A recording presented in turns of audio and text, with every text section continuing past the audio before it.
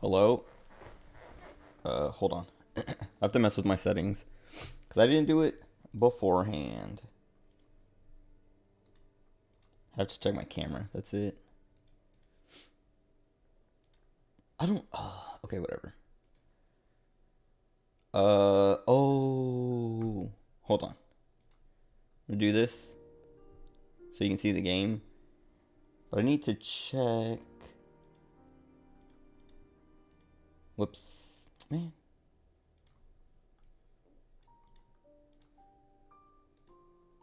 I forgot where I keep my camera. I don't know if I keep it in this bottom right corner for this game.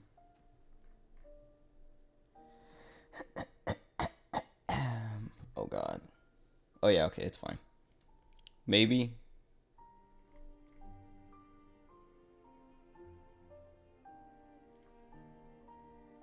Yeah. Okay.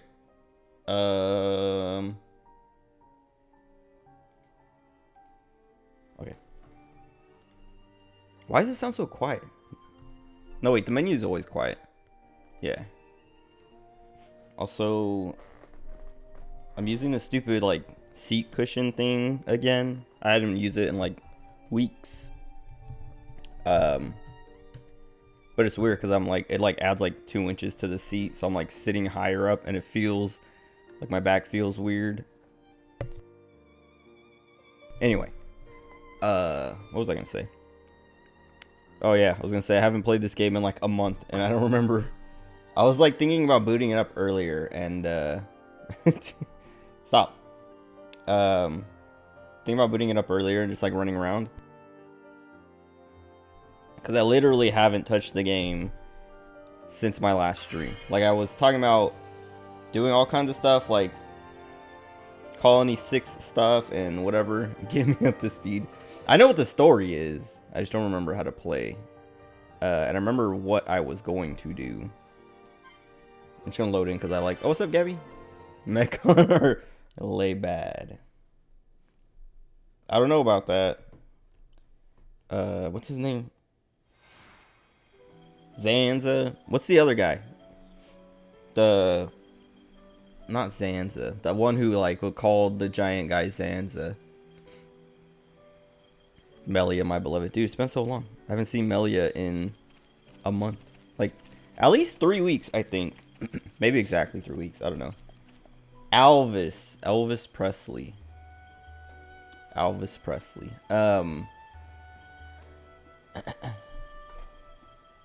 But they seem... Actually, so that's what, like... You said Mechon are really bad, and I was, like, joking, like, I don't know about that, but, like, seriously, I don't know about that. Because it could just be Alvis and Zanza and whoever else is, like, with them are evil, and they're using the Mechon. Also, I literally wanted to press the plus button to ride my mount, because I've been playing Pokemon so much. But this game doesn't have a mount, still. 20 years later, and it's still... They haven't given me a mount. But anyway, what was I saying? Yeah, it's been too long since I played this, and like I was thinking about it. I was like, man, I should just switch to Shulk, so it's kind of easy mode until I feel warmed up.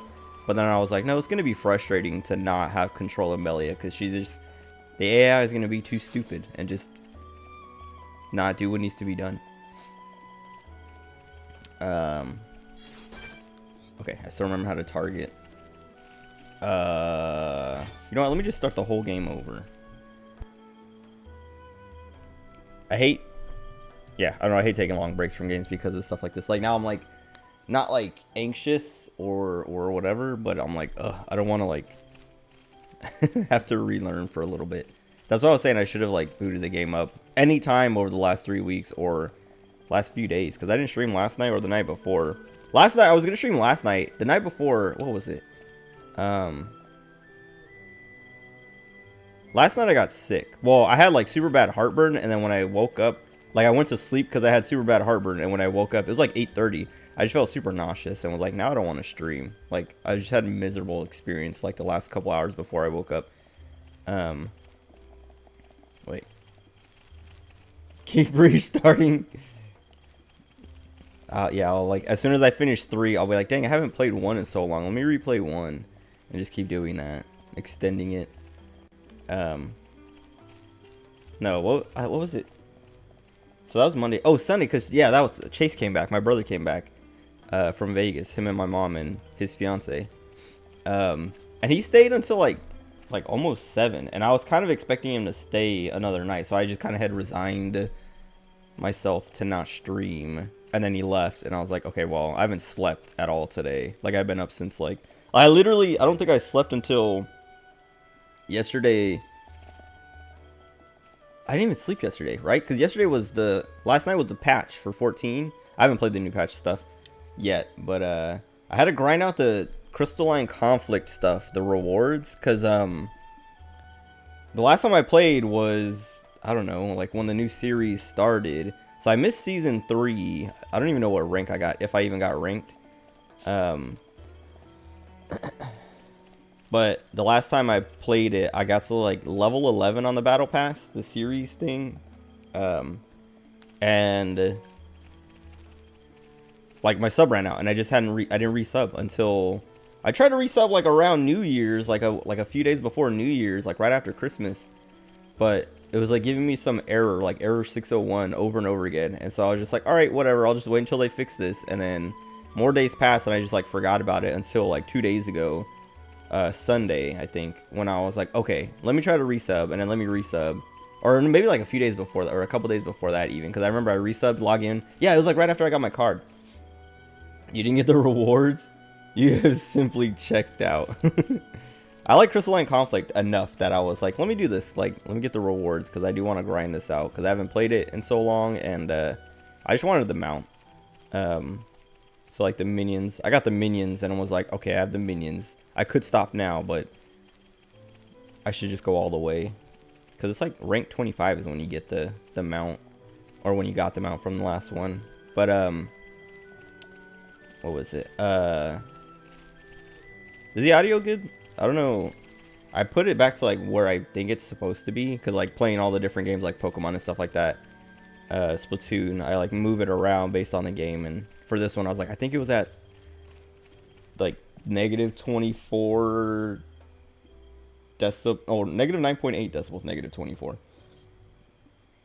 But I don't remember. Sounds a little quiet. Let me start a fight, because it might just be the music.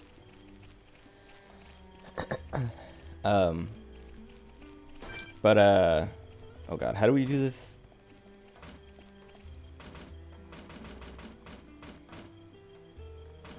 Okay, I remember. Wait. Hold on. No, I have to level stuff. I'm not gonna. Okay. Individual target. Individual target. But this is weak. Earth is a dot. But then the fire one is the increases strength. The bolts is ether. Okay, yeah. What's up, Tony? Okay, let's see. I think this is what I do. I forgot that you can't move with her. You have to wait till she's done. Okay, what else do we do? This one. Okay, he's dead. It sounds quiet in my headset too, so I think it might just be, it is quiet.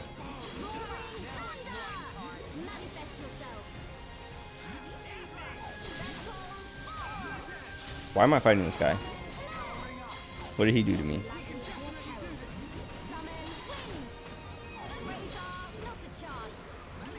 I almost forgot what button I was supposed to be. I was gonna press A. Okay. Come back to 14. I reset. Okay. Thank you for saying that, because I would have forgotten that I was talking about 14. I would have just like been like, okay, how's the audio, and then just played the game like normal, and just completely left my 14 talk in the dust. Yeah, I resubbed like 4 days ago, and then ran around for like 30 minutes just to like stress my GPU a little bit. Not even stress it, but just to, like, see everything look super good. Oh god, what? This stupid. Okay, so I think I figured out my controller. Like, this controller disconnects all the time, or like, I don't know, has like interference issues. It's because the sensor's at the back. So when I have my hand in my lap, it's like pressed up against like my pelvis or my thigh, and so like it's just like trying to send the signal out and through my like muscle, like through my body. And so it's like, I'm pretty sure that's the problem. Maybe, I don't know. Anyway, I'm glad they kept Nofaka or Nafaka. I don't know how you say it. I haven't heard them say it in game yet, but I don't remember how they say it, if they said it in game. But they literally just like took that picture and were like, here, she has the big boobs. Cause like I know people were complaining about Helone being changed because she looks literally like Valkyrie, like Lenneth from Valkyrie Profile. But like her art has her like wearing a lot less armor. I saw people complaining about that, but I think it looks cool, dude. I'm a big fan of Valkyrie aesthetics and armor and stuff like that. What was I saying? Oh yeah, like whatever. Sunday and yesterday, I grinded out from level 11 to 25 on the Crystalline Conflict series PvP rewards, and I went from, so I started. She's perfect. Halone's the goat, dude. I'm excited to see. Have you guys done the raid? I like Memphino. I like all of them. They all look so good. What was it? Yeah, I was doing the oh, I forgot there's fall damage. You done? Tony hasn't. I might do it tomorrow. I don't know when I'll do it because I'm still like behind on the story, or at least like the main story. I don't know how far I have to go to unlock the next part of the raid, because I did the last 24-man stuff and all the like story quests afterwards, but I don't know if I have to like unlock it through the main story. Oh my god, I started raiding, dude. Okay, this morning at like 4 a.m. literally, like I'm like sitting here, I don't remember what was I playing. I might have been playing Pokemon or something, or just watching Games Done Quick, which, dude, it's so boring this year. Like I like watching it because I like the cringe that happens every now and then. It's fun. I did that backwards. Whatever. This year they have it. It's all online because I don't know. I read that it's because I can't. Oh, I need to get closer. I was like, I can't do anything. Or it's because they were gonna have the event in Florida, but then Florida started passing all their like don't say gay and whatever, or I don't know, LGBT, anti-woke stuff basically. And so they like canceled it. Oh god, his face there. The GDQ staff like canceled hosting it in Florida. They're like, yeah, whatever, we're just gonna cancel that and have it online. And it feels bad. It's like early COVID where the GDQs were online and you're just like, this isn't as fun because there's nobody in person, so there's nobody to be cringe and watch be cringe. MSQ trial, is it? Okay, wait. Well, I mean, I guess I'm not too worried about spoilers. I already know it's all Final Fantasy IV stuff. Like I saw the Cagnazzo, I don't know, however you say it. I saw his model. I saw Rubicante. I've seen the Rubicante weapons, which look sick. They look, I don't know, I think they look like Monster Hunter weapons because they're just like fleshy and like wrapped in cloth. It's cool. Take that, woke moralists. Wait, what was I saying? Oh yeah, whatever. GDQ's boring this year. Like everyone is, it's all online stuff, and like half the people don't even have a camera, so it's just like you're watching the run and there's just like the banners on the side with all the ads, but nothing to look at. Some people have done like cool, fun stuff or whatever. But like it's pretty tame in the cringe department. But they did, the first run was a Splatoon 3 run, and that one had quite a bit of cringe, which is pretty good. Staunch FF4 hater. You're dumb. Rubicante is like probably the coolest dude in 4, because he's like, I don't know, like I don't know how much you remember, or I don't know, because like I streamed it. I think both of you popped in at different parts, but I don't know if you guys ever saw Rubicante, but he's literally like the strongest of the fiends and is like, he shows up, fights you, and he's like, all right, I'm gonna destroy you, but like, I don't want to, so I'm gonna stop it here and leave. And then he comes back later, and every time he fights you, he's like, it's like right after something, and he heals you up because he's like, I want you to be at your strongest when you fight me. And then like, it's still like, all right, you guys are too weak. But then like the second time I think you fight him, he's like, you actually beat him. Yeah, he heals you before you fight him. It's so good. Golbez fight. Golbez, I don't know. I feel like, I mean, yeah, he is like, well, I was gonna say I don't want to spoil 4. I don't know. It's not really spoilery, but he is like the main antagonist for like the beginning. And he's pretty cool. But then once you like get the reveal of who he actually is and all that, I feel like he loses a lot of the coolness. Especially because he doesn't wear the armor anymore. Or, well, does he still wear? I can't remember. I'm mixing up 4 and After Years now, because I know in After Years he never wears his armor, but I can't remember if he takes it off in 4, or if he just dies wearing it or whatever. Or does he even? I can't remember if he dies in 4, or if it's just the After Years. My memories, I've literally ruined 4 with the After Years now. Kino Fight of the series. I don't know. Yeah, I mean, hopefully it's cool. 14-year Warzone, that's all that matters. I know that, but what if he took it off and it revealed he was a cat boy the whole time, or a male Vieira?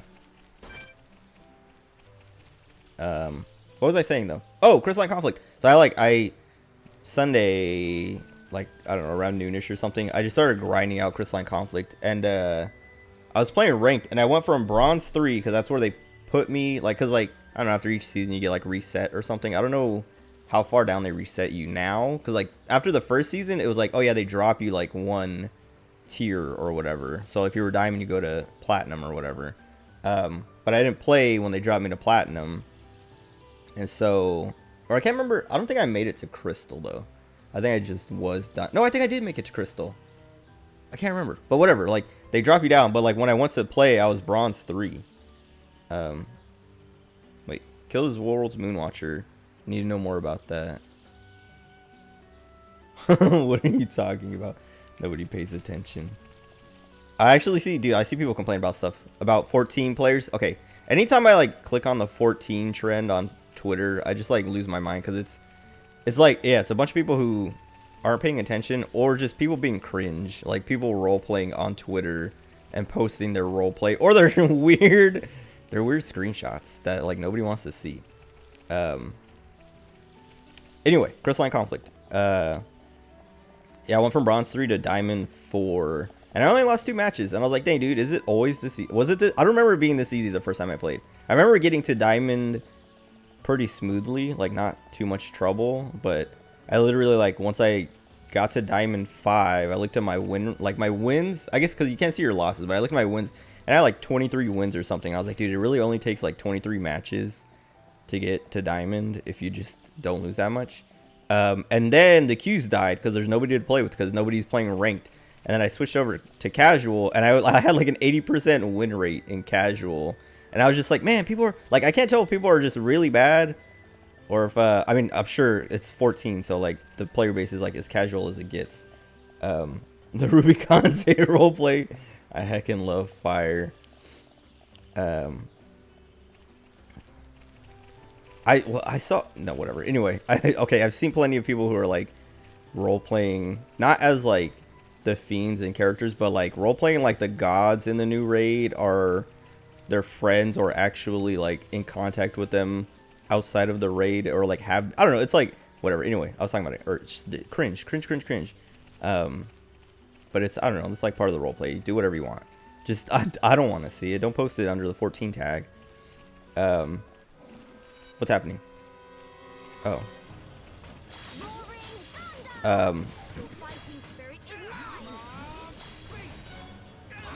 Anyway, Crystalline Conflict.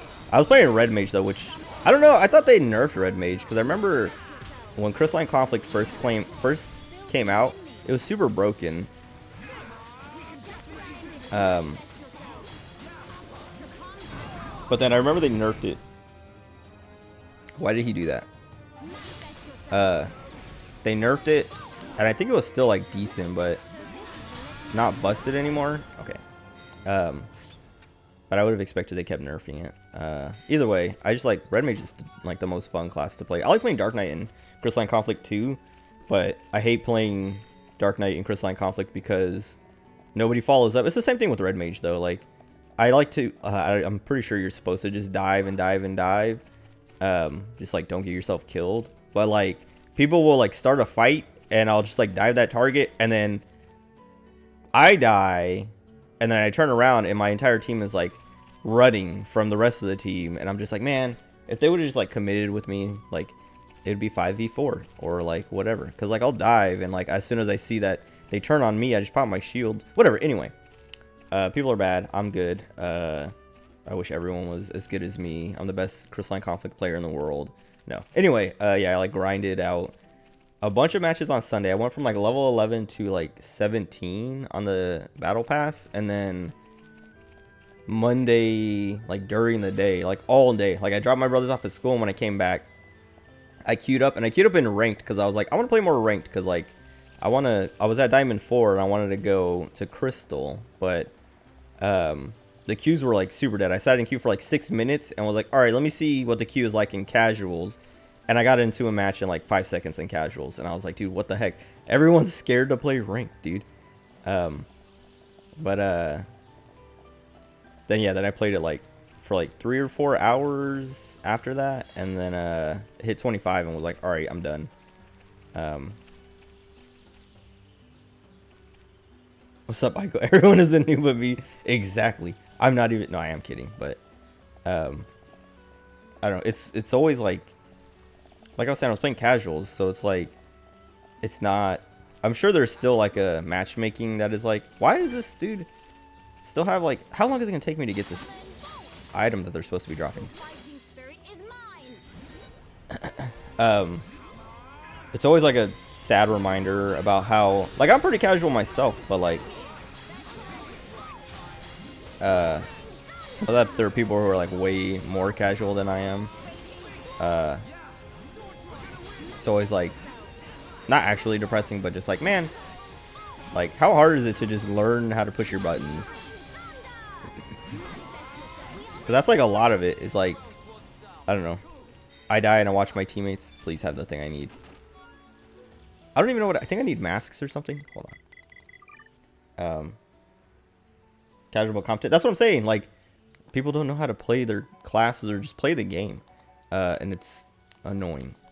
Cause like I'll mark. I'm like marking people using the call outs to be like, hey, I'm attacking this guy, or hey, retreat, or hey, whatever.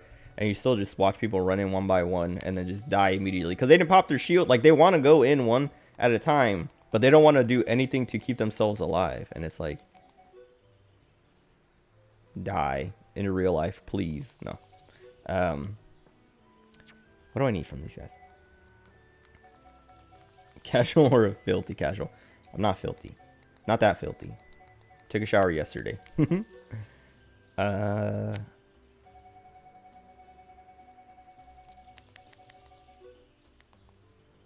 Whoops. Why is my... Oh, ZR. I'm like pressing left and right.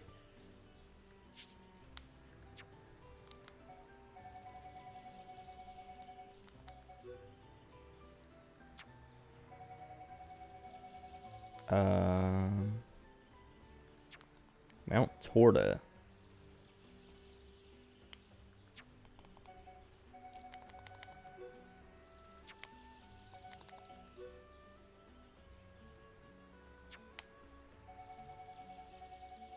Hold on. I just need to figure out which quest. Flabbergasted Jerome.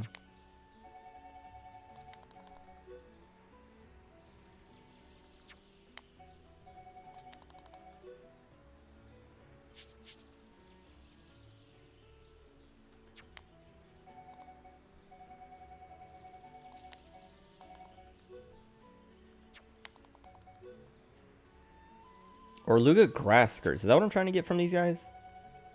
Well, they won't drop it. I've killed like, what, 6 of them? Not a single one dropped.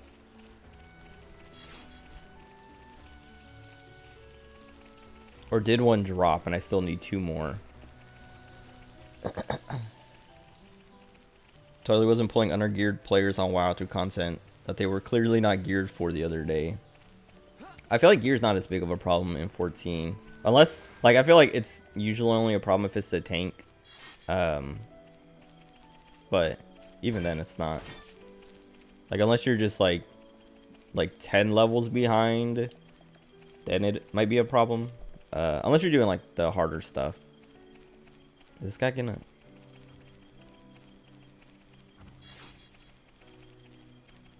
Have I been there? I don't think I've explored this place that much. No, I haven't. Oh wait, yes I have. This is where that weird door is, isn't it? What's the X? Yeah. Okay. What are they saying?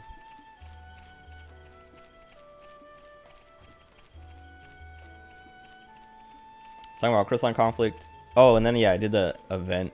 The what's it called? I never like walked far enough to get that. The I'm not gonna kill those guys anymore. Whatever, I'll do it later. Whatever the event is. I missed the stupid Mog Tome thing. I didn't do it because I was like, once I was done with the crystalline conflict, I was like, I'm not doing that. Because like I want the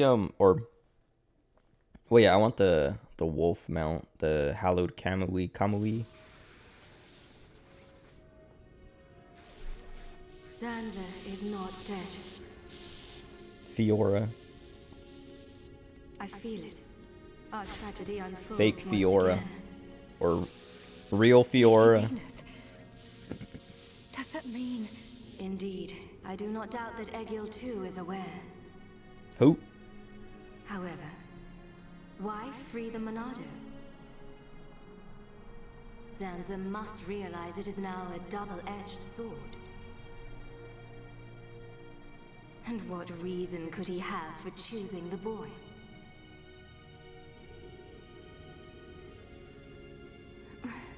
What is this? I am experiencing feelings for the boy. I knew it. That's all I was saying. Linnea, your swift repairs are appreciated. Thank you. I wish to see. Turn the game volume boy up. Again. To meet with the one who wields the Monado. How's that? Boy. But my lady, Loud, is that not... quiet. Is Egil aware of my reawakening? He's not. As my lady wished, he knows nothing. Then, there is no need to worry. I shall meet the boy. Besides, Big Monado Monado will Chungus. draw him to me. Stop.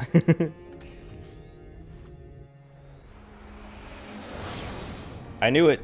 Maineth is the original, and then, because she just said right there, her reawakening, so she must have been like... Flying off without me, huh?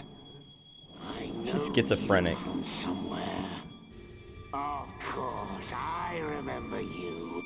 You're Junburn's little sister. Sky is so pretty. It's okay. I've seen better skies in Pokemon.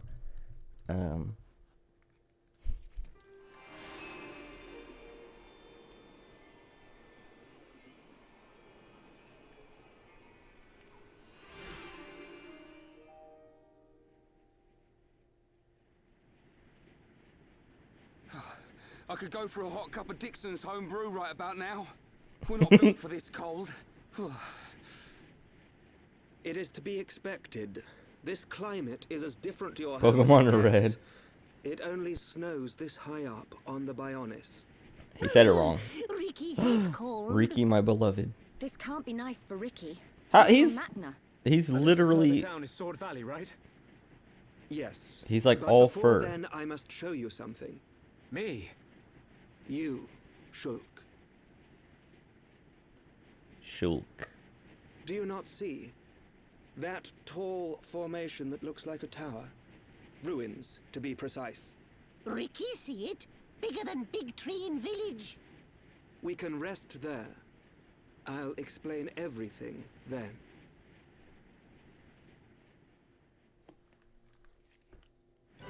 Cool. There's no... What? Why is Ricky complaining then? These guys are like living here.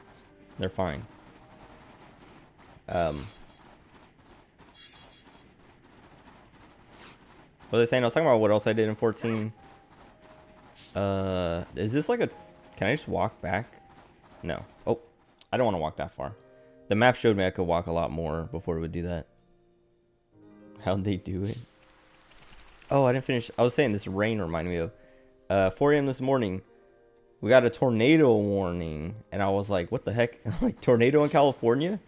What? And then like right after the warning, it just started pouring rain, like cause like I could hear the wind before, like just like wind blowing, and I was like, okay, you know, it's windy outside, but it's 4 a.m. I'm not going outside. And then the tornado warning came, and I was like, okay, maybe I should be worried because that wind, maybe it's worse than I thought. And then it just started raining, and like I saw flashes and then heard thunder, and I was like, man, it's like they literally sent the warning, and it all just like kicked off immediately. Crystals only light up at night. Oh, that's cool. They keep doing that. They keep doing the same gimmick. How boring. No, I'm kidding. That's pretty cool. Wait. Wind and rain has been pretty bad. That I don't want to dox you, Tony.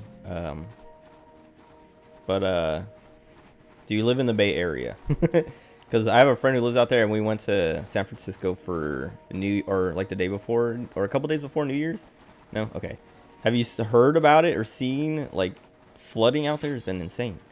Like in a weird way that I'm like, dude, I didn't know it could flood like that in the Bay Area, where like it's just like it's surrounded by water. So I would imagine the water would just run into the water, but like I saw like all kinds of videos and stuff of insane flooding. One of my friends who lives in San Francisco was like, yeah, like trying to get around was like super hard for a couple days because roads are closed everywhere, everything's flooding. And I was just like, man, what is happening? Like, where's all this rain coming from? But yeah, there, like, I don't know, that tornado warning happened. I don't think there was any actual tornado, or I don't think like a tornado touched down and caused any damage or something, but it was pretty intense because I'm like sitting here. I was getting ready to go to sleep, and I was like, well, I guess I'll stay up until the tornado warning is over, because it said like it ends at 4:15 a.m. or something. And I think I fell asleep before that anyway. Maybe not. I don't remember. But yeah, it was like intense. And like I've talked about it before, but there's these like it's either birds or rats or squirrels or something living up in the like corner of my ceiling, like probably just like on the outside of the house. Like they're just like underneath like the what do they call it, like what is it, like the thing that overhangs from your roof. That's you. Stupid. What do they call it? Not like an awning. I guess it's like a short awning. I don't know, like, but like the little bit of the roof that hangs over. Like I've seen like animals and stuff nest up in those before in other places. But I think they're doing that like right on the other side of my wall on the outside. Or they found a way into the ceiling. But anyway, like I'll hear them like, it's funny because like it's pretty consistent. Like they're active at 5 a.m. and 5 p.m. So it's like, I think it's birds. It's either birds or squirrels. I don't think it's rats because I feel like I would hear them all the time if it was rats, and like all over instead of just in one little corner. It's something that is like leaving at 5 a.m. and then coming back at 5 p.m. Or the reverse. But when the rain started kicking in and the thunder and lightning started going crazy, they were like moving a lot and making a lot of noise in there, and I was like, all right, they're scared. But anyway, it was intense. But what else happened last couple of days? Cause I don't know, I streamed like a few nights ago, right? What did I play? I don't even remember what I played. I was playing Spyro. Did I play some? No, I played Splatoon. That's what it was.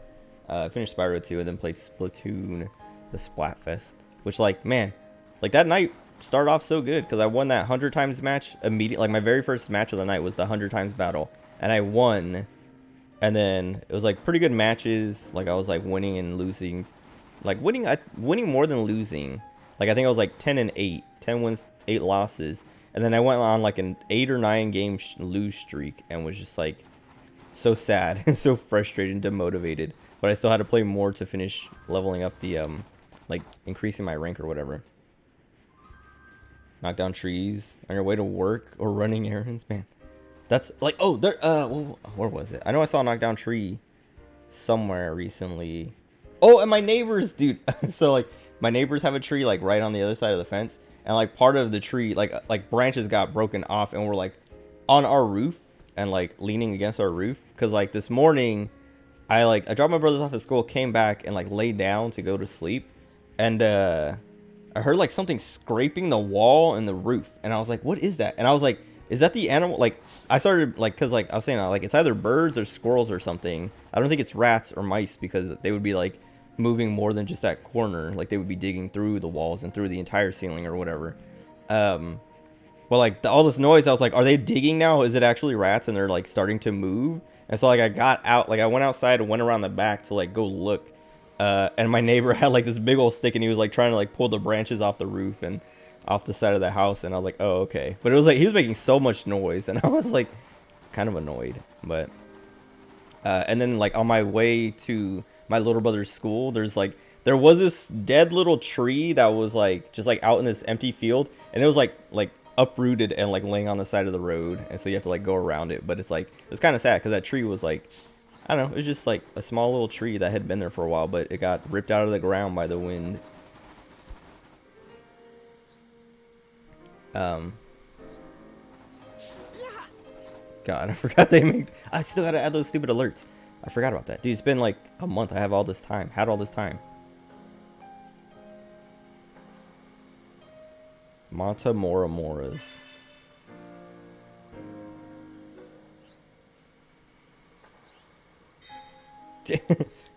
I got another thing to ask you if it's okay. And then he just turns around.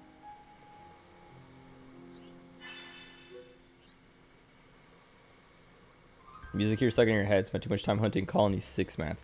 Dude, I don't know. I'm sure there's still plenty of time left in this game. But I don't know when I'll get, because like I'm stuck.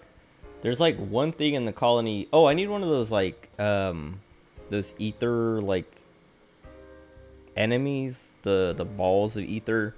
I need one of their like a drop from one of them, but I just never fight them, and they're like, there's usually only one in an area at a time. Or only a few in like the whole map, but I don't know. Because I feel like I would have to go back to the early parts of the game, which would be easy because it'd be early, but I don't know. I've done everything else I can. But what's his name? The kid's name? Juju. I don't care enough about Juju. Not anymore.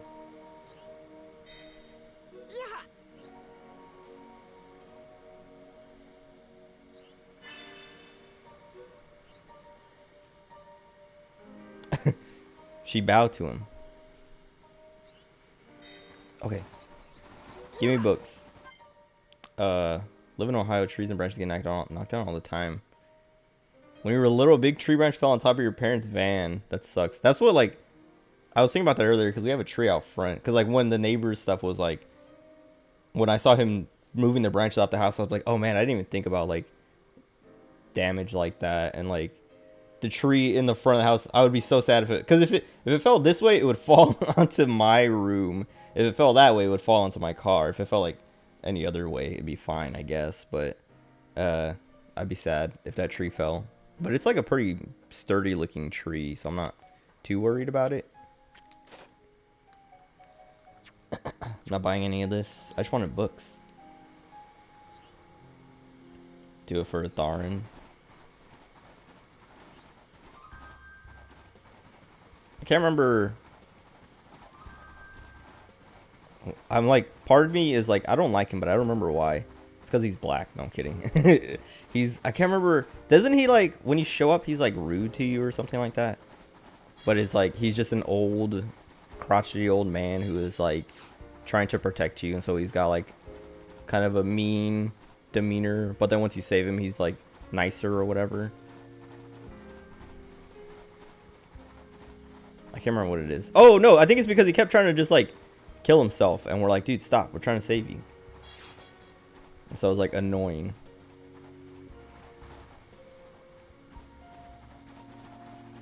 This place reminds me of Genshin Impact.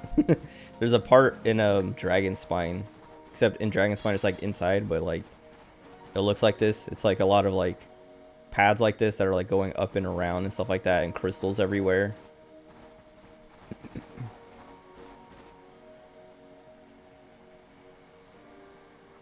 Branches are what you want. That's what, yeah, it's like my neighbor's tree. It's like a fruit tree, but it's a pretty sturdy looking fruit tree. And the tree looks fine. It's just like some of the branches were broken off.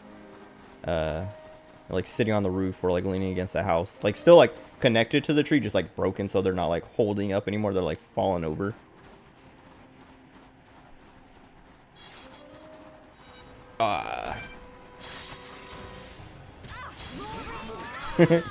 She turn around. Melia, you're getting hit. I feel the ether building within me. Roaring thunder! Manifest yourself. Summon earth. Okay, now that Melia has like a billion different elements to use, Manifest yourself. it's kind of nice because like, oh, I don't need to do that. Flawless victory. It's nice because like I can have the bolts and the fire passives running like all the time and still rotate through a bunch of other stuff.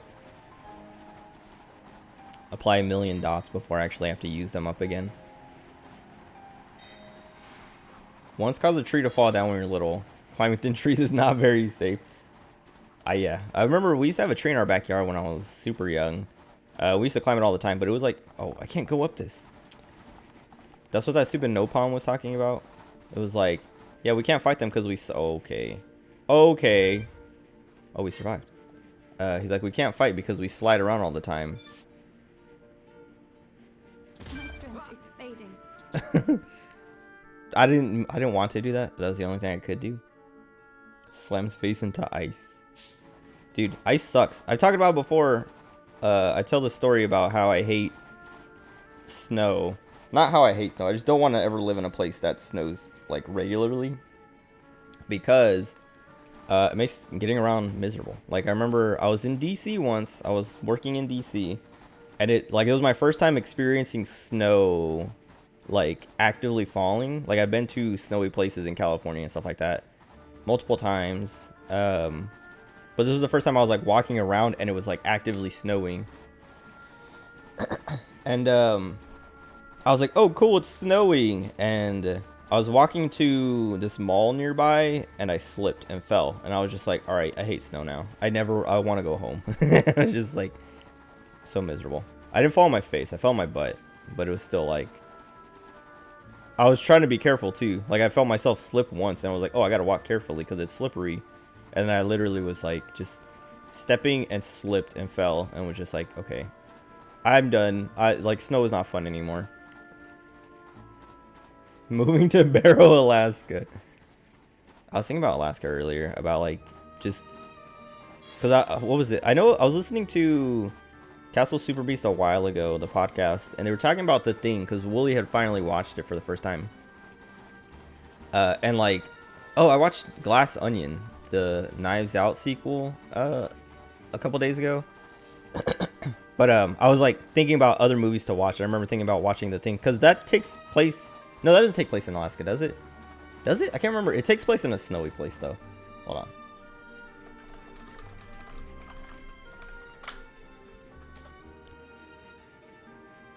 Oh, they're in Antarctica. Okay. But whatever. I was thinking about Alaska and how just like it's not like isolated from everyone, but it's like, I don't know, I feel like it's always on like lists of places that don't get delivered to, or don't, like, I don't know, sometimes when you order something it's like does not deliver to Hawaii, Alaska, or Canada, and I'm just like it's because everyone lives like a million miles apart out there, and so like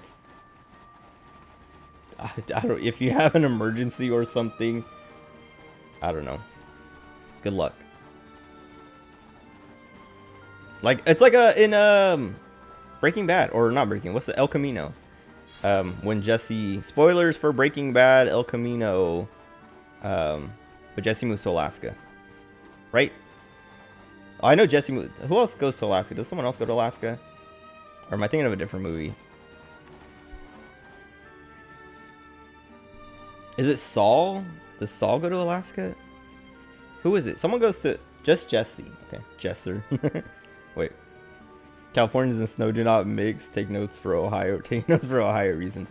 There are places that snow in California. Like if you go towards the mountains, there's snow everywhere, and it will snow. But I've just never been in those places as it snowed. I've been in those places as it rained and then turned to hail. So it could have been snow. I remember it was for one of my friend's wedding. Oh, Gabby was here earlier. Her wedding. Well, her and Honda. It wasn't just hers, but for their wedding, it was like up in the mountains, and it would have been cool if it snowed, but instead it just rained and like I think it turned to hail.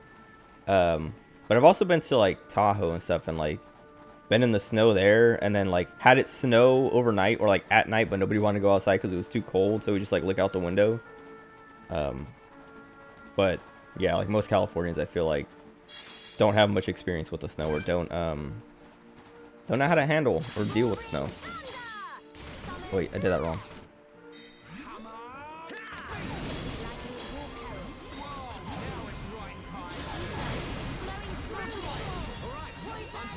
I forgot. Oh god.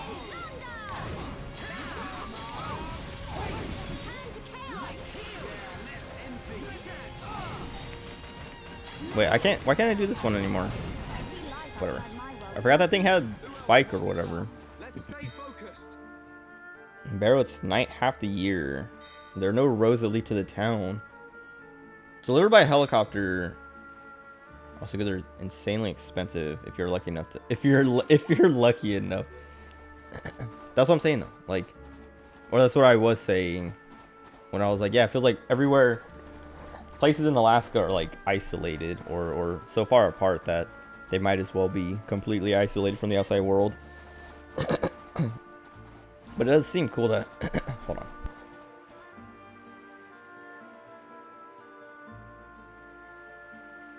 It seems cool to live in a... It would seem cool to live... Or, okay, it seems like it would be cool to live in a place that is, like, night all the time.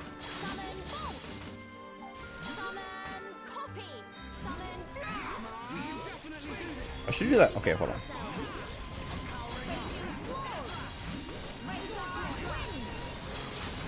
I gotta rethink the way I do this. I do bolt, copy it, discharge it, then fire.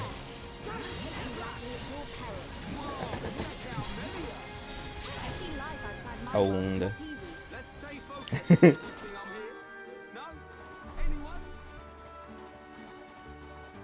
Don't make fun of Melia.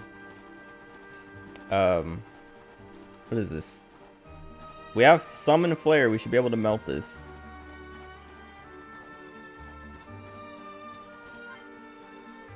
You need something to melt the ice. Thick ice wall. I want to explode this place, but it seems like so... Alright, I'm going to do it.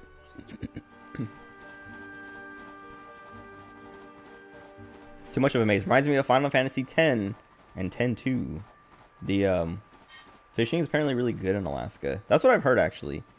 There's a fishing YouTuber I watch. Fisherman's Life is his YouTube channel. He has a few videos where he goes to Alaska to fish. It seems cool. But yeah, this place... I was saying this place reminds me of Genshin Impact. The, like, inside of Dragonspine Mountain or whatever it's called. But it also reminds me of, the Ronso Mountain, whatever it's called. Mount something. Tricky places to explore with jump pads. Elden Ring style. But no torrents, so it's gonna be bad. Copy?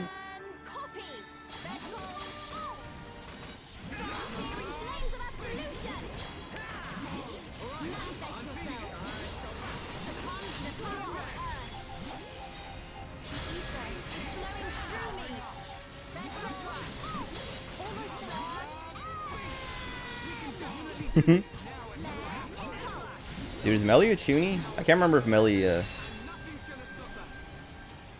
remember someone in the party is Chuny. Mount Gagaze, you're right. Mora Mora meat pie. That sounds awful. If you just pick it up off the thing. Box of matches I can try to use. Shulk and No Horn. I forgot this game does this. Opa Eldon style. Not really Chuny, just dorky. Wait. Frost Glass. Ether Furnace. I still haven't gotten an Ether Furnace from Colony 6. Oh, wait. We already tried that. We can't go that way. Okay. Not Chuny, just dorky. I know that, but that's like part of being Chuny is like it's dorky. That's why I like Floragato so much in Pokemon more than Meowscarada.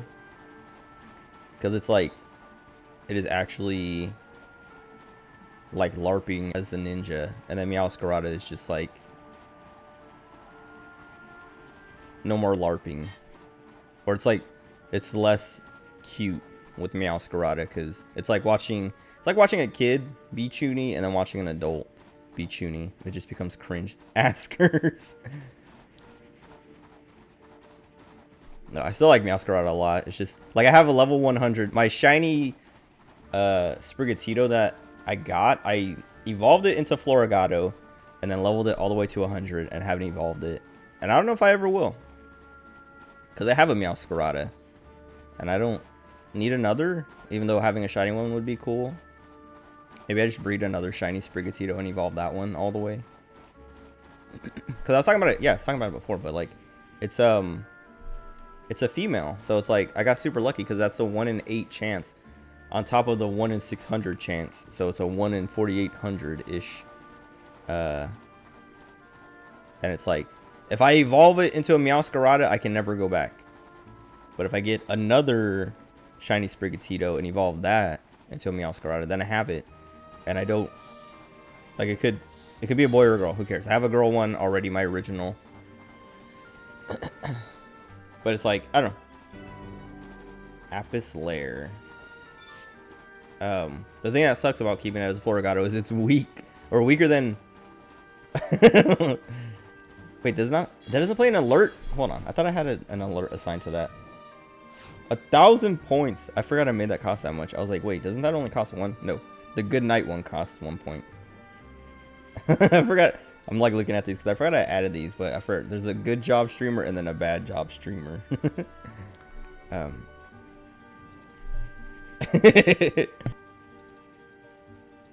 gotta remember. Hold on, let me write it down. I gotta add alerts for those. I thought I did. Oh, maybe. Oh, wait. Hold on. Let me. No, wait. Because I logged into my Streamlabs the other day. Because it wasn't. Let me do this. Hold on. I'm going to test my alerts again. But I don't remember if I actually added alerts for those. Okay. Alerts should be good now. Make them play. I'm not going to. Maybe I do that for the bad job streamer. I gotta remember to get those though, because like I was talking about it last time. The clips that I made, or like the part of my stream where I was like muting all the audio except for the voices to get those clips, they were too quiet, and like some of my alert sounds are already really quiet that I'm like, I can't let that happen again, so I have to do it again but turn it up.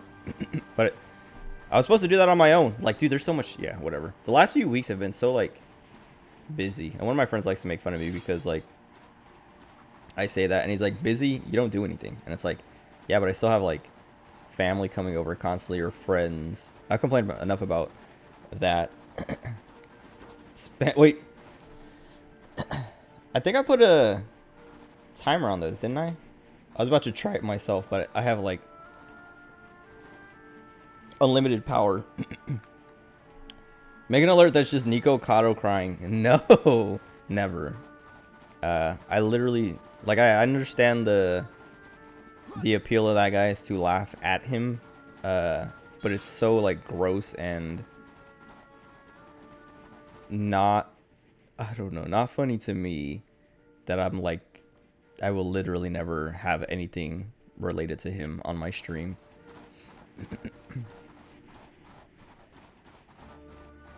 He's like the literal definition of a lol cow. Because he's even fat, and like that's part of it. That's like, he like plays with his belly. It's so gross, dude. I don't know. It's not for me. I don't know. I don't get it. It's like, I get it, but I don't. I don't know. I'm lost. I know I went in on one of these paths, but I don't remember which one, and I don't know if it matters which one I come out of. It must have been this one. Or how do I...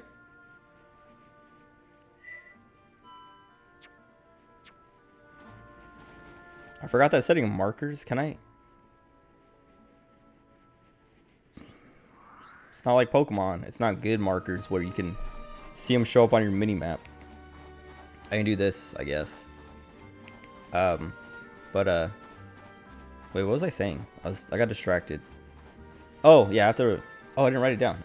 I was in the middle of that. But then I was like, oh, let me check on my alerts, actually.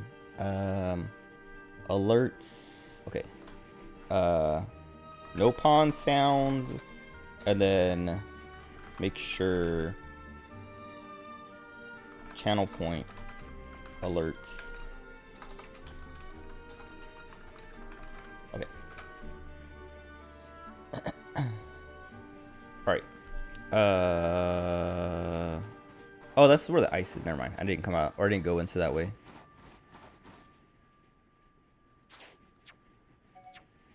Okay.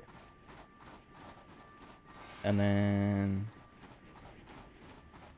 Did I go up this one? No, not yet. Okay, what else? What else has happened the last few days?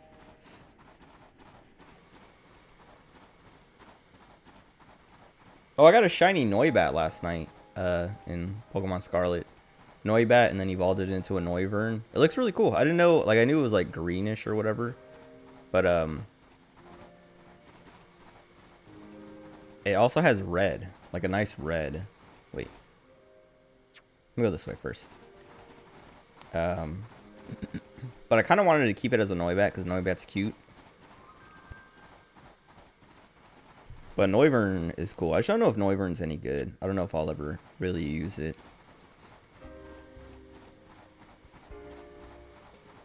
But yeah, I don't know. There's not many Pokemon left in the game that I want shinies of. I mean, there's still plenty that I do want, but not enough that I'm like, I'm gonna grind for them or hunt for them. Like if they show up as an outbreak or something, I might do it, but I'm not breeding. I want EVs. Like I need a bunch of them. But that's gonna take months. I don't know. That might be actually like if I sat down for like one day and just bred a bunch of EV eggs, like I'd probably get a couple or a few shiny ones. Okay, now I'm going back. I just want to make sure I walk this path. I don't know. Like, yeah, like I have, like they had that Salamence Dragapult event, or not Salamence, Hydreigon Dragapult event. And it's like I would like a shiny of either of them, but not enough that I'm gonna go out of my way and like, because like they do have Dragapult is exclusive to Violet, and what's the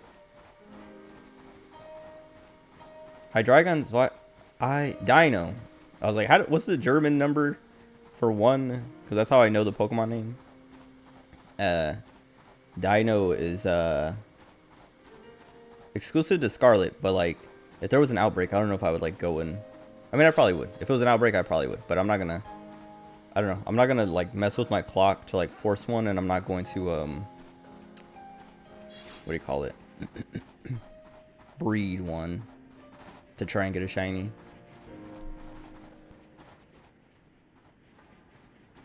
Need a bunch of EVs for reasons that do not even involve taxidermy. Do not taxidermy or EVs.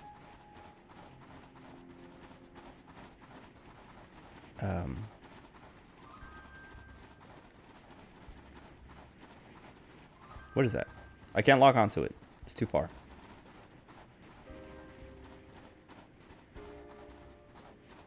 Dude. He's literally trying to make it as hard. I can't. I'm like... He turned to walk away, so... It'd take even longer to get close enough. Okay. I think this is one of the things we need to kill. Maybe not. He doesn't have an exclamation point. I know we needed to kill Alexos, but we only needed to kill one, so it's probably like... Oh no. Almost fell off. Maybe not unique, but... rarer than that one. Not making Eevee plushies out of Eevees. Totally not. Dude, I like... I talk about it. I like all the characters in Scarlet, like all your friends and rivals or whatever, like Nimona, Arven, and Penny. But I like Penny a lot. Like, there was a moment where I was like, okay, I don't like Penny, and then I was like, okay, wait, no, she came back. But it was like, it's funny because like that's how Arven was. When Arven first showed up, I was like, I hate this guy, and then by the end of it, I was like, okay, wait, I love this guy. And Penny was like, okay, Penny my beloved, and then wait, how do we do this? Like this. I was like, Penny my beloved, and then she started like being rude to Arven, who I was like, I like Arven, so you need to stop that. But then she like redeemed herself and started being nice again. But when I first went into her room, Penny, oh, she's slipping. That's what that Nopalm was talking about. He was actually talking about the real ice. Now I'm afraid to move. Why did they do this? I think I've talked about this before, but when she says manifest yourself, I think it's funny because it sounds like she's talking to the enemy and basically being like, kill yourself. You should manifest yourself now. Okay, I like this sliding thing actually. It's kind of fun. Oh, but yeah, going into Penny's room and seeing all of her, she calls them VVs, which is like even cuter. Alright, do that.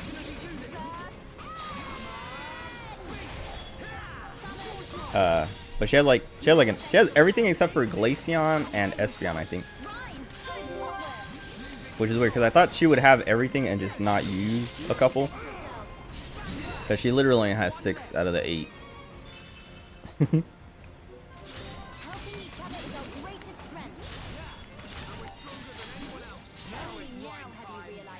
Nice. Let's stay focused. Good thing I'm here. No? Anyone? They still only have 3 lines. Dude, I like how fast you move. Also, I forgot. I like how they just like... I was running and then I stopped and they both just like flew by. Like I was like, I slid and then stopped here and then just like... like that right there. Look at them go. Dude, stop slipping. It's fun. What's up, Risky? Welcome, welcome. I kind of want to kill this because I haven't fought one yet. Your fighting spirit is mine. We're too far. Never mind. Actually, and then it's why I'm close enough that I could have fought it. Annoying. T-poses and slides. This isn't Pokemon. Dude, and then he went away. He went super far away.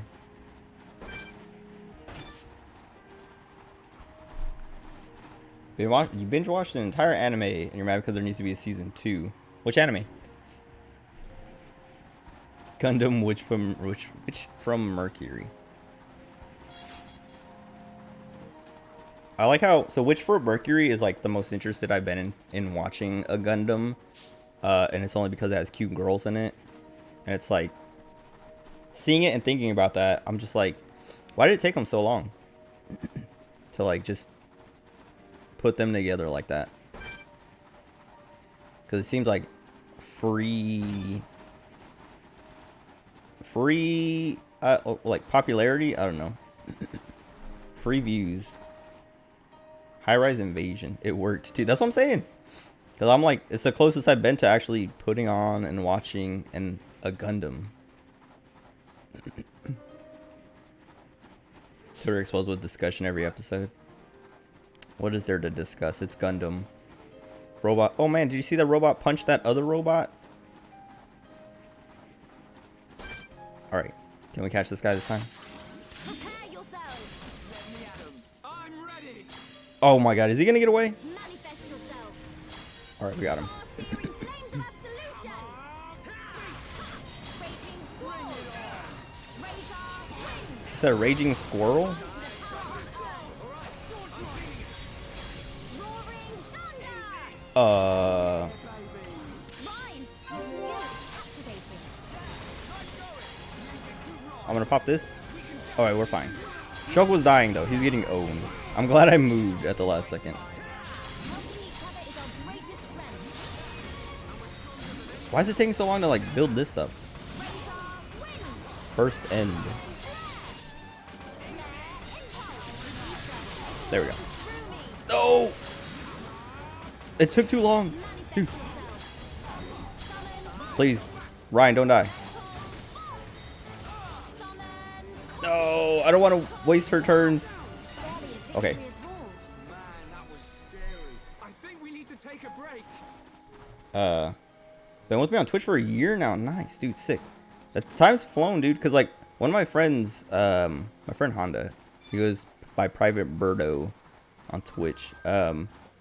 He's been subbed for 13 months or 14 months, and I was like, Jesus. Like when he hit a year, I was like, dang, it's been a year already. But yeah, crazy. Wait, very popular. Worked using cute girls. That's what I was saying. That's what I was saying. Someone clones of herself. Oh wait. Oh, I thought I had a notification on my phone. I looked at it wrong. What shall we yelling then? Imagine 3 Melias in one party.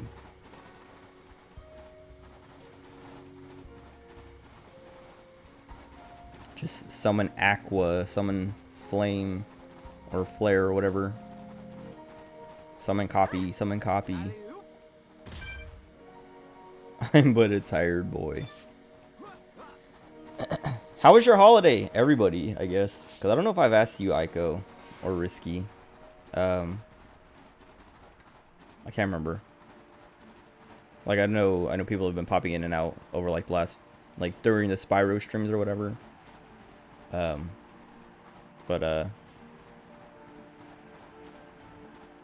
pretty exhausted. Like, the holidays ended, and I was like, okay, cool. Everybody's gone. I took my friends to the airport, and that was like supposed to be the last of it. And then like, as I went to the went to their house to take them to the airport, my brother called and was like, "Hey, we're here." And I was like, "No, we just saw you like a week ago. What? Why?"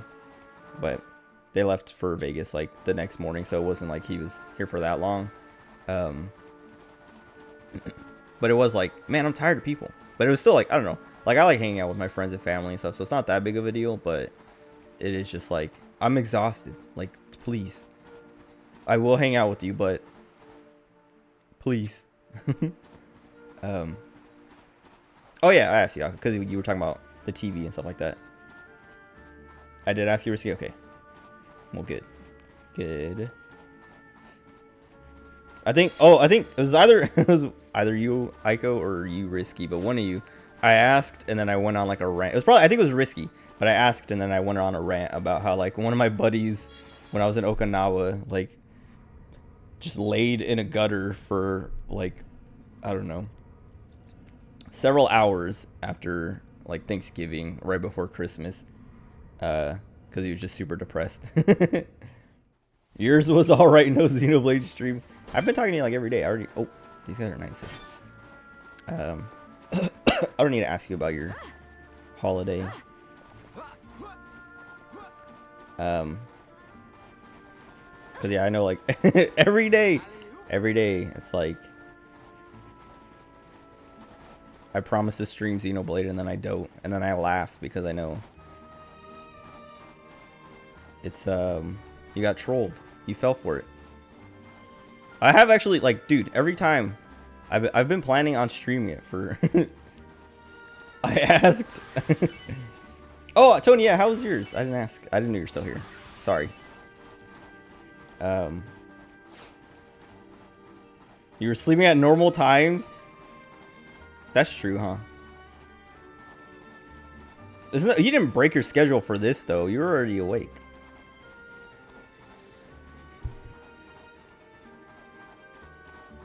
The one day Xenoblade comes back here. I slept like a lot today because like I was talking about how I was grinding out Crystalline Conflict the last couple days. Yesterday I kind of like I was saying, I woke up at like 8:30 and I was feeling sick, so I didn't stream.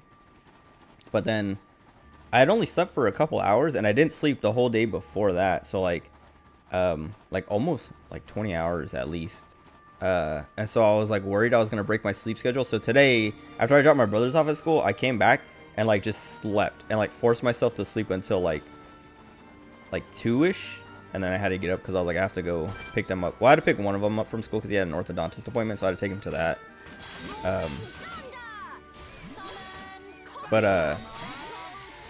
Wait, how do I, what's the button? Hold on, I'm like standing here as they're getting beat up. There's a button, the button that lets me tell them to attack the same target as me. Maybe it's one of the face buttons. I was pressing all the triggers. Oh, but yeah, I like forced myself to sleep all day because I was like, I need to stream. Like I already, like I had like a 3-week break, and then I came back, and then I already missed 2 more days after getting back on track. So I was like, I didn't even sleep the whole time. I woke up like multiple times. Oh, like I was saying, I woke up when my neighbor was scraping the roof and the wall, and then I like kept waking up, and I was just like, no, just go back to sleep. And like I would just like lay there trying to sleep until I would fall asleep. And then yeah, then I got up, came back after picking them up. I stayed up for a little bit, and then went back to sleep around like 6:30 to take a little quick nap before I wanted to stream. And then I woke up because I heard someone walking at the front, like right outside the door, and was like, who is here? Who is outside? And then I opened the door and there's pizza on the floor. Wait, legit can't sleep. Just adapt and adopt whatever sleep schedule you get. That's what I do sometimes. Like if I lose my sleep schedule, I just like stick with whatever I end up on until I can like just slowly work my way back to what I usually do. That's why sometimes I'll just like be gone for like a week or two. Like I won't stream for a week or two or more, and it's because like I broke my sleep. What is he doing? Oh wait, he's not gonna attack us. What is he running from? Wait. Stuff keeps randomly playing on YouTube on another PC. Schizo Oomphy in bed. Dude, that's kind of what it was.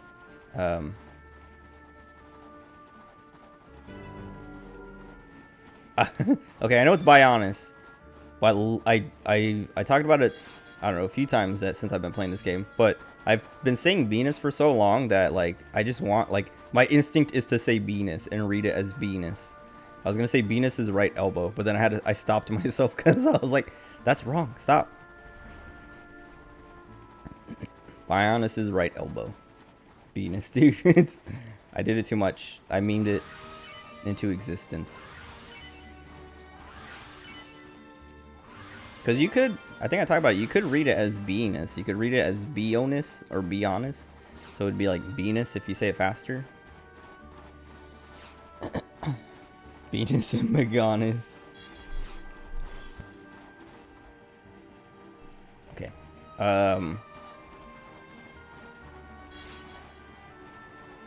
It's a dead end. I'll probably have to kill one of these later or something.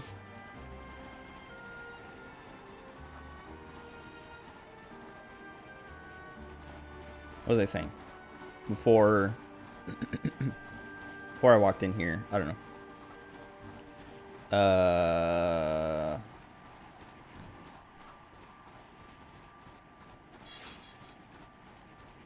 Trying to think what, oh, I was talking about Glass Onion. Wait, not looking forward to fixing your sleep schedule. Have to stay awake for 24 hours. See, so I know people do the like, yeah, stay awake until like your sleep schedule, like till your normal sleep times, which involves like staying up for 24 hours or more sometimes.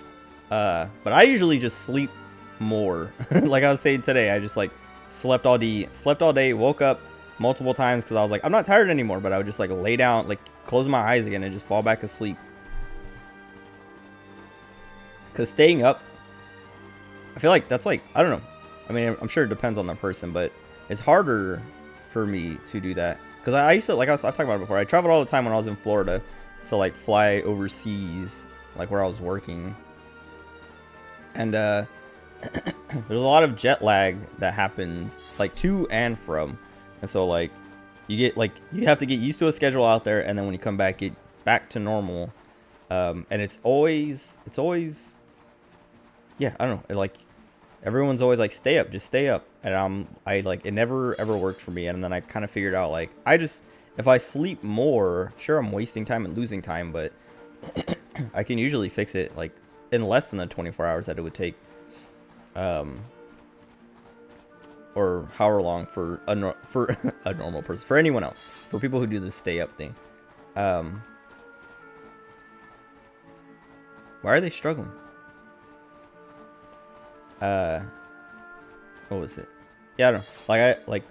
I think the reason people like to do the stay up thing is because you get to be awake and be productive or whatever, but I don't know. I like sleeping, like I like dreaming, so I'm fine with going to sleep and sleeping more. So I do that. And then then I wake up and I'm like, okay. I'm like I don't know. I feel fine and I feel good and I feel back to normal. I might have to do it like a couple days in a row or something. Like I'll be like back on a regular schedule for one day, and then the next day I'm like, like I can't sleep normally or whatever, like at normal times, and I just like force myself to do it again. But eventually it takes, and everything's fine. You used to be able to work your schedule by sleeping an hour early. Now it's just beyond reason. With the sleep schedule, if you took a trip to Japan, you want bad jet lag.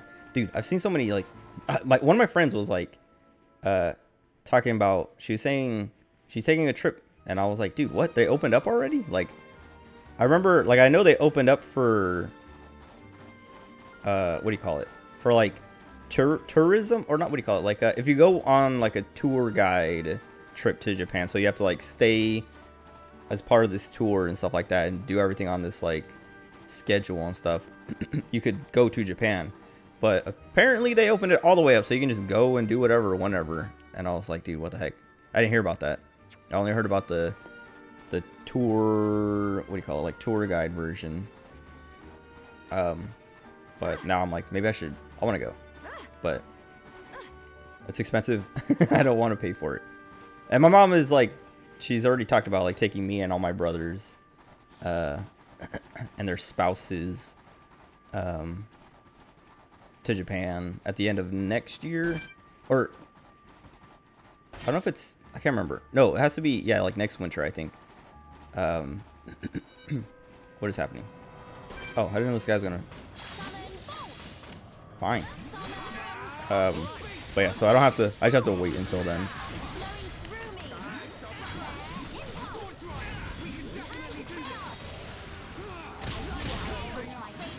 I need to move.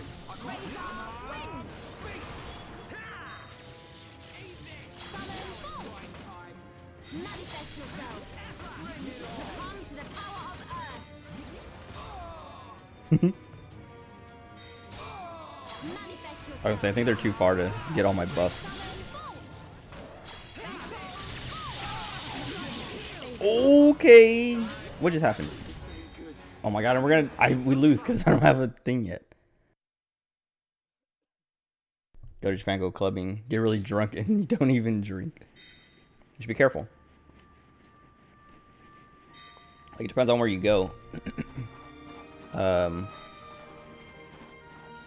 Dude, they put me all the way back up here. I mean, it makes sense, but...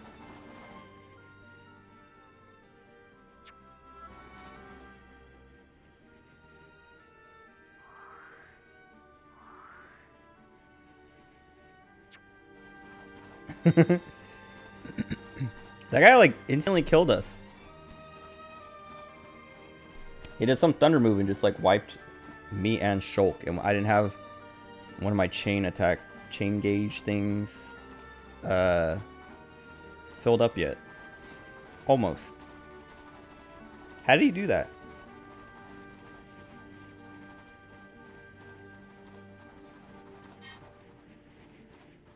Because he was only 47. Like, he was one level. Wait. What's the button that, like, makes my... Not auto run, please. No. Maybe there's no button. Whatever. We're level 48. Did what the Dark Aeons do in 10. If you're not OP. Yeah. I was thinking about that earlier. I never went back to do any of those fights or anything like that. Cause I was messing with my YouTube archives and like publishing the last part of the 10-2 playthrough, and like as I was like doing that, I was like, oh man, I never like, cause like I was like skipping through the video to like make the little like chapters and stuff, and part of it, like where I stopped at, I was talking about I was like, I'm never gonna come back to this game ever, because there's like, when you finish the game, it's like, oh, you can do New Game Plus now, and I was like, I'm just never gonna do New Game Plus on this game. And then I started thinking about 10, not 10-2, and was just like, I never went back to like do any of like the super bosses and stuff like that. I should.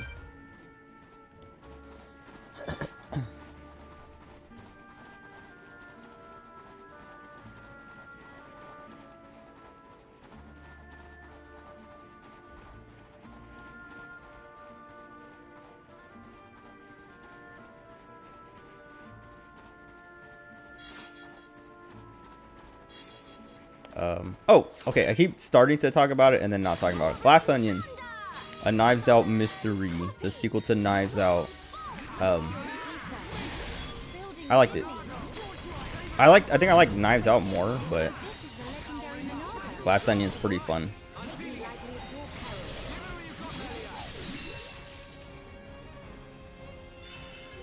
It's I think like the thing I don't like about it as much as the first one is the character stuff, which like I feel like that's everyone's complaint about it. Because the characters are all pretty basic. Like they're all like, what's the word? One-dimensional. So it's like kind of like their gimmicks get kind of old, but they're not. I don't know. The other thing is like it feels like they don't get too much attention either, so it's not too bad. Like a lot of it is on Benoit Blanc. Okay, who is... Okay, that's not a big deal. But it's fun because it's like, it has like, it's I don't want to say it's slow, but it does like take a while to go anywhere, but it's like, it's kind of cool because like it's fun like the way it takes its time, and then once it like gets going, it like, it's like there's just like a twist to it. I don't want to spoil it because like it's hard to talk about without spoiling it, but it's like a really fun part where like I don't know, like 45 minutes in, it's like a 2-hour movie, like 2 hours and 20 minutes or something. But like it sets up as like this murder mystery. Like the Edward Norton is in it. His character is like setting up. I don't want to go back that way. There's nothing over there. But his character is like, yeah, I'm having this murder mystery. Like it's gonna be to solve my murder and blah blah blah. And so like you're expecting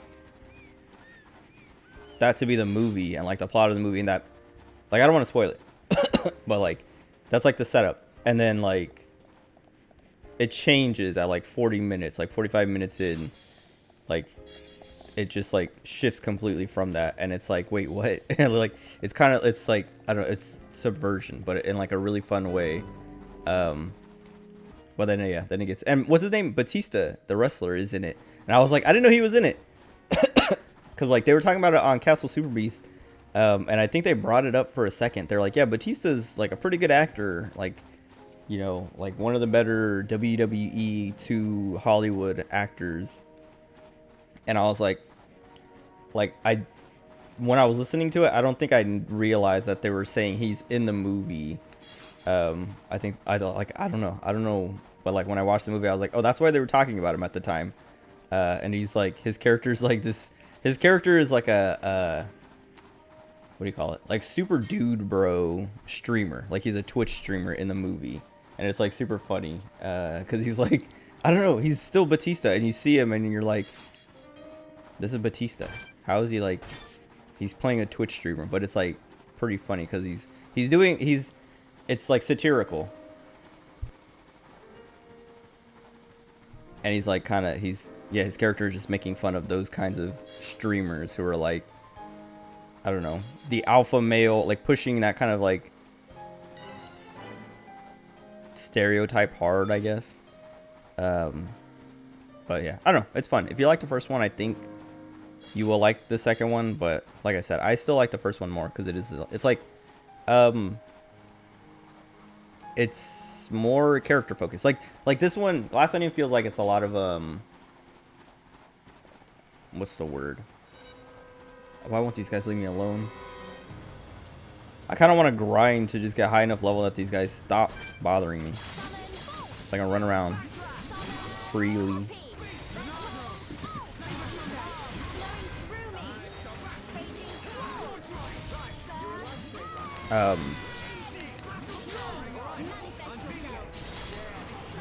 Hold on. I can't. My brain freezes every time I have to fight Asmelia. Where'd he go? Did he fall through the floor? Dude, wait, what? What just happened? Turn it off in the options? Oh, right. Yeah, what's it called? Casual mode or something like that? I'm not gonna turn it off. Yeah, casual mode on. Are you trying to shame me into not using it?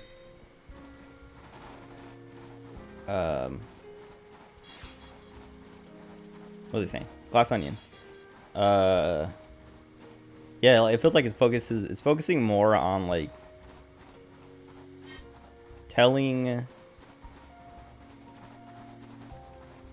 to like, I don't know, like telling the story, like having the mystery and being fun with the mystery, that there's less focus on individual characters and stuff. Because the first one, that's what I feel like that was like a big part of why that one was so good, is like there's so many moments of Benoit Blanc like interviewing individual characters and getting, you know, information and stuff out of them. But in this one, it's a lot of like, it's less him talking directly with them and kind of just watching the characters, and it's a little less like it leaves them, I don't know, like pretty one-dimensional.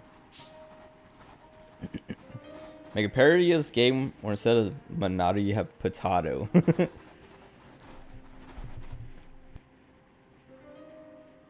Man, I'm trying to, like I've talked about before, but like my mic, you touch it to mute it, but like the sensitivity is going down every time. I like tapped like 3 times and got closer and closer to the center every time and wouldn't mute it. Or it wouldn't mute. Your one friend did it.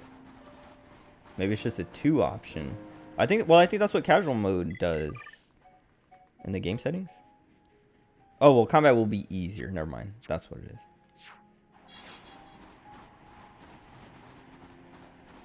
Oh, God.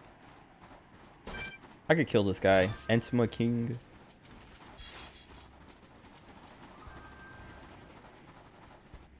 I'm gonna go this way first.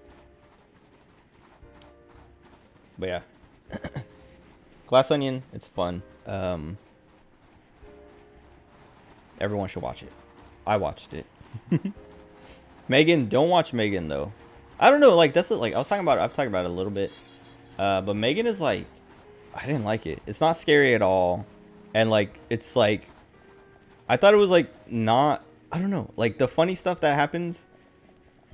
Watch EEAAO. I don't know what that is.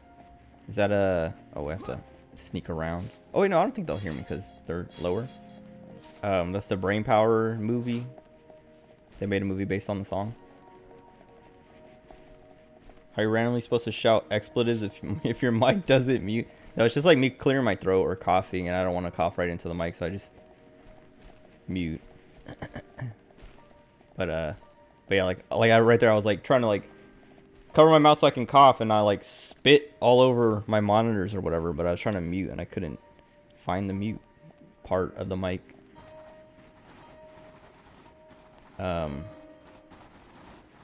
was I saying? Oh, what? Yeah, everywhere, everything, everywhere, all at once, or whatever it's called, or everywhere, everything. I don't know. I've heard good things about it. I just haven't taken the time to watch it. There's something else. Oh, I want to watch Menu, and I want to watch Pearl. Cause I talked about it a while ago. I watched X a while ago, and I didn't like that one that much.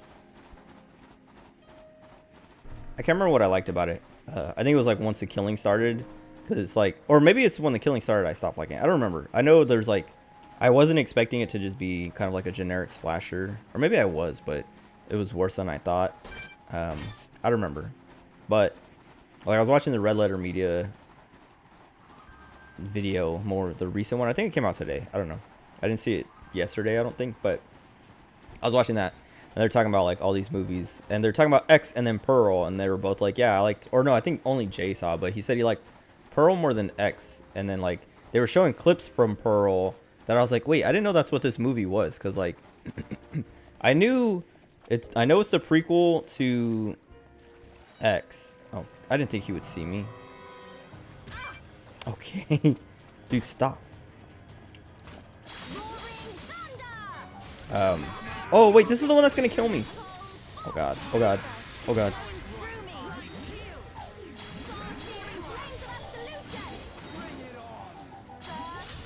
Oh wait, they're not getting the buffs. I gotta get closer. I don't want to be too close because I don't want to get owned by that guy again. She said prepare yourself, but I thought she said hang yourself. I don't know why I heard that. I think I've like gassed up my brain into thinking manifest yourself, thinking she is literally the LTG of this game. That's the move. He almost killed me again.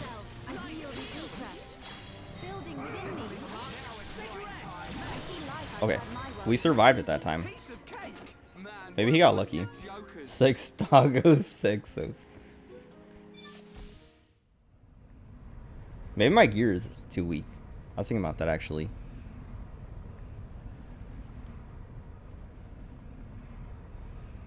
Wait, can he really help Raxet become like us Homs? Who's Raxet?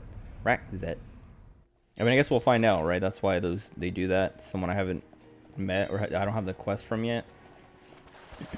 Anyway, Pearl, like they were showing clips of it as they were talking about it, and I was like, wait, this seems like cooler than X was, like more interesting than X, and now I kind of want to see it. But I also, like I was saying, I didn't like X that much, and I didn't watch Pearl because the whole reason I watched X was because everyone was talking about Pearl, and they're like, oh my god, it's like whatever, the sequel to X, which is like this great movie and blah blah blah. And I watched X and was like, I didn't like it, so I don't want to watch Pearl. But I also just thought it was like generic slasher, like X kind of was. Dude, I hate this map. It's too big.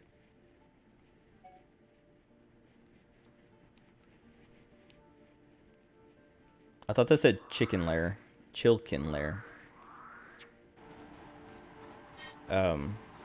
But the Menu, that's a movie that I forgot. Like, they were talking about it in that video. And I was like, oh, that's a movie I want to watch and been meaning to watch, but I just forgot about it. Because, like, when they were talking about it, I went to, like, look up where I could watch it. And as I, like, started to type in the Menu in Google, it came up as purple. Like, I had already typed it in and searched it up once. And I was like, oh, that's right. I went to look up this movie, like, a long time ago when it first came out. And, I can't remember why I didn't watch it at the time, but now I want to watch it. I'm going up. Everywhere except the yellow dotted line. What else? Oh, I talked about Megan and Beast. I don't like those movies. Beast came out last year, I think. Maybe it came out this year. I don't know. But that movie was like weird. Not weird in like a good way. It was weird like in the pacing and the dialogue and stuff like that, and also just like the concept. They made a whole movie about a big lion. It wasn't even a big lion. It was like just a lion that was super aggressive and killing people or something. But what was it?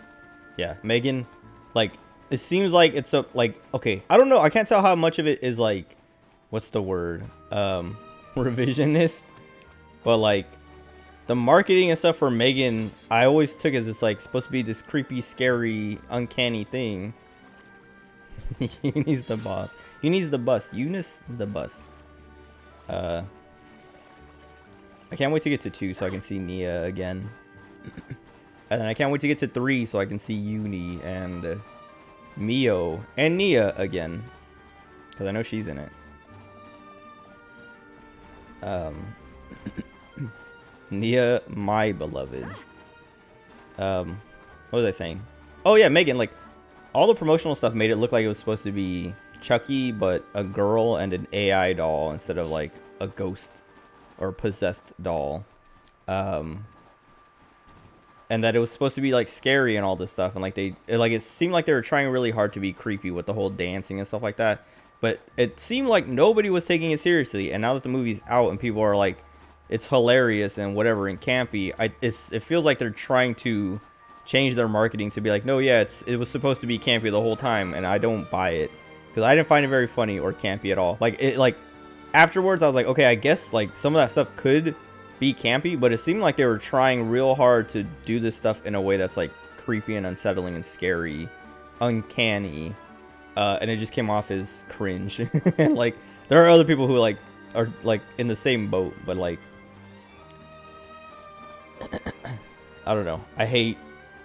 Did I go up there all the way? Yeah, that was where the water was. Okay. What is that?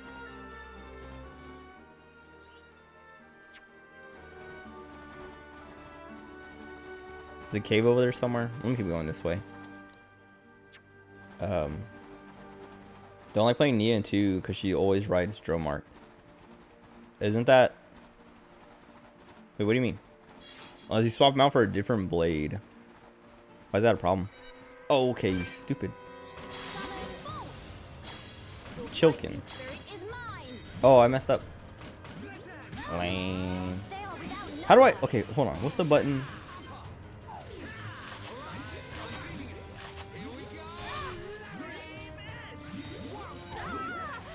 Dude.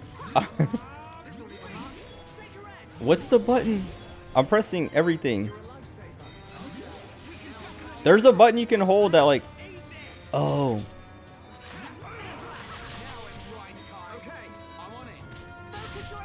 There we go. You have to hold ZR and then press up to focus. I forgot that I turned that menu off. Because like there's like a little menu on the side that told you that stuff. And I turned it off because I didn't need it anymore. Oh, I need to attack. Okay. Well, yeah, I know that's her tiger, but what's wrong with riding him? All he really watches mafia shows and movies and fantasy shows. 2 lucky Chilkin rings. Oh, I was talking about, yeah, I started watching The Sopranos like a month ago or more. But I watched more episodes of season 2, but like my mom started watching it, so I'm like, all right, like we can watch it together, because like I don't know, we always have like we usually have a show like Game of Thrones for a while, then Game of Thrones stopped running, then House of the Dragon, Better Call Saul, like whatever like the popular show airing is, we usually like watch it every Sunday or something. But then I was talking about The Sopranos and she's like, oh, I want to watch that, or like I was talking about it enough that she's like, oh, I'm gonna watch it, and then she like watched the first season and was like, all right, I watched the first season, we can watch season 2 together. And then she's been like not letting me watch it because she's like, I'm too busy, and I'm like, all right, fine. But then I sit here like I kind of want to just watch episodes without her, but I know she'll get mad. Like I don't want to hurt her feelings. So much hooker movies and sex. I mean, I guess there is like a decent bit, but I feel like every time, I don't know, like I mean, like since we watched like the first 4 or 5 episodes of season 2, and I think there's only been like 1 instance of that. I don't think it lasts very long. Like they're at the strip club, but Like they're like hugging the girls and whatever and partying, but then it immediately goes to like the upstairs part or the back room or whatever. What was I talking about? Was I done talking about Megan? Megan sucks. I don't know. But yeah, I want to watch the menu. Move. You like to watch mafia stuff while understanding the mindset of a mob guy. So at least you view deaths as sad but necessary. I don't know if they're necessary. Even like that's like the whole point of a lot of those mob stuff is to be like, yeah, look at how messed up they are that that they view it the same way. What? How do I do this? Here? Like sneak through there and connect that, or on this side?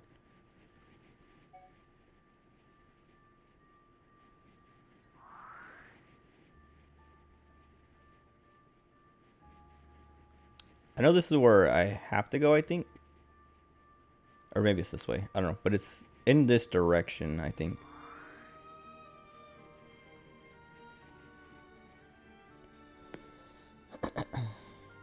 He was a main man. There was nothing we could do. He's gone. He's gone. What do you mean he's gone?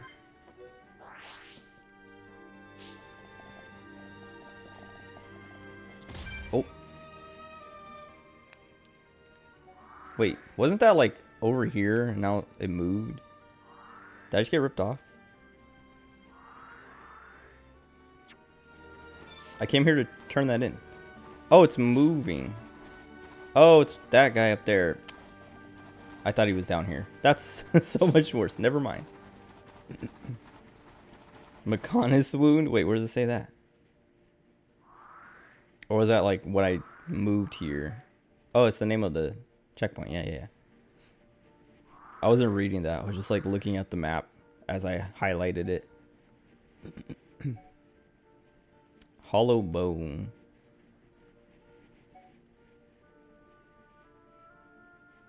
Okay. Go here. Go this way. Actually, no, I'm gonna go here. See if I can go there. Oh, there was that other tunnel. I think it was this one. Also, I didn't fill this part in, but whatever.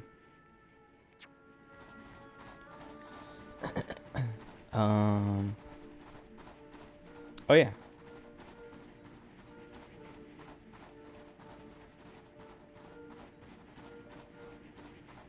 Are we still 48? Yes.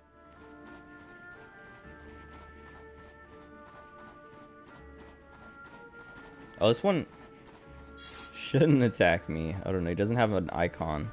Okay. Wait, why did I remember walking up this. Why did I not go all the way? What happened? Oh, I guess I didn't go. Oh, it must have been a different one then. Never mind.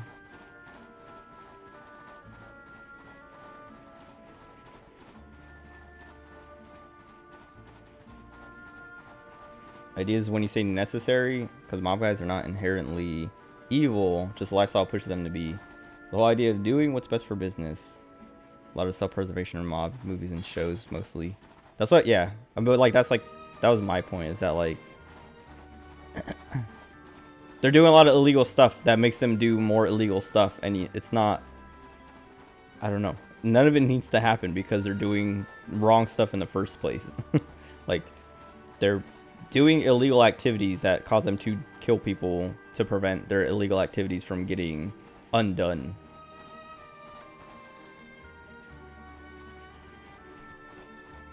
Guy in Goodfellas, what's his name? Like Tommy or something?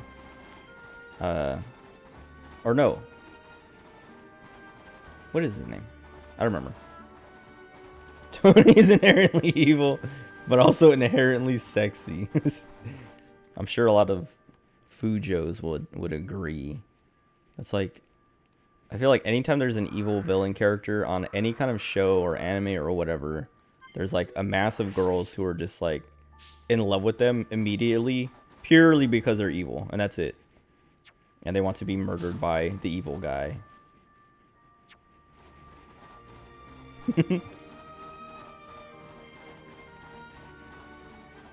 You're chaotic good. Oh! Wait, this is kind of... What? Is this Sonic? What am I playing? I got an ice monkey. No! I missed that item because she fell. I didn't know I could slow down. I didn't think about trying to turn around. I hope that item wasn't... Can I go out this opening? No. Like, help her! Jesus. They're like, I'm gonna die. Okay, I thought I was gonna die there. No pawn camp. Why are they here? How did they get here? Did they ride that too? Slips and breaks, dude. There's no way she didn't break a million bones going through that. Which guy in Goodfellas? Wait, no, that's Tommy, huh? The one that... What's his name? What's the actor's name? Joe Pesci. Isn't he Tommy, maybe? Who's the main character? The main character guy. Because that's like what Shiro is talking about, I think.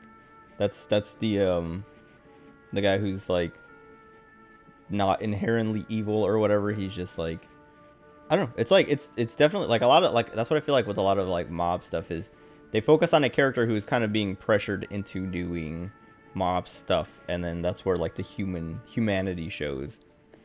Yeah, the main guy in Goodfellas. I don't remember his name. It's like just like a generic name, isn't it? Like, I say generic, that seems mean, but like just a regular old, like, he doesn't have like an Italian name, right? Henry, yeah, exactly. Henry Hill. Henry, like one of the whitest, most un-Italian names you can get. But I guess Tommy's not very Italian. I guess what would, like, Tomas, I guess, could be like the Italian. I don't know what the Italian name for like Thomas would be, because Tomas, I have a cousin's name, or a cousin and an uncle named Tomas. So it's like, that's like the Spanish version, and we like, he goes by Tommy now, so like I see that happening.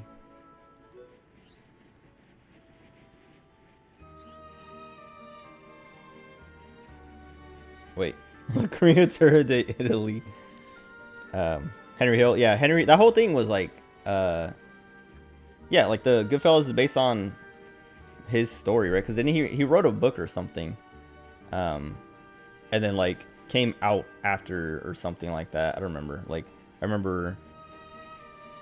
remember looking into it after I saw it and was like, oh yeah, it was like a big deal because it's like he was a rat basically. Oh, his drug problem is what got him kicked out of witness protection. I thought he was just like, I want to make money off of my story. Like, what's his name in Sopranos? What's his name? I always forget his name. Is it Nick? The young guy.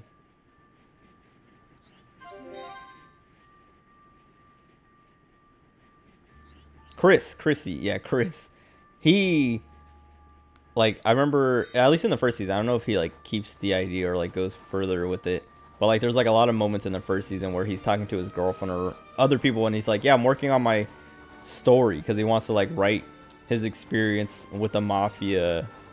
Like, he wants to sell it and make it into, like, have a movie based on it or whatever.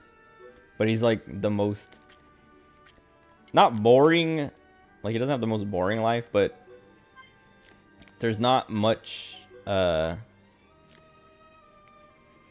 he's the least interesting person.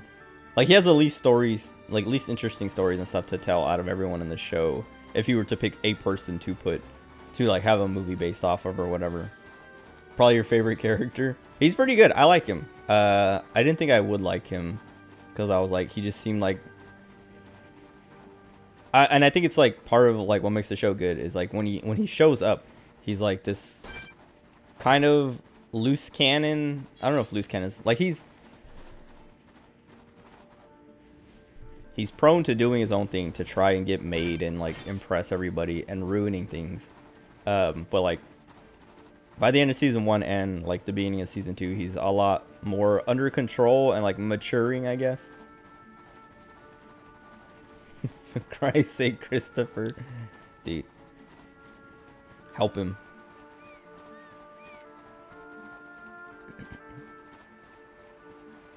Man,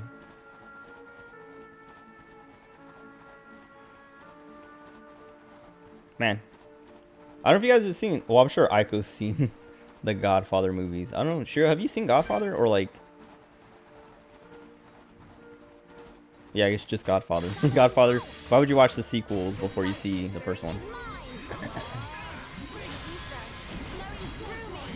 Because that's also like the Godfather 1 is like one of my favorite movies like of all time, not just in the mafia genre.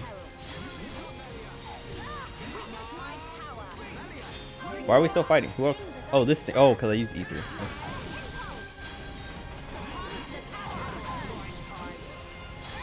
See?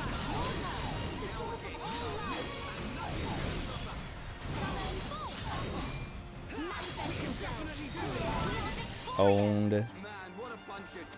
But yeah, the Godfather, like the first Godfather movie is so long, but it's so good because it's like, I don't know, there's just so much in it, and like it feels, it's long and it feels long, but it feels longer in a good way because of how dense it is, how much goes on. And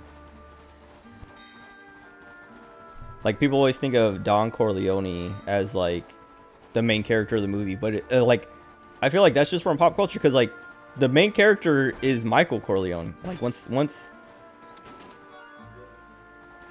like it's like his movie. Like it's about him taking over and like all of that. Seen bits of them as a kid. You should watch the whole thing, dude. It's so good.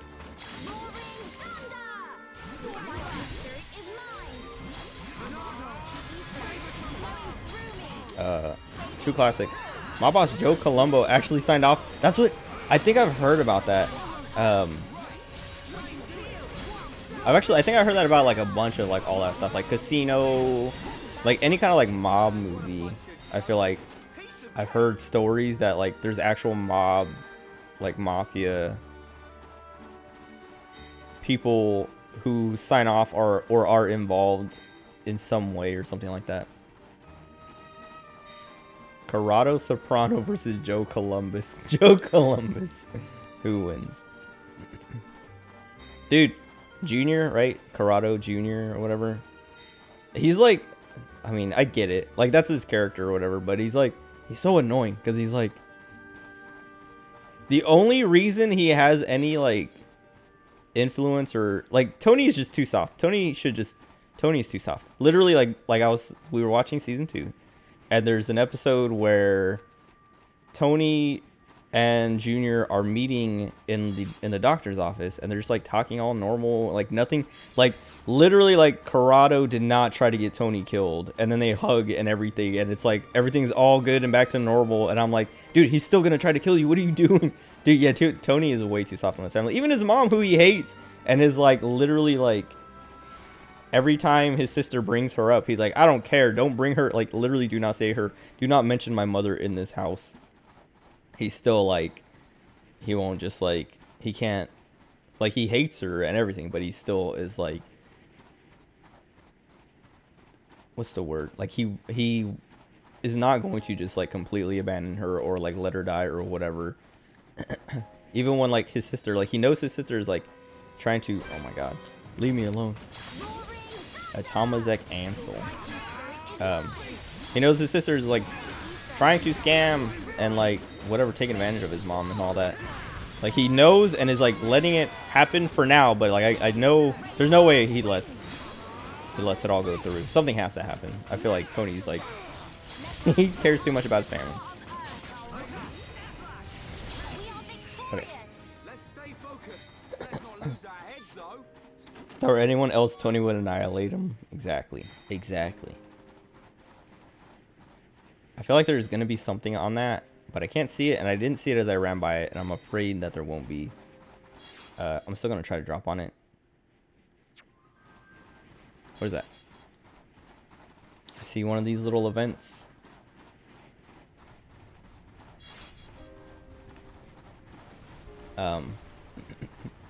Well, yeah, like Corrado. So like, yeah, my point was like, Corrado Jr. is like, he's like too cocky. He's too confident in like his leadership ability and stuff. He doesn't it's like he doesn't know it's all just legacy stuff. It's not like nobody respects him for being him or his leadership abilities. They're just like, yeah, no, it's just, you know, the chain of command and the kind of like order of inheritance and stuff like that. There's no, people aren't like, oh yeah, you know, Junior is the best leader ever, blah blah blah, because like literally everyone who wasn't already under him is on Tony's side, but he's like, I don't know. He also gets played. They're literally like, hey, yeah, we're gonna like, you know, make a deal with you. We'll let you have this and that and blah blah blah. And they let him think that he had like control or influence over it, but they literally have a whole meeting about like, all right, what do we give him to make him think that he is in control? And they're just like, let's give him this and that and do this and that and blah blah blah and let him keep this, let him keep that.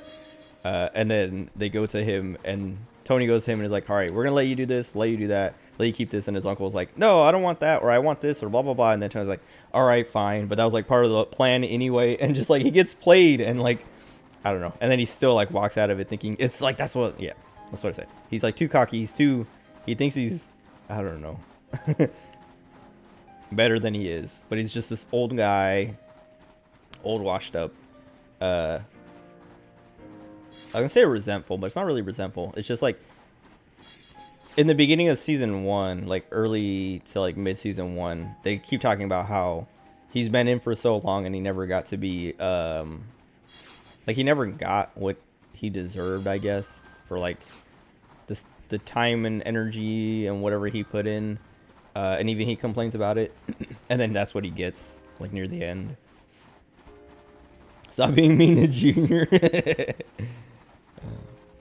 Come here, don't come at all. Dude, yeah, I remember that. Like, I don't know, it's fun when those moments happen. Like the intense, like, actual, because like that's what is cool about The Sopranos. It's like way more of just like a drama, like boring family drama than it is mafia stuff. But then anytime the mafia stuff comes up like that, like when he says that, mob guys are right. That's what, yeah, like mob guys are actually like, that's what I was saying of like,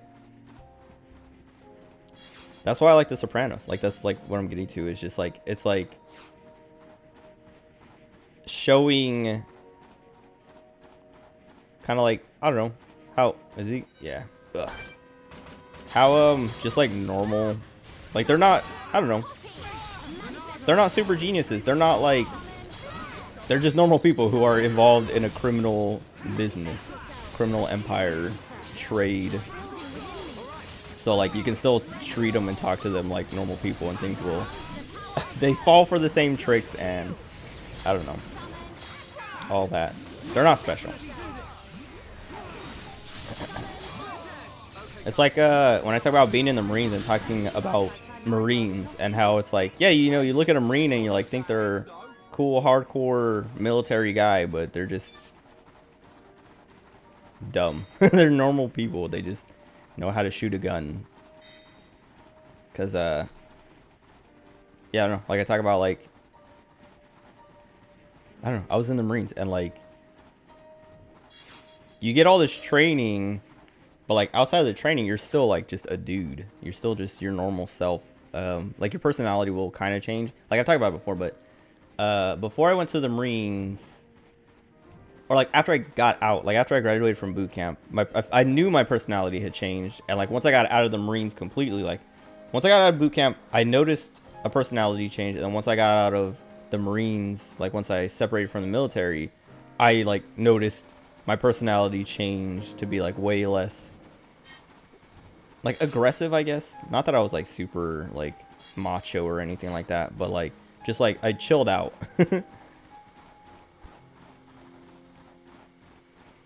But like, yeah, I don't know. It's like that's kind of like I was talking about Glass Onion. That's kind of like the point of Glass Onion too. Edward Norton's character is like, he's in Red Letter Media. They pointed out like he's basically Elon Musk. And I was like, you know what? I didn't even think of that. I didn't make that comparison. But, like, yeah. Edward Norton's character in Glass Onion is Elon Musk. And it's like, it's pointing out the fact that Elon Musk is not the super genius that a lot of people think and wish he was. He's just a normal guy, a cringy guy, very cringe, who lucked into a lot of money and a lot of like good ideas, I guess. I don't even know if I'd say, like, I mean, they're not, like, nothing he's doing is actually new, right? It's all stuff that other people and like companies and stuff are also doing. Just he's doing it on his own or his own way. But like, I don't know. I don't know, it's like weird. Like I don't know, I feel like I'm realizing more and more. What's this guy? Crawlus Lobos. But like, I don't know. There's a lot of people who are just like normal. Like, not I don't know, you'll hear like people talk about this all the time. Like, you know, you're not special, right? A lot of like special people are not special. They just got lucky, or I don't know. They're rich. Lucky or rich. And they're still just like personality wise, like when you watch, like I was talking about, like being in the Marines, like watching through, I don't know, I guess I've like been watching a lot of media lately. Tony, you are special. It's not as special as you think. No, that's like the thing, like teachers and stuff, you know, they try to like cheer kids up or like make kids feel good about being different, and they're like, yeah, no, you're special. And it's like, I don't know, I feel like, I guess just, it's like a part of growing up in life. You realize you're not. And nobody is. Everyone just like kind of like, what makes everyone special or different is just the route they've taken and like the luck streaks they've hit. John Gotti, if you had to sit down with him, how to make him feel like you won the sit down even if you got what you want. Ex-mob guy Michael Franzese, I don't know, said in one of his YouTube videos before. That's like, yeah, that's what I was saying, like with Junior and stuff like that. It also seems like pretty like scary. Like, I don't know, I feel like those kinds of guys, they have so much power and influence that like just their existence is intimidating, and that's what gives them their like special quality. It's not that the individual himself, because like, I don't know, I could beat up John Gotti. I don't know actually. I don't know how big he was or whatever, but I'm sure if there was like, if it was like if me and him had a what do you call it, like a standoff, what do they call it, like a duel, I think I would win. I'm sure I could beat a lot of these like mafia mob guys in like a one-on-one shootout. But I would probably not walk away from it alive, because there'd be so many people who are like, you killed the guy, even though it was a fair fight. You killed the leader of this organization. Now you need to die. I could beat up I probably couldn't beat up Tony Soprano. Like, that's what I'm saying. I don't know if I could beat up John Gotti in like a fist fight. I don't know how big he is or was. But I'm a small guy. And if you have a lot of weight, you can destroy me. That's like one thing I learned when I was in the Marines, is like, I can shoot, but if I get into like a fight with someone bigger than me, I will probably lose, unless I can like crawl all over them. That sounds weird. But like, we would do like ground fighting in the Marines as like part of our PTE sometimes, and like anytime I had to go against someone who was like 50 pounds more than me, I would lose unless I could just like squirm, like what do you call it, like scramble and like get behind them real fast before they could like lay down on me. Like, if someone could just get on top of me, it was done. I was over. I was done. I literally could not squeeze out or like squirm out. I mean, sometimes I could, but like, I don't know. Weight is like such a big factor in like fights and stuff.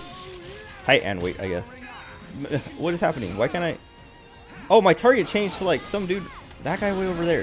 Why did that happen? Just sent Gabagool traps out. I've talked about it before, but I didn't know Gabagool. I thought it was just a meme. I thought people were making fun of their accents, but they're literally, it's not even an accent. They're literally saying Gabagool. And it's funny. bunch of jokers. And they say it like, yeah, it's like very, yeah, I didn't realize, like, I don't know, because I hadn't watched The Sopranos, but it's not as much of a meme as I thought it was. It's like literally just ripped from the show, them saying gabagool and like over here and stuff like that. So they're like, I've talked about it. It's like in one of the first episodes, what's her name? The daughter, Meadow. She's like walking around at a barbecue and she's like, oh, I got gab, or like the mom or Tony's mom is like, what is that? And she's like, oh, it's gabagool. And some guy on the other side, I don't remember which one it was, but he's like, gabagool over here. And it's just like, wait, that's literally just like the joke, like the I don't know, when people make fun of like mob accents and like mobsters and stuff, that's what they go to, and it's literally just in the show.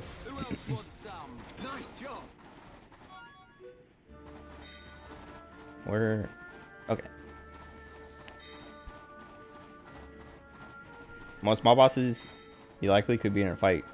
An actual enforcer or mob hitman. Yeah, that's what I'm saying. Is like, there are guys, I'm sure, like that who I wouldn't be able to take, but the like actual leaders, like there's nothing special about them. They just are the leader. Like they either inherited the role from, like, I don't know, their parents, like their father or something was the previous one, and they've been like, it's almost like a monarchy. Or they like did something to earn it, but like it probably wasn't killing someone or being like a hitman or some kind of muscle, because like those guys, I feel like those guys are just always just used. Like they're always like, I feel like enforcers, hitmen, like those guys are just like, I don't know.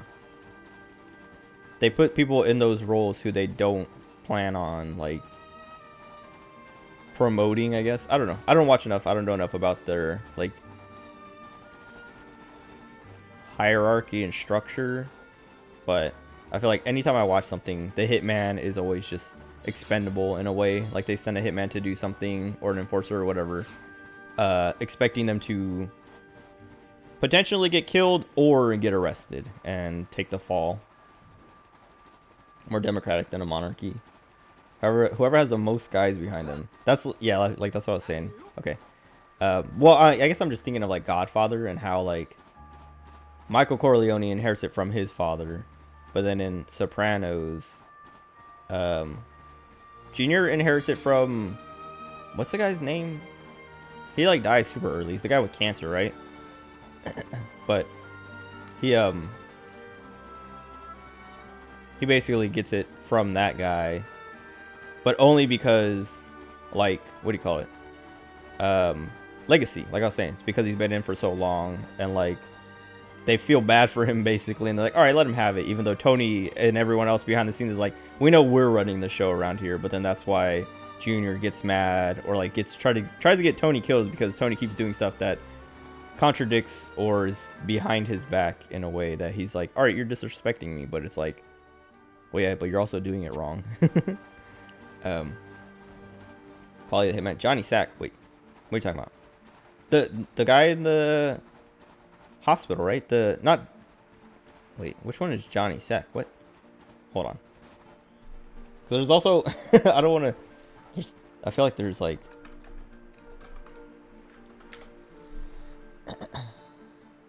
is it Johnny? Who's the guy? No.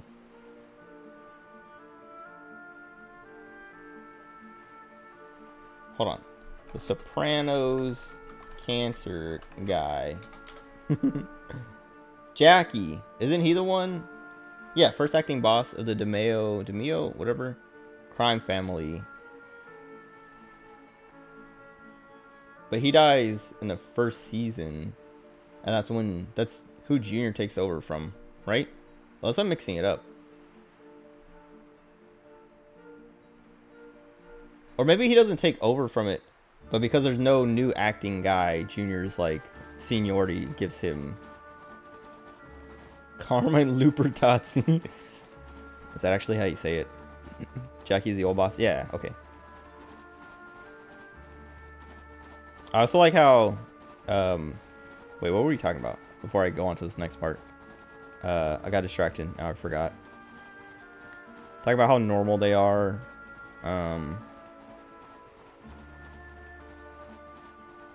Oh yeah, I was just talking about like the hierarchy and inheritance and stuff like that. But I like how they go to Italy, because like that was one of the more recent episodes I watched. But they go to Italy finally. They finally go to Italy. Well, Tony goes, and like he brings hold on. No, I wanted to pick up this item. He brings Polly, Chris, who else goes? I think there's one other person who goes with them. But they go to Italy and they're just like, wait a second. This is not as cool as all the movies make it, or is like, they're like disenchanted. It's like really funny because that's like the whole, that's like a big thing in like mafia movies is like Italy and like Sicily and like the homeland and all that stuff. Even though most of these guys have never, they have like nationalism for a place they've never been. And then they go in The Sopranos and they're like, hey, this place kind of sucks. And like Tony has like a hard time trying to like work with that. I can't remember her name, but the lady in charge, because her dad is like senile and wheelchair bound and all that stuff. And he like also can't take it seriously because he's like, a woman in charge? Yeah, right. But like it's such a different culture and all that. And she's like very she doesn't take anything from him. She's like, yeah, no, like you wanna make a deal, you're gonna make a deal like on my terms. Like she refuses to let him rip her off or like anything. And then what else was it? There's like a, I can't remember. They're LARPing. Yeah, exactly. That was like the thing, because like there's like immediately when they like I don't know, they come out of the hotel with the dinner with all like the guys that they're there to meet, and like right outside there's just like a fight, and like they just beat up this little kid who just like accidentally set off fireworks too close to them or something like that, or maybe he did it on purpose, I don't remember, but he set off the fireworks and it scared them because they thought it was gunshots, and then they just start beating him up, and he's just a kid, and like Tony's like, hey, like, what are you doing? Leave him alone. And then they're like, no, it's okay. You know, he scared us. We can beat him up. And it's just like, he's like, dude, what? You can't just beat up kids. But yeah, like they kind of like get the reality check that like the mafia stuff that they're doing and that they have and like see every day is so much tamer than what is actually going on in Italy.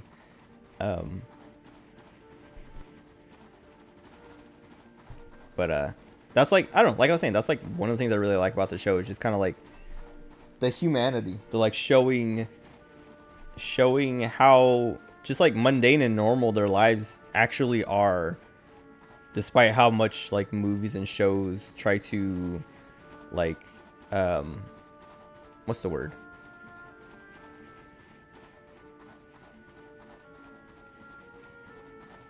Not sensationalize. What's I don't know, they try to make like mafia movies make the mafia look cool, and it's like that's what they do. It's just how they are, and like because it is cool. But then The Sopranos is like, actually it's not that cool, not all the time. These guys are just normal dudes who have their families and lives and all that stuff, and just, you know, it's their 9 to 5. It's just sometimes their 9 to 5 involves shootouts and murders and fights and drugs and I don't know, all that stuff. Crime, glamorize, exactly. Thank you. But yeah, The Sopranos is like trying to, it's like de-glamorizing it with like a little bit, like I was saying, like sometimes there's like bits of that stuff in it, like maybe one 1 minute piece per episode, that is like kind of the glamour, but then immediately after it's like the cleanup and all the repercussions and stuff that they have to deal with, and just like it's like, I don't know, it's fun. Just how they make it, exactly, just how they make a living. That's like, that's what I was saying before, is like a lot of them aren't evil, it's just the job that they do makes them be evil. But like, I don't know, like I was saying, it is kind of like, I don't know, you do have to be kind of evil to like, I don't know, go for something like that and like tolerate it. But I don't know, it's good. It's good. It's good. It's good. It's good.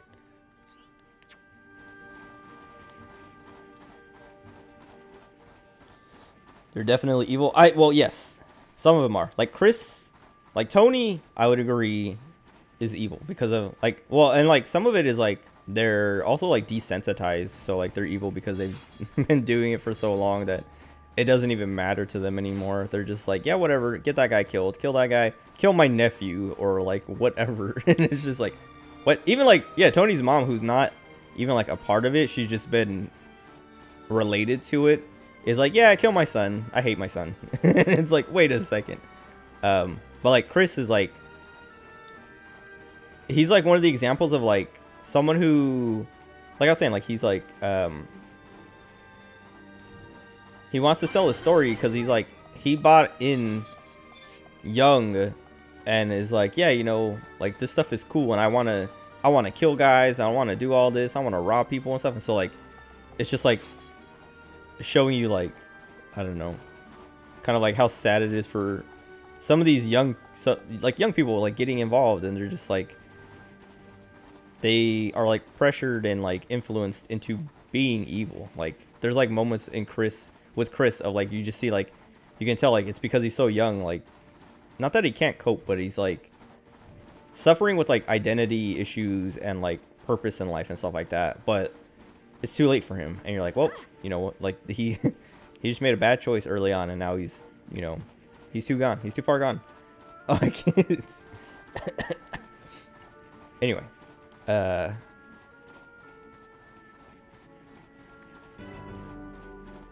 I don't know. Great part about Sopranos. They humanize evil people. Kind of like Walter. Hate and love him at the same time. Yeah. I actually, so like, I hated Walter way more than I hate Tony so far. Maybe he gets worse like Walter did. But, because like early on, Walter is like, I don't know. Like, it definitely starts out where you're like, okay, you know, he's doing bad things, but for a good reason. And then it's like, he's doing bad things for a bad reason. And it just like gets worse and worse and worse. But in The Sopranos, it's like, he's doing bad things for a bad reason. Like, just right off the bat. Like, there's no, like, nothing he's done has been for a good reason. Unless you, like, say defending or protecting his family or whatever is a good reason.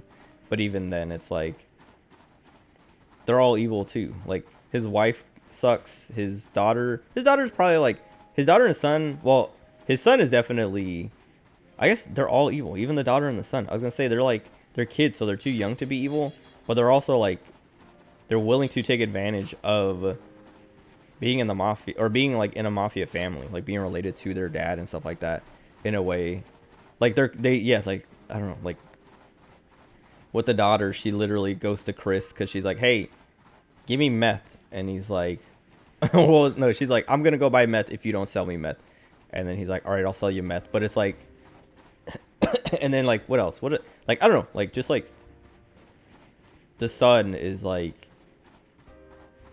he thinks he's starting to realize, well, he knows now, but early on, he was starting to realize like stuff about his family, his dad being in the mafia. Like, Meadow literally tells him basically, and so he's like, oh man, that, like, he starts to, like, you can tell he thinks it's cool, and like starts like trying to show off at school and like flex at school, and like uses his dad's influence and power as his own, kind of.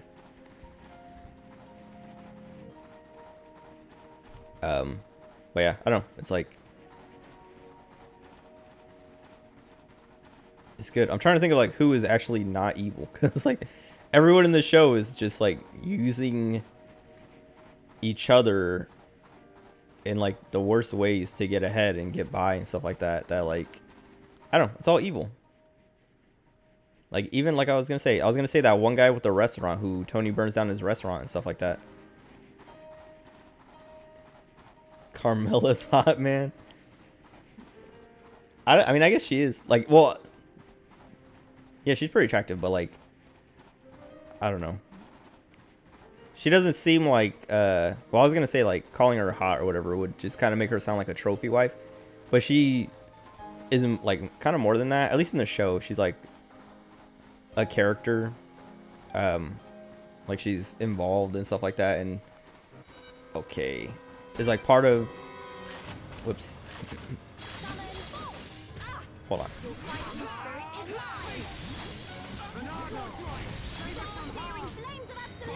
She like tries to keep things under control at home and like outside of Tony. Like stuff that, I don't know, like she like, I don't know, like, yeah. She like deals with the kids and his sister and stuff like that in a way that's like kind of also how do I, why don't they just default to like focusing? I hate that. Oh, this stupid thing. Okay.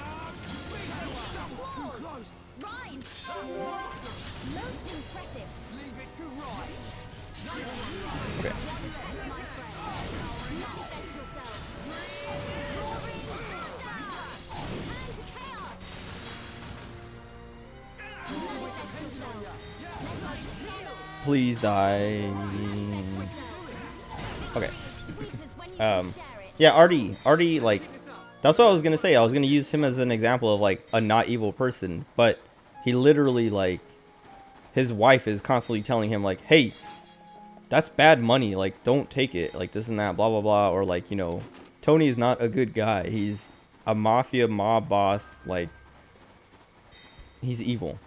Oh yeah, Carmella has depth, but I feel like most of the time the wives of the mob guy in the movie are there just to like cause drama, and that's it. Like, they're pretty basic.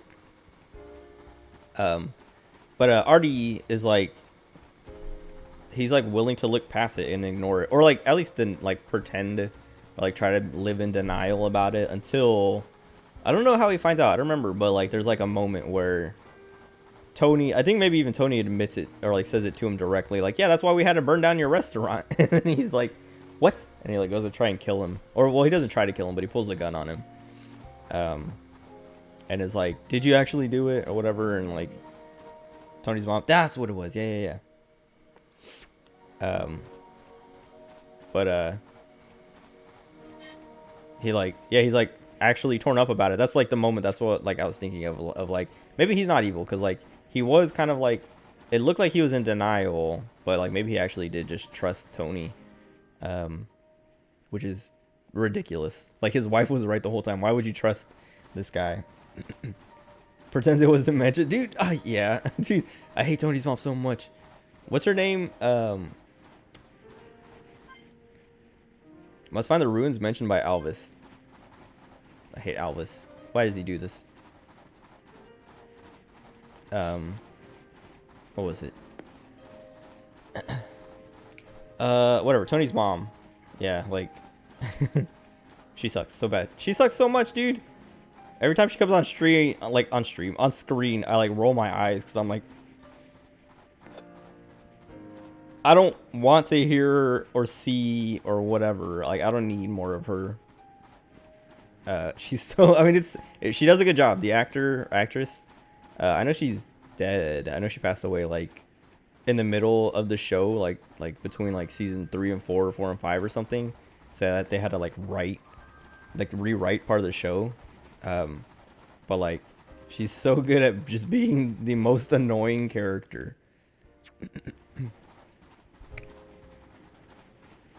Yeah, dude, I hate her so much. She does that every time, of literally just like, I'm gonna cause problems, and then the person is like flabbergasted at what she says, and then she's like, yeah, she's literally, oh, I should have never opened my mouth or whatever, and like starts fake crying and just being super annoying. I hate her so much. So annoying. But what was it? Oh yeah, but yeah, Artie, like I was saying, Artie, like, he's like what, like, that's what like was the first person to pop into my head when I was like, maybe not everyone's evil, but then I was like, no, he's like willing to just like look past a lot of stuff. because even after that, like, his wife had been telling him, Tony's mom literally tells him, and then he still is like I can't tell if he actually believed Tony or if he was willing to just like he realized like, yeah, what am I gonna do if I kill Tony? I'm gonna die. Or if he like, yeah, I don't know, but like,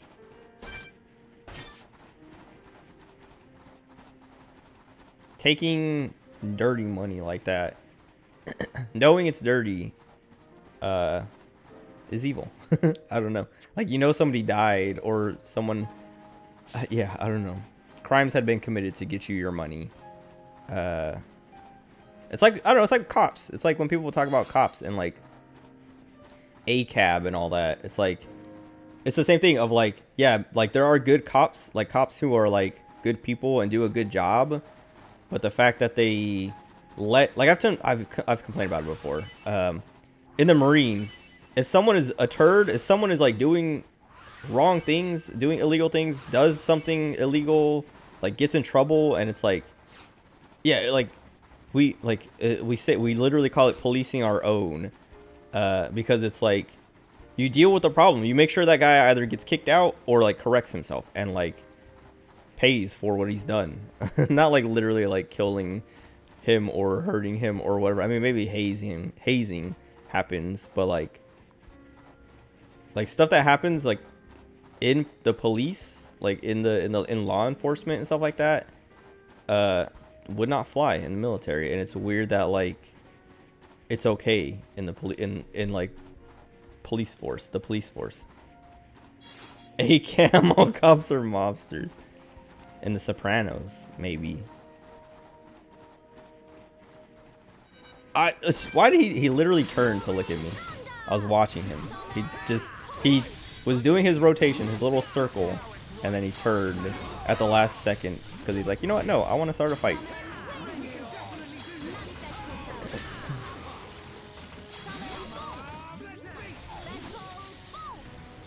I wish I could see what my aura range is, so I can like make sure I'm close enough.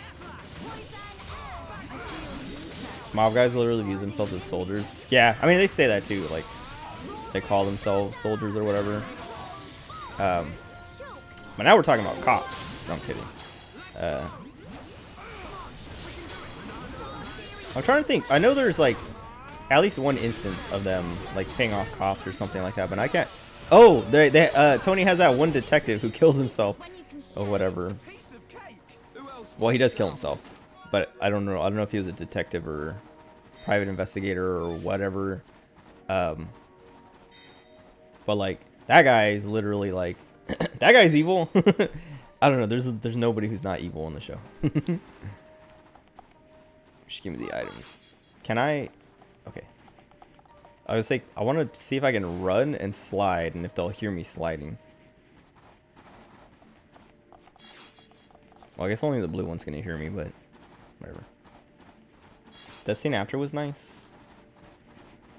Lady telling Tony, yeah, I trusted him, dude. Yeah, like that guy. So that guy, like, I don't know, he was evil, like everyone else. But that guy was actually like, yeah, like Tony was so suspicious of him, like at so many points and stuff like that.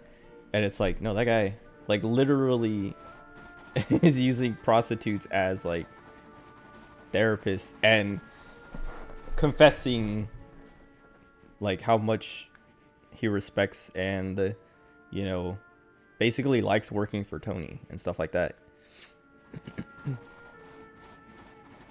Tony looks, yeah, exactly. He like realizes like, oh, he just threw away like a good connection, basically. And a good person. Well, I guess he wasn't a good person, but like a what do you call it? Like a loyal person.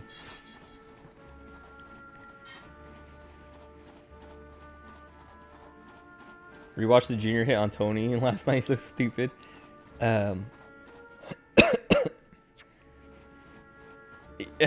Yeah. They literally like, what's it? Chris, I guess, basically saved him without even knowing. No way he survives without... Dude, yeah, that's what I was saying, though. Like, because Tony isn't, like... He's just, like, this kind of, like, overweight, middle-aged guy. And he, like,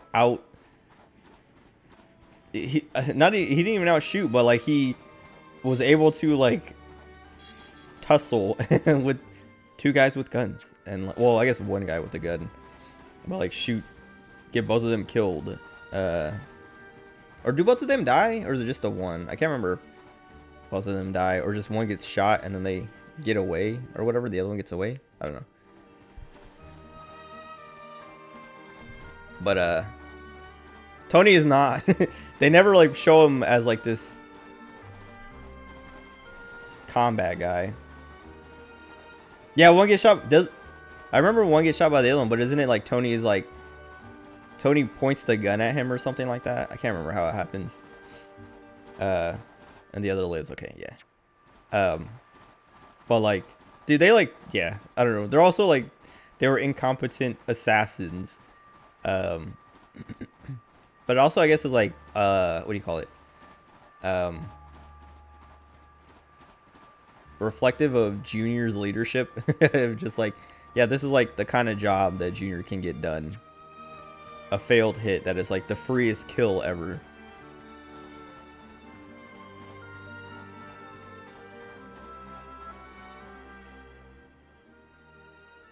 I need to clear out this part and then we can go this way. I just want to make sure I have all the teleport points so that when I progress, like I usually, like, okay, usually I would walk by here and just go in here. Because they're probably going to tell me to go up here anyway. But I've already filled out so much of the map that I might as well.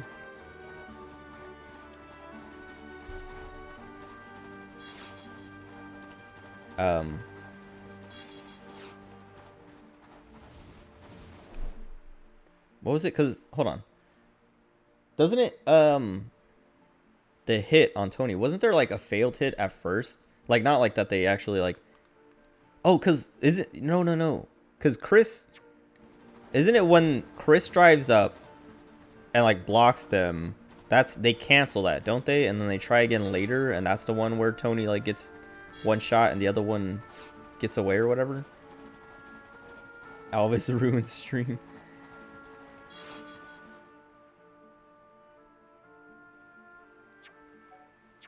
They cancel the hit that day. Okay, yeah. Junior's guy shoots the coordinator. Next day they fail. Okay, yeah. Man, Junior's guy, I don't remember his name, but that guy sucked. Like, I hated that guy so much. I'm glad he died. But I think that's the point. Dude, what is this geyser? Jesus Christ. Wait, does this just, like, always shoot? Oh, no, it stops. Does that water come down? Where does it go? Dude. Alira was streaming Maple Story earlier. And I started watching it, and I was like ready for this huge wave of nostalgia. Oh, what's up, Honda? Favorite arc? The Sopranos, Diaries, SNL. I can't watch this. I want to watch that, but I can't. I talked about it. Remember, I was watching SNL skits with Gabby on stream. Oh, okay. And they got my video like DMCA, whatever, flagged on YouTube. I'll watch it later though. Oh, but yeah, Alira's stream, Maple Story. I was like ready for a big old wave of nostalgia, and I got a little bit of it when she was doing her character creation, but only from the background, like the music in the background, because like the character creator was like way different than anything I had seen. Like it's so different because it's like the game is so old now. And they've done so many updates and changes and stuff to it. And then when she got in game, there was like there was voice cutscenes and there was like everything was different. And I was like, dude, this is not my Maple Story experience. And I was just like, all right, I'm done watching. I already passed by this, huh? Failure of the hit being that Tony's likely been in a few scuffles and fights before. Despite his weight, his fight or flight response really kicked in. That, but also those guys were bad at the job. Because I can't remember how it all like went down because it's been a while since I seen it. But I remember like they telegraph it pretty hard in a way that like Tony's able to just like, doesn't he smash like one guy's arm in the door or something like that, or like gets it? I can't remember how it works, but like, just these guys like fumbled hard because like all you have to do is point the gun and shoot, but like they just did it in a way that Tony was able to like see it coming. I can't remember. Do they miss? Maybe even if they miss, that's also like the problem. Like, how do you miss a guy who doesn't know you're about to shoot him? But there's two of them, and like neither of them can kill him, and he manages to kill one of them, or get him shot at least. I can't remember if he dies. I remember like there's a part where they say one of them is in critical condition or something like that, but I don't remember if he actually dies, if they ever say it.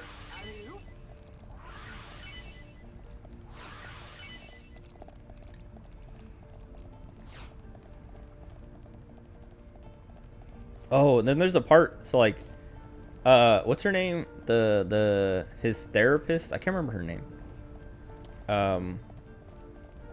Like, okay, so she's been gone for a while, but they're like starting to bring her back. There's a part where he's like having dinner. It's like, I think it's the name of the episode or something, and it's like a whole point in the episode. Oh no, does that hurt me? It probably hurts me, huh?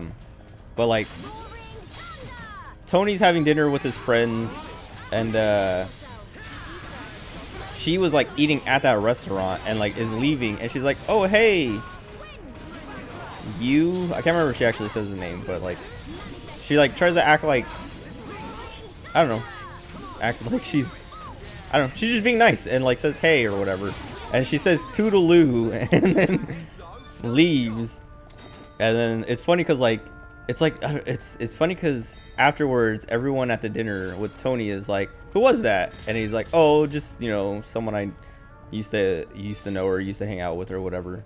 Dr. Melfi, yeah, Melfi. Hierarchical. That's what I was saying. Like, the kind of leadership Junior has is like, he tells someone, get this guy killed, and then that guy goes and is just like, here's $5, try to shoot that guy, and that's it. Dr. Milfy. That's pretty good. Yeah, she says toodaloo, and it's like pretty cringy and funny, but that's like the point of it. But yeah, then they're like the other dudes at the table are like, who's that? And he's like, just nobody, don't worry about it.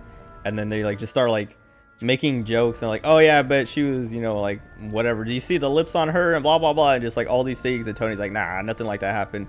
And they're like, come on Tony, and he's like, all right, yeah. And it's like, it's funny because he's like, they pressure him into lying basically, and he does it to like also like kind of cover up that was his therapist, because he's still like self-conscious about that, even though he's like told them about it or whatever.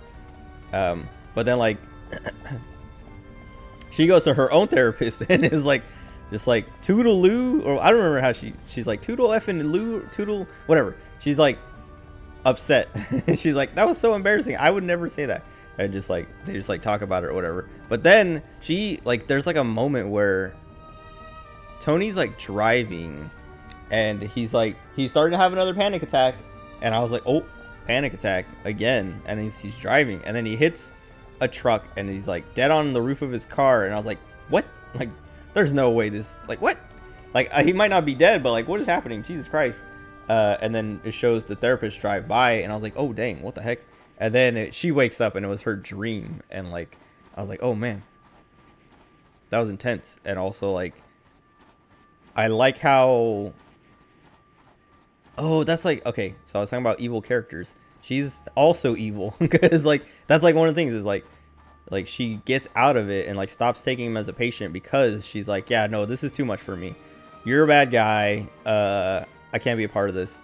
But now she's like, kind of like, maybe I go back. Maybe I bring him back.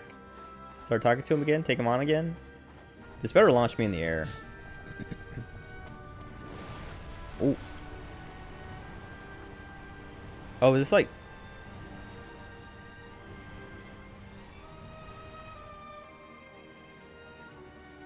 Okay, I was gonna say this better not kill me. It shouldn't, because we're landing in water.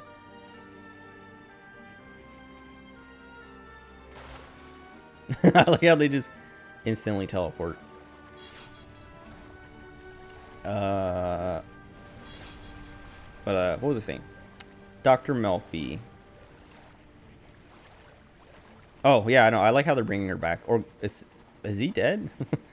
It seems like they're gonna bring her back because I was kind of worried that she was done. Like I was like, I thought with how prominent she is in the first season,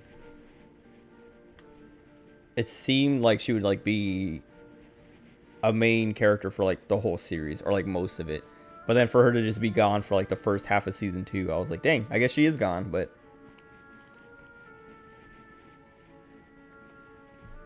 blue? Wait.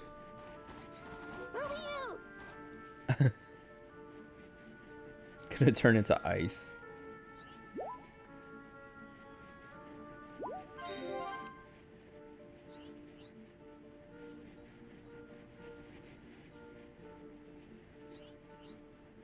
He's like, if you don't give me food, I can't bring my information back. I should just be like, give me the information, I'll take it back for you. You can stay here and freeze. Hawk's flints. Ansel fire pouches. Ferris aged ale. I thought Nopon didn't really feel the cold.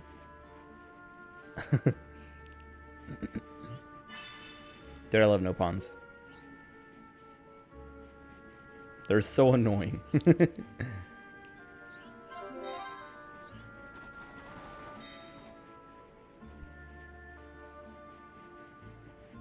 When she was flying in the air, he saw blue, so the pants are blue. Can you? I think she wears shorts underneath. Now we have to look.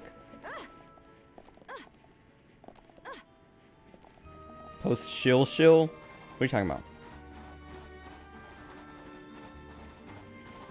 Yeah, she has like shorts on. They're like, they have like blue lining, I guess, but they look like the rest of her, or it's like white, but it's like the rest of her outfit. You know, stop looking up my wife's skirt. Wait. Okay. Let's go back down. Wait, no, it's up. What? Where was I? Wait, did that count as like a separate map? Oh wait, no. I didn't look far enough. Excuse me. I didn't look at all this. Also, this says Jacked Geyser. For a second I thought it said Jacked. And it reminded me, I have the Cinderace in Pokemon Scarlet from the raid or whatever. I named him Jacked because he kicks the ball around. I was gonna name him Tidus, but then I was like, no, I'm naming him Jacked because Tidus, it's called the Jacked shot, not the Tidus shot.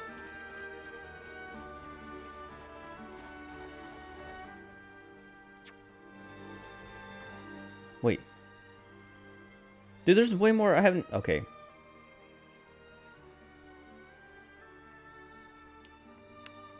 Do I do this or do I just go... I'm going to the flag. No. Yes, because there's no... Like, if there was like a teleport around here or something, I would go this way and fill all this in so I could just teleport back. But I don't want to walk all the way down there and then walk all the way back up. T just prepares to laugh.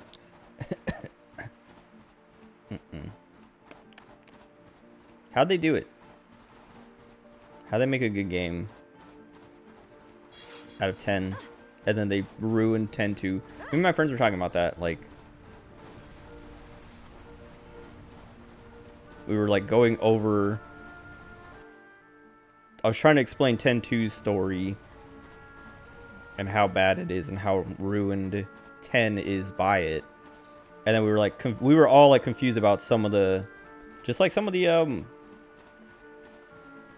lore stuff in 10. And because we were like, okay, Tidus was a ghost basically, and Jekt was a ghost, but were they real people? Because I was like, yeah, Shuyin is who Tidus is supposed to be based off of, but then like it just like brought up more questions, and we were all like, we were getting confused.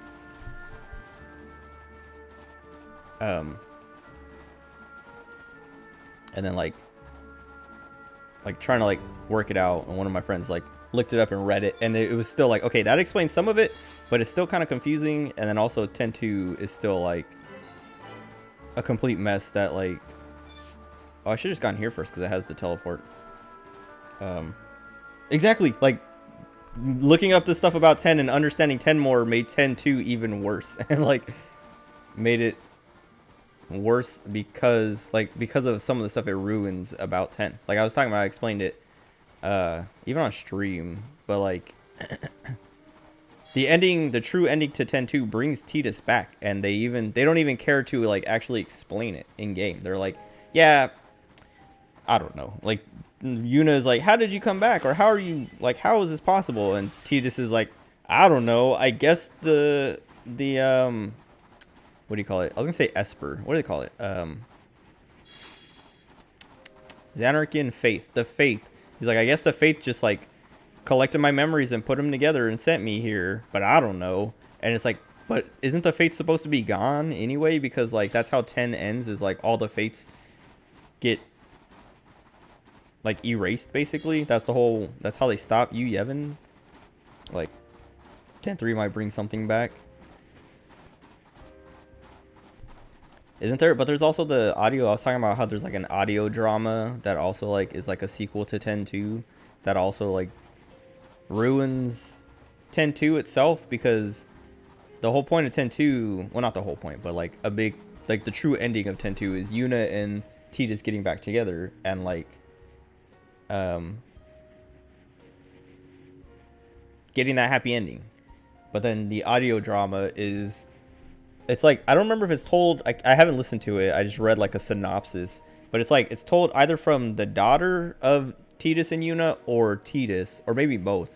But it's basically like Tidus and Yuna are divorced, and like the audio drama is about them being divorced and like Tidus hating his life or something, and the daughter, I don't know, I don't even know, but it's like, okay, wait, so what's the point of ruining 10's ending by bringing Tidus back for 10-2 if you're just going to ruin 10-2's ending now with this audio drama? So in 3, they're just going to ruin whatever the ending of the audio drama was. But I don't know, like, I don't know, if there was a 10-3, I probably would play it. But I wouldn't have high expectations. Like I wouldn't, I don't know, I wouldn't be like excited to play. I wouldn't be looking forward to it. And then I don't know, I probably would just complain the whole time and just be like, man, this is, why did they do this? Why did they ruin that? I guess, no, actually, I guess it depends, because like my problems with 10-2 weren't even like the story. It was, well, it was the story, but it wasn't like the way the story was told. It was how much fan service there was. So if 10-3 didn't have, if it wasn't just like fan service, like reused assets kind of thing, I probably would at least try to appreciate what they're trying to do, because that's like part of what makes 10-2 is so bad. Is like, you're like, man, this story is not that great, or they're not giving me the story that I want, which is like the Shuyin Len stuff. But it's also just like reused assets. Like there's like 3 new models in the entire game, and because even Shuyin is just, it's Tidus but like slightly different clothes and stuff. A PS5 game using PS2 assets, dude. That's what I'm saying. They can't do that, but it could still just be like, I don't know, pooped out. Comes back at the end of 10. Their last scene suggests, be right as the Fates stop dreaming. Yeah, bring him back after not dreaming at all for 5 years. That's what I'm saying. Like, either the Faith is not supposed to be around, or Tidus should have been back like a long time ago, because there's nothing about what happens at the end of the game that would like involve Tidus, or like have the Faith, like the Faith isn't involved. There's no, the Faith, Xanarchian, nothing in the whole last sequence or like last bit of the game. I wonder who built them. Elvis? Hold on. This the place you meant? It appears to have frozen over while I have been away. Been away? Pay me no mind. We will need to do something about the ice before we can enter. Throw hot water on ice. Yeah, nice one, genius. Precisely.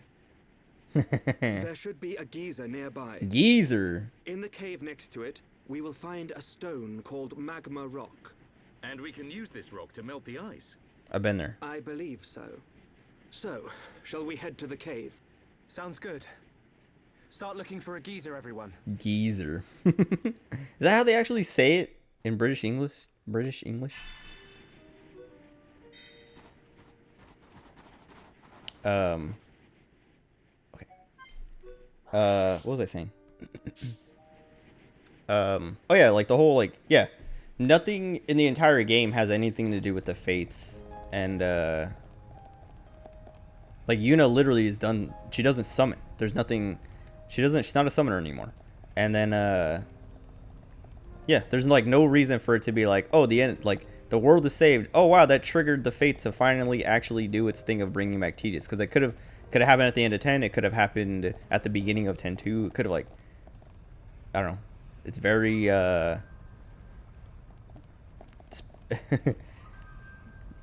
it's perfect timing. But looking forward to 10-3 because being enough space between it and 10-2 time-wise to the story, story's likely to be better thought out. That's what I was like, kind of like, that is what was disappointing about 10-2 is how, like, there's like good, like I was saying, like the stuff with Shuyin and Len seemed cool, and like they just don't flesh it out and they don't explore it very much, and there's so much fan service, and like it's so what's the word? I was gonna say thin, but it's like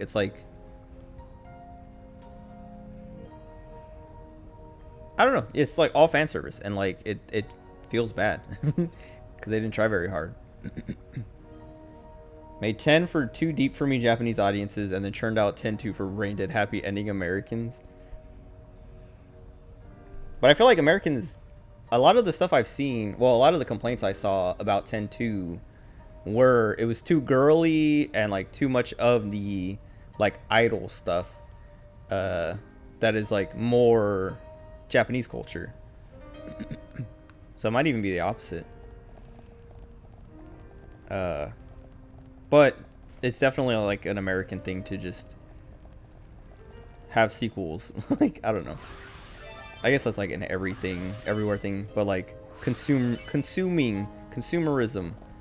People will buy what's familiar, and like the copy, or not the copy, the sequel to a thing, the thing they like, without really caring about quality or whatever.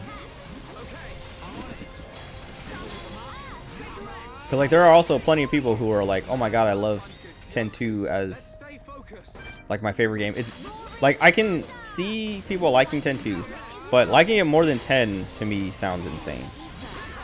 At least outside of the gameplay. Even if you're into all the idol stuff, like I'm like, or all the fan service, I'm like, I can see how you like the fan service, but the fan service is only good because it's based off of 10, so it's not. I don't see how it would be, how you would like it more than 10-2, unless it's just like the first thing you played and like you haven't played anything else. You should know Americans hate untidy endings. They didn't end up together. That's true. Yeah, exactly. But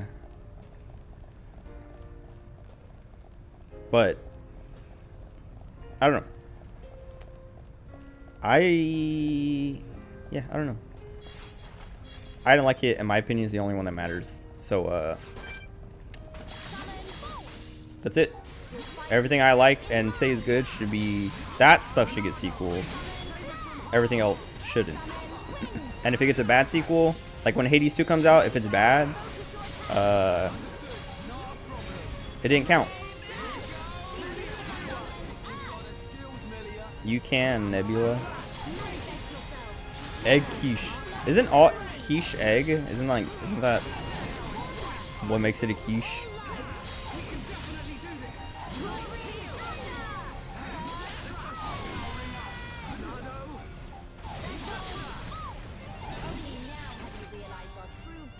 Nice job, man. What a bunch of jokers. I've been picking up a lot of gear. I should check out what I can swap and stuff.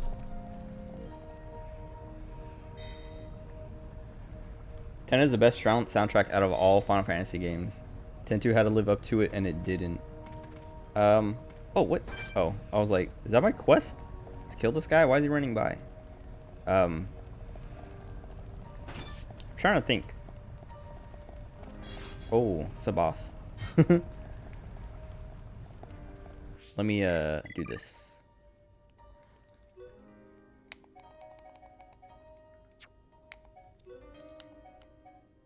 Got one new hat.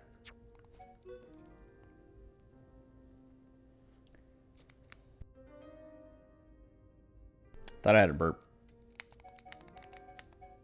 Dude, I have so much stuff. I need to see what this looks like. So, oops. So, wait. Oh, yeah, 10-2 or 10 music. I know there's like a couple tracks in 10-2 that I was like, all right, I like this one a lot. But I think overall I did kind of think it was underwhelming compared to 10. I don't know if I would say 10 is the best soundtrack in all the FF games. I think I would have to like listen to them and compare them like that. What's the, how do I take?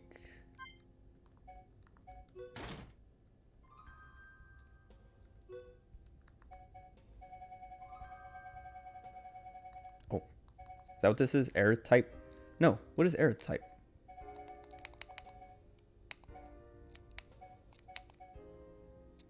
Where does that come from? Also, I like how it's like, okay.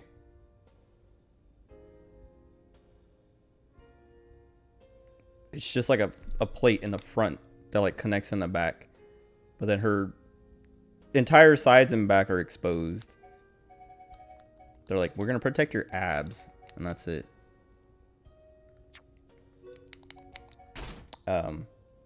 See more boss music. Oh, spinach cheese. That's what quiche is. Could arguably be the best 10. That's what I know. Like I remember thinking it's good and liking it. Is she dancing? What was that? She's doing the stanky leg. I think I've said that before. I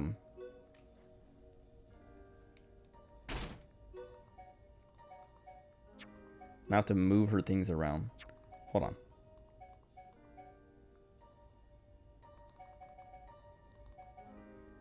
No, wait. She has this Chronos top, right? And it had... You can't take that out. Ether up 3. I can put 2 of them in, huh? MMO armor wife. Background music makes you nostalgic for Insomnium Files. I was thinking about that earlier. Well, thinking about the Insomnium Files games. Because I want to... I never played the... after... In the sequel, Insomnium Files... what do they call it? Nirvana Initiative. There's... Like, once you beat the game, you unlock, like, this side... Like, a little, like... mini mission, and it's a lot like 999. And I was like... I remember I loaded it up and was like, whoa, this is like 999. And I was like, I'm gonna do this. And then I haven't done it. So I'm like, I need to go back and do it. Wait, I gotta take all these off so I can see clear appearance. She looks silly. Snow trunks. Snow trunks. This is her snow outfit. She's supposed to be warm. What is going on? Fantasy female armor makes no sense at all. Yeah. I mean, I get it. I get the complaints. But also, I don't know. There's plenty of like, I don't know. Like this is like the same defense that everyone uses when people complain about female armor. But there's plenty of like dude armors where they're just wearing like, what do you call it? Like just underwear, and they're like just super buff, and like they might have boots on, like He-Man and stuff like that, where it's like they're just as exposed, and nobody complains about that. Shut up. And so exactly, that's like as soon as I started saying it, I was like, this is like the defense, the counterpoint that like makes you sound like an incel,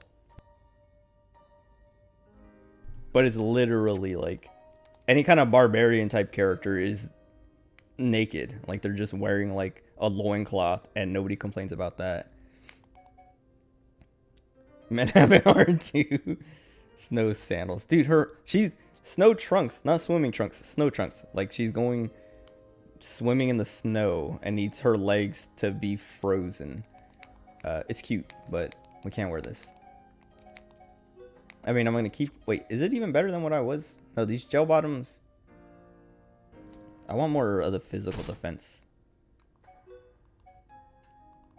These shoes are better though.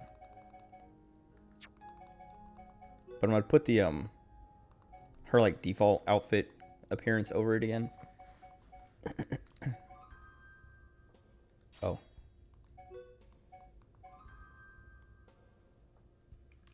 Mitha outfit or Mithra outfit? Do they have Mithra's outfit in this game? Excuse me. Spike defense probably. Oops, hit the mic. Because we don't have any spike defense now. And I'm already feeling it. Middle type 1. What is this? How have I not seen that before? Oh, I guess I have. I just have the newer colors now.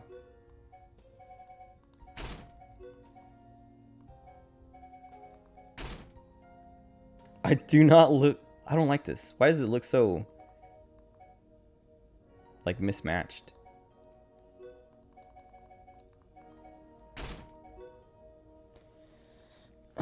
You just want to contribute to the discussion.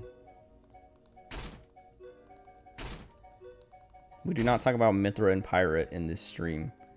We talk about Nia and Nia only. Wait, what was this Aerith one?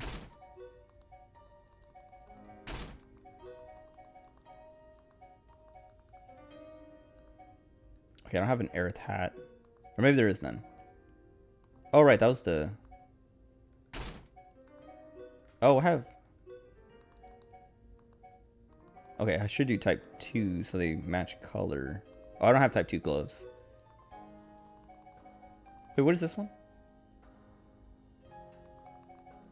M100. Alright, it looks better. I mean, well, it's still kind of weird that like she has all this armor everywhere, but then her like sides and back are just completely exposed. Like you look at it from the front, you're like, oh look, she's armored up. She just has like her sides are a little open, and then you turn her around, you're like, dude, her whole back. She gets slapped on the back, she is gonna bleed. She's so warm-hearted, she doesn't need cold weather outfits. Be nice. Can we talk about Larry from Pokemon Scarlet, Violet? Their names are Homer and Hikari. Is that actually what their Japanese names are? Car parked at your work that has Xenoblade on it with a picture of Pyra. Take a pic to show Shiro.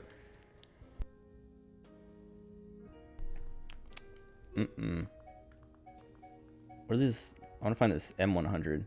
Glasses type 2. I don't have the top.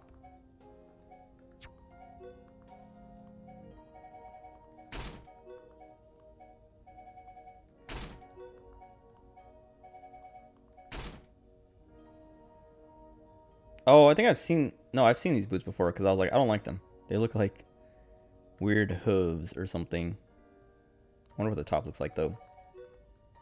Okay. Colony type 1.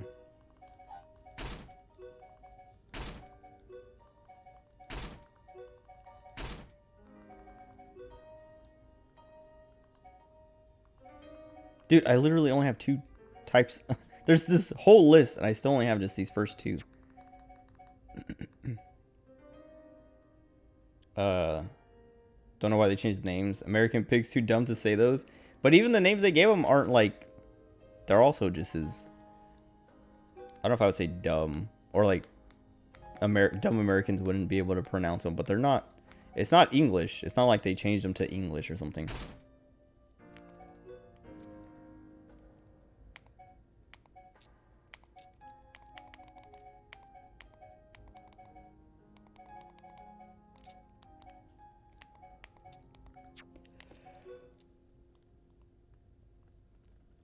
Larry the Cable Guy?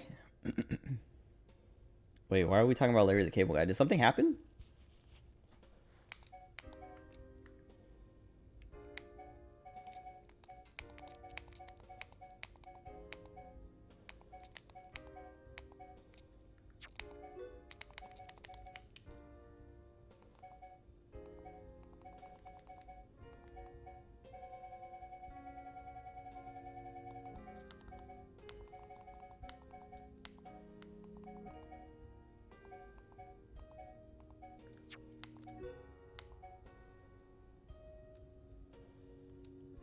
No, nothing happened. Okay. You just want to talk about Larry the Cable Guy. I don't have much, I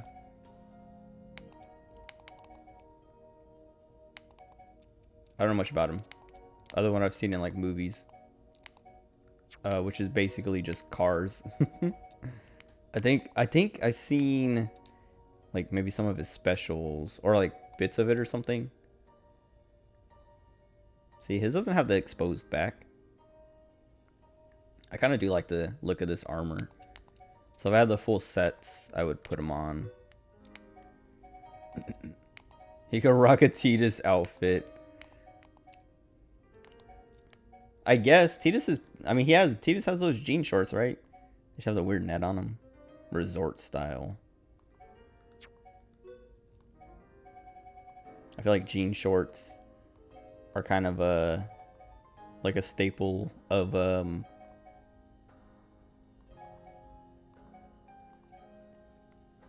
I don't know, redneck outfits. Honestly, whenever I think of, like, rednecks, I don't know, is rednecks, like, racist? I don't actually care. You can't be racist against white people, but I'm always like, is that, like, offensive? Anyway.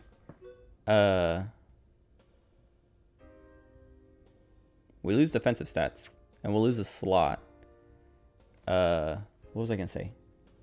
Oh, yeah, whenever I think of, like, whenever I try to think, like, whenever I imagine kind of, like, white, trashy kind of people, I literally, my default is to think of Trailer Park Boys. And that's, like, Canada, which is funny, because it's, like, I don't know. You would assume American. Alright, I'm gonna give him this general driver. I don't know how long I've had this for, but it has more, we lose defense, but who cares? If he dies to something, it's not because his stats aren't high enough. Winter outfit, a tank top, and a speedo. Dude. I don't know. I don't understand. Yeah. I don't know. Doesn't make sense. But, sure, why not?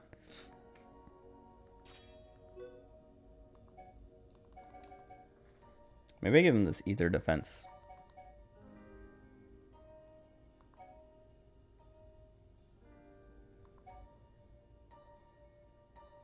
Or topple up. I don't remember what he had, but we don't have any more of the spike stuff, right? Because what's her name took it. Oh, we have this AP up thing. I guess it doesn't really matter. We've already, like, maxed out a bunch of. Oh wait, no, wait. Well, actually, let me I know what auto saves. Let me manually save. It's been a while. Oops. I don't think this game has ever crashed on me. But after playing Pokemon and having it crash on me like 100 times, always like at the worst time. Like I talked about it last time. Or maybe this stream before last. I don't know. Whatever. When I came back, I was like, yeah, I was breeding Sprigatito eggs and I had 150 eggs. And then when the first one hatched, the game crashed. Before I could even see what came out of the egg, it just crashed. And I lost all the time I spent like hatching those, or not hatching, but breeding those eggs. Redneck is offensive to some, probably people who aren't actually rednecks. Like I feel like a lot of these kinds of like names that might be offensive or whatever, the people who should be offended by them aren't offended unless you use it in a context to offend them. But if you're just like saying the word or talking about it, reasonable people aren't going to get offended by it unless you're being offensive with it. If that makes sense. This is SP. Okay. This is AP. Yeah. We have a lot.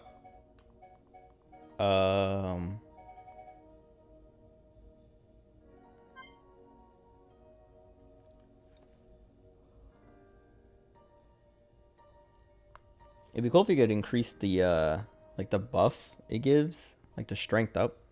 Maybe it does at like certain levels, just not this level. Anyway, the other thing I was joking about is you can't be racist against white people. Like, I'm half joking when I say it, but it's like, I don't know, it feels like unless you're actually, like I was saying, unless you use redneck in a derogatory way to like call someone a redneck to like offend them, it's not being racist. It's not like saying the N-word just casually. That is like, that's kind of racist. That is actually racist. Rednecks usually deserve to be offended. Lives exclusively with rednecks. It's funny because like listening to your voice, like on your friend's Outbreak stream or whatever, you don't sound Southern. Like you don't sound, not Southern, or like you don't sound like you live, I mean I guess you do sound like you live in Pennsylvania. But you don't sound like, you have no real like accent. It's you just sound like an American. I don't know.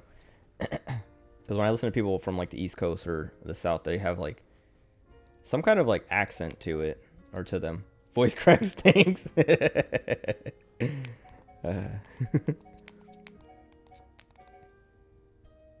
You sound like the nerd emoji. That's it.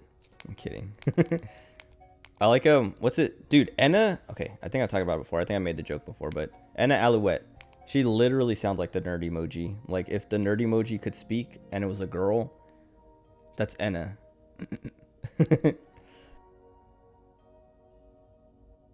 It's funny because like, dude, her voice, like she has like I don't know if she's like putting on that voice, because she like, I don't know, sometimes she'll like say stuff or like laugh and she'll like talk in a slightly deeper voice, and it's also, it sounds, it's not like super different, like it still has like the same kind of like nasalness to it, nasally-ishness to it, I don't know. But I don't know what to level up. My copy.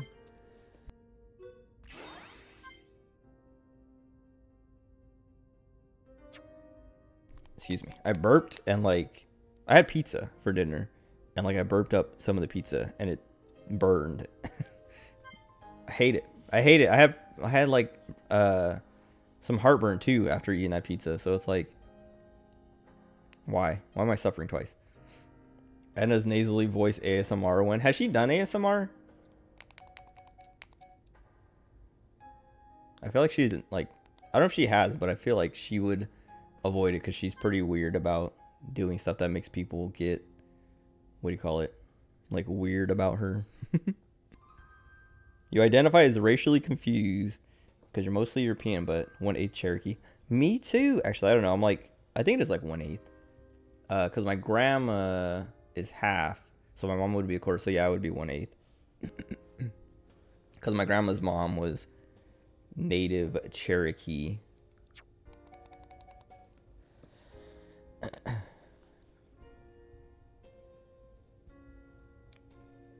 And her dad was Irish.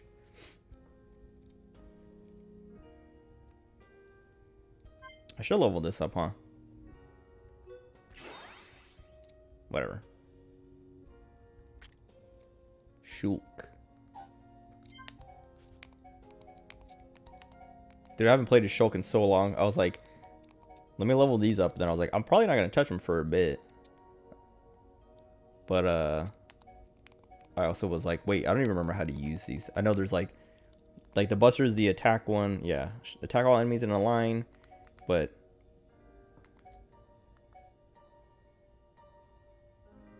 Preservation.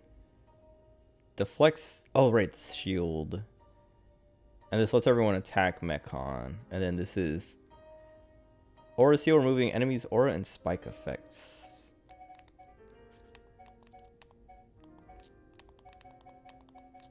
I guess I'll just level this because I started working on it.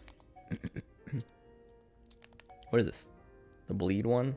Oh, physical defense. What's the bleed? Battle soul. Oh, right. Wait, which one is the...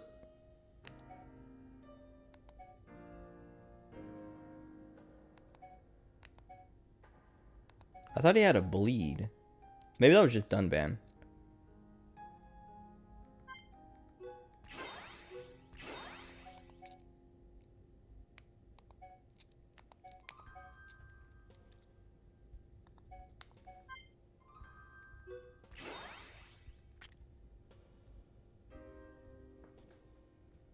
You're also Irish, German, and Scottish.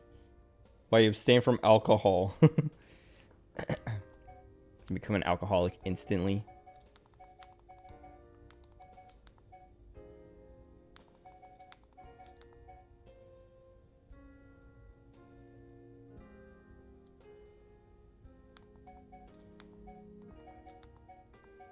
Which one? Hammer beat. Oh wait, no, what's the... This one's a huge one, sword drive, but we already had that maxed out.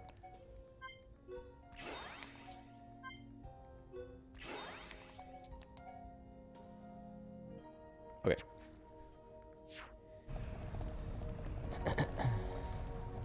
Kill this guy? Hopefully these stupid ether things on the side don't bother me. There's no way they don't though, that's why they're here. You go to AA and only ever had a sip of beer in the past. Wait, for really? I can't tell if you're joking. That seems...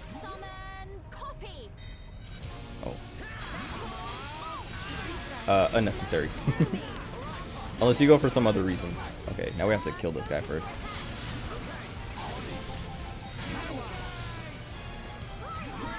Oh, you're joking? Okay, I was gonna say. Like, I assumed you were joking, but I was like, maybe there's like, oh god, oh that's not killing me. That hurt, but it wasn't like anything to worry about. But I was like, I thought the joke might also be that you do actually go to AA, but as like a volunteer or something.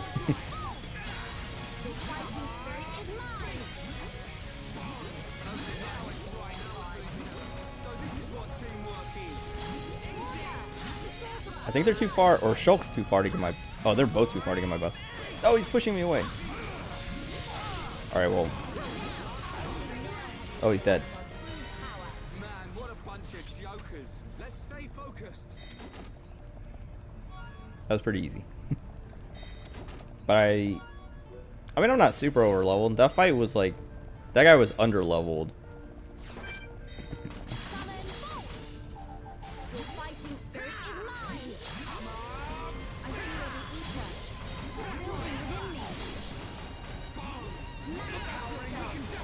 Place sucks. The unique fire elemental. Excuse me. I don't think so.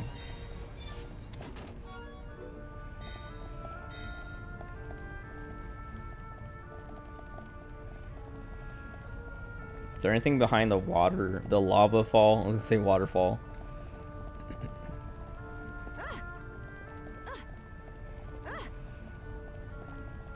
Dude. Melia's earwings. They're cute. I forgot.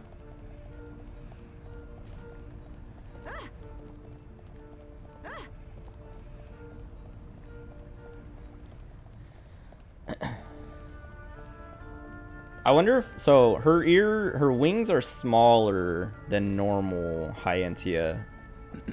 But I wonder... Like, I wonder if they designed that to be cute.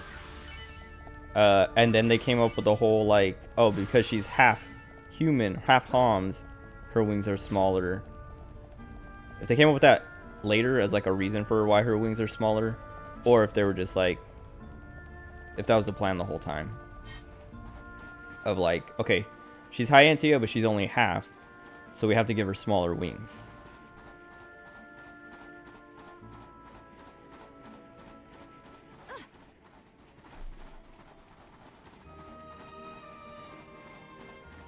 I wonder. Okay, now I wonder how much of like the Xenoblade universe was planned. Like if they were planning on having sequels. I mean, I'm sure they were hoping for sequels, but how much of it was planned from the start? TBH, they wanted to make a cute character. Good. But oh wait, I should just. What am I doing? Walking.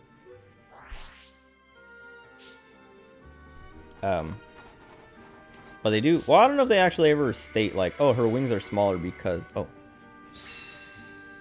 because she's only half Hyentia. Me when devs make cute characters equals smiley face. Yes, that's me too.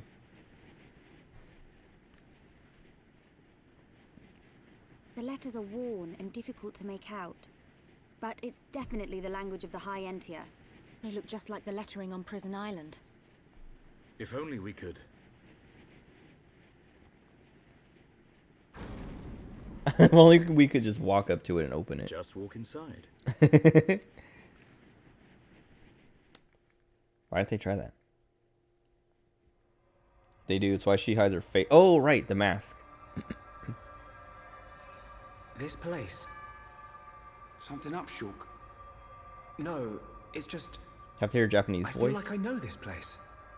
Deja vu. See if I can switch it. But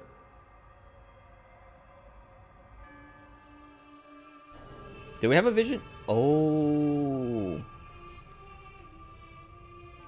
was gonna say, do we have a vision of this and he can't remember it? No. This is where he got the Monado. I thought I had it. I can't seem to recall. So that's just ask Dixon. Are you all right? What? Must be tired. Don't worry. This is Osse Tower, Osse. built by the Hyentia to house and protect the Monado. The ceremony of seers was conducted here. It is also where the Homs found the Monado. Wait, you mean...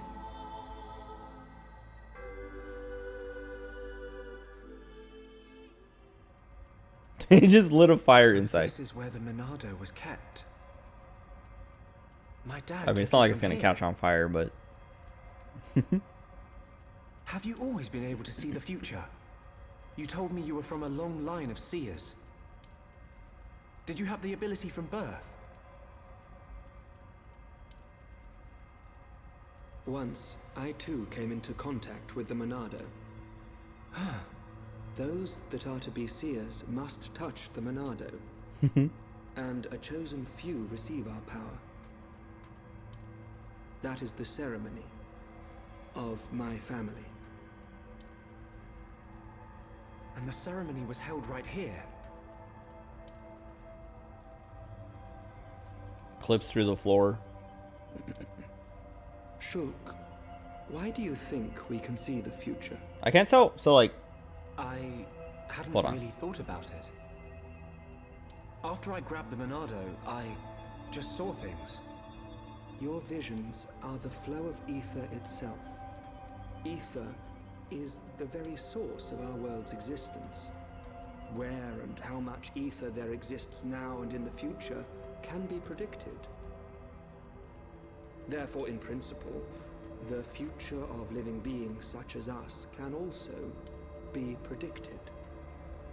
And there is one thing that makes possible the visualization of those predictions. You mean... the Monado? The Monado can disrupt the ether, allowing you to release certain powers, which means... My visions, under the same principle, are there to disrupt the future. with no one to control the outcome, the future will never change. But what if I feel like we've gone over this someone were to before, disrupt but maybe the future? it's never been What explained then? to Shulk. The future would be changed. Is that how Zanza planned to defeat the Mechonis? But why go to such lengths? What happened all those years ago? Did you think it was just a myth? I used to only believe in what I could see. My home, my friends, the Monado itself. I knew those things were real. But when you took the Monado in your hand, you gained the ability to see that which was not meant to be seen. Are you saying I should stop? You are a fluctuation. As a fluctuation, you exist outside the Oh, good night, results of Aiko. Thanks for hanging out. predictions. Sleep tight. The more you accept this existence, the more malleable the world becomes. Are you going to sleep too, Shiro? You only get one of those per You have stream. no choice but to accept it.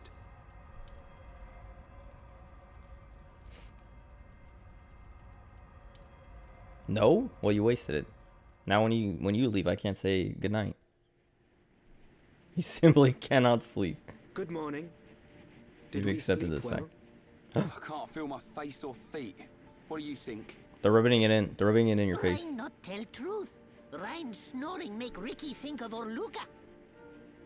Dude, Oi, I let don't Ricky show up snore. somewhere. Thanks, Tony. Sword Valley is just around the corner. How? Okay. Is there a time limit on is there a time limit on those? He's gonna say it? I don't trust him. Say it. He's thinking it. Dude, Dunban is like... Okay, Dunban is like the most relatable character. Because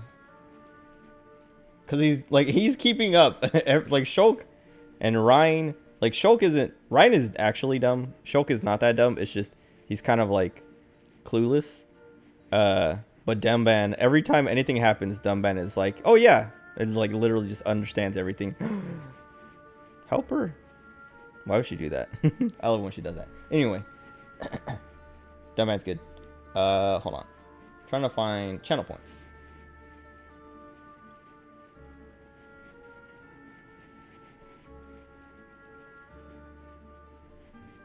Okay, there's no cooldown on the good job, bad job streamer ones. But the good night one... Limit redemptions per use per stream. Per user per stream. 1.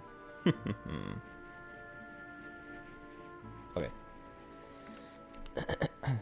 That was already at 1. I was just making sure. The other ones are... I wasn't sure if I had time limits on those.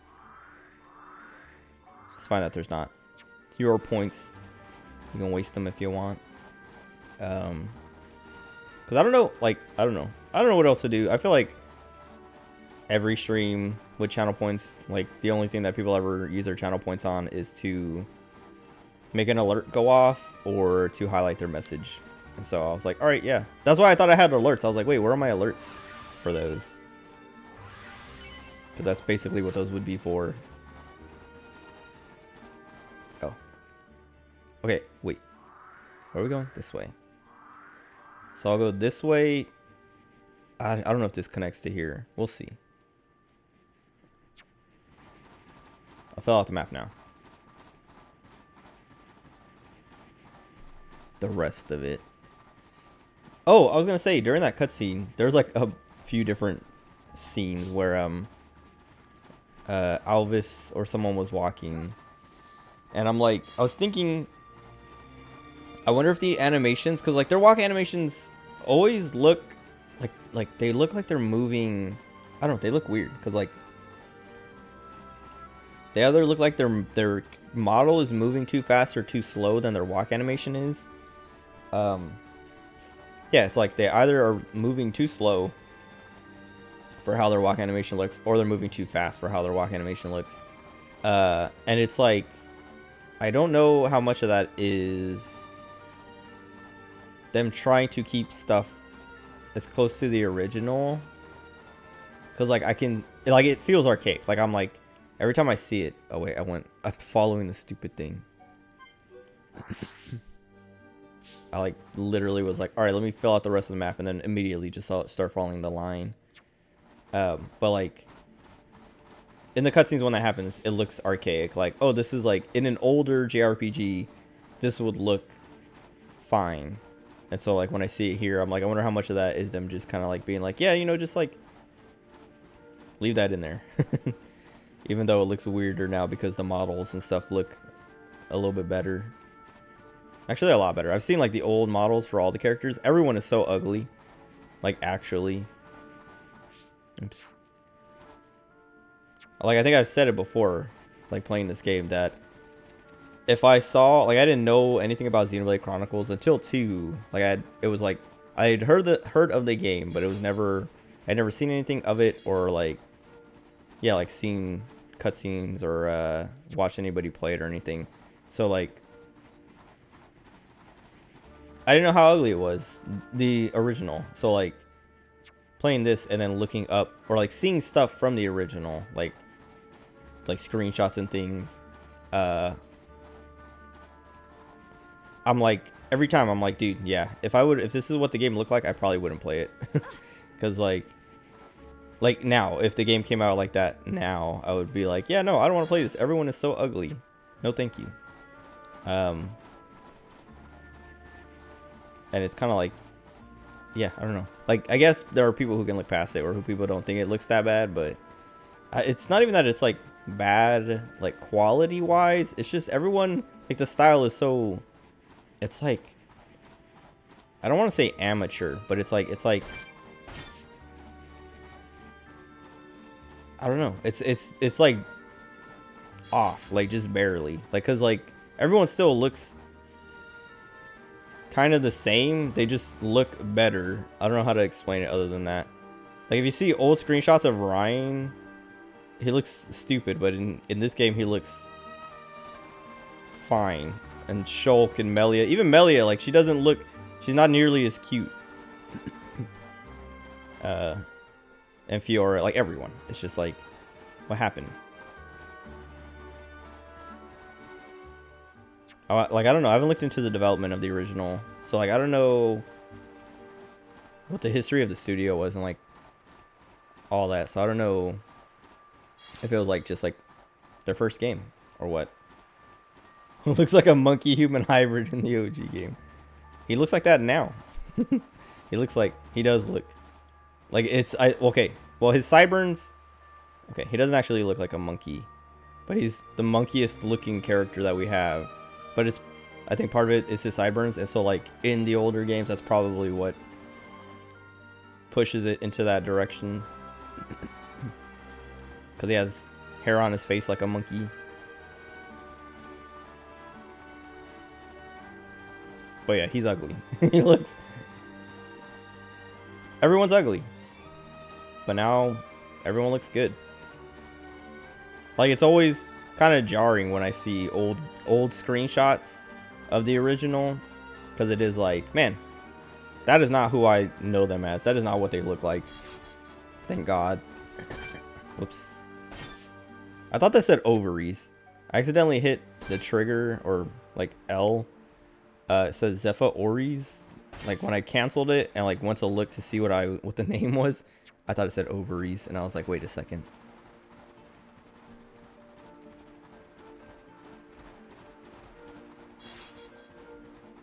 Oh, I gotta do my collectible log or whatever. My book.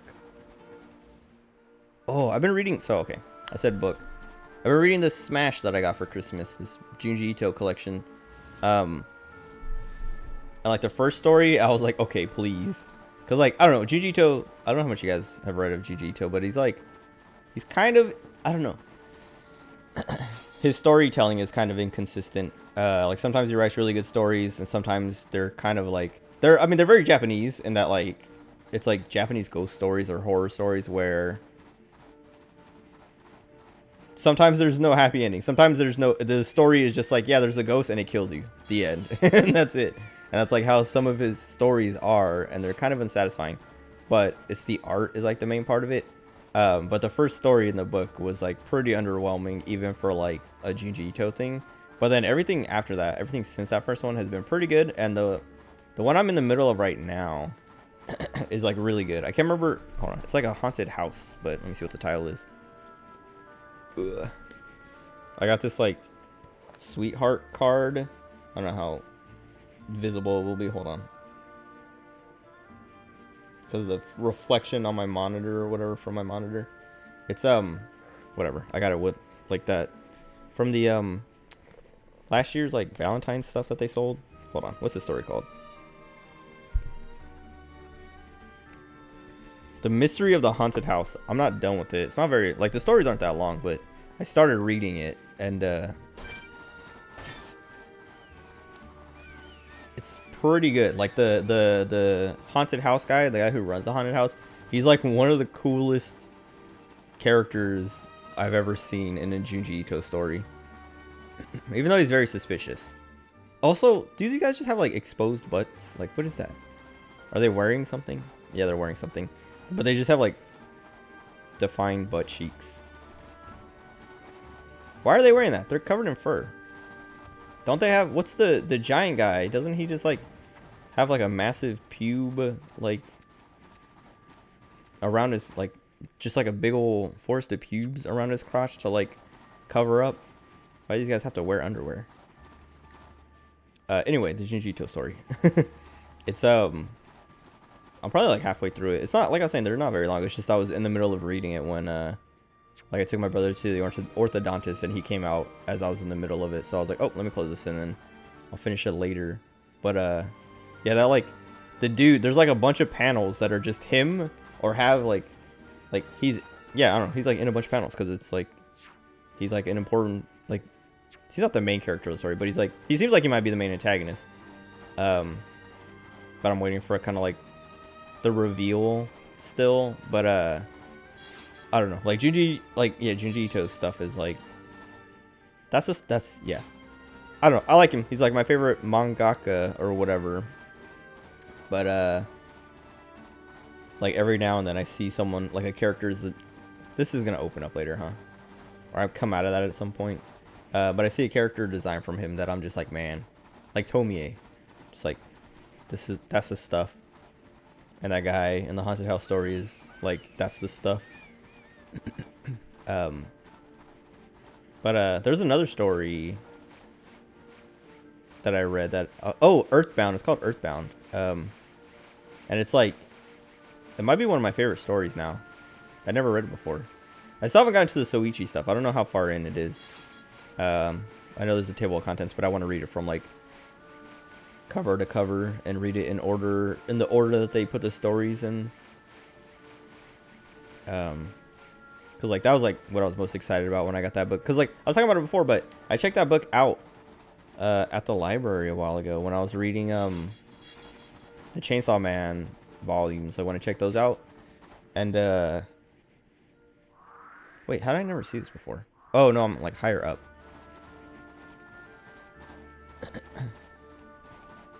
But yeah, I checked out Smashed and Remina, and then didn't get to read Smashed before I had to take my books back. I even like extended La Luz Church. What is that from? La Luz, isn't that like some kind of cult and something? Some kind of game or show or something? But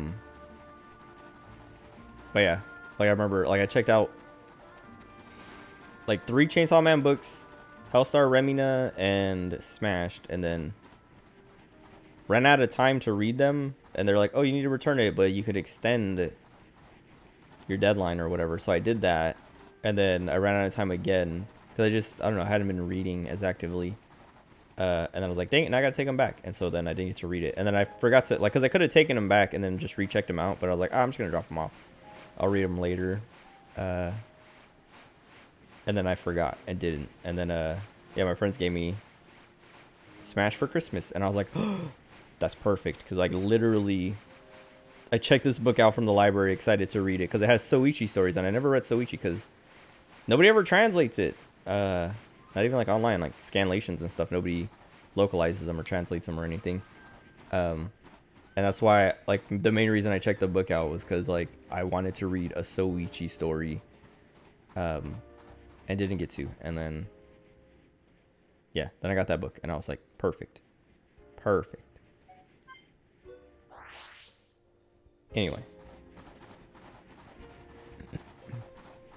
read Earthbound. It's pretty good.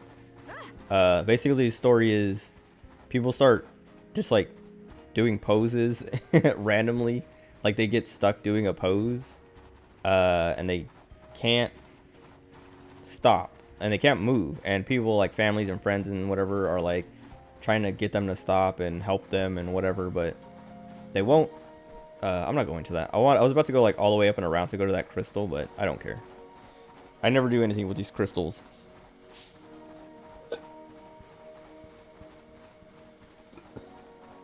Excuse me.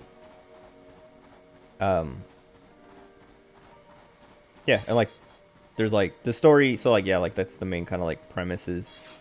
People are just like going to spots and doing weird poses. And like they just do a pose and then hold that pose. Hold on.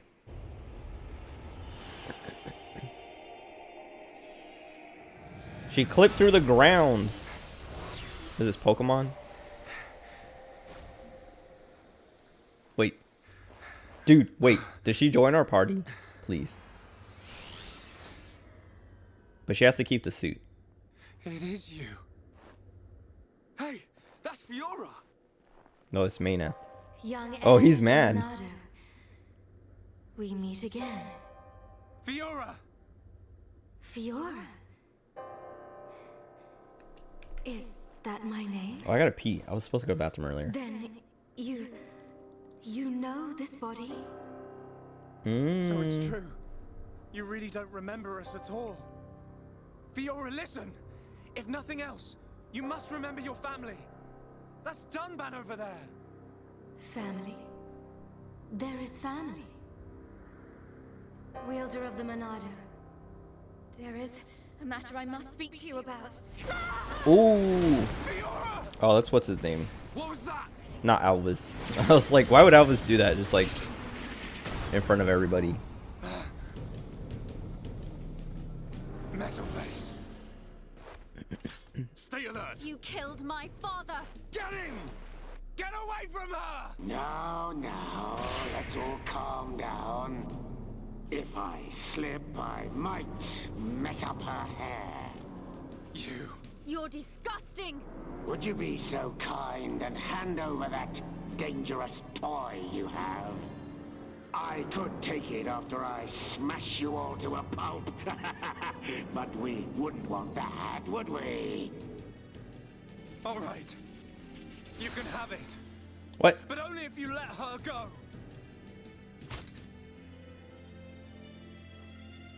Dude, there's no way. Good boy. Always eager to please, Shulk. Say it, Dunban? I don't even remember the guy's name. But he's gonna be like, hey, that's what's his name. But you're...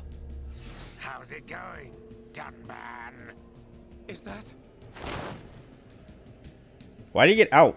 Why didn't he just stay in the mech? Mumcar. Mumcar.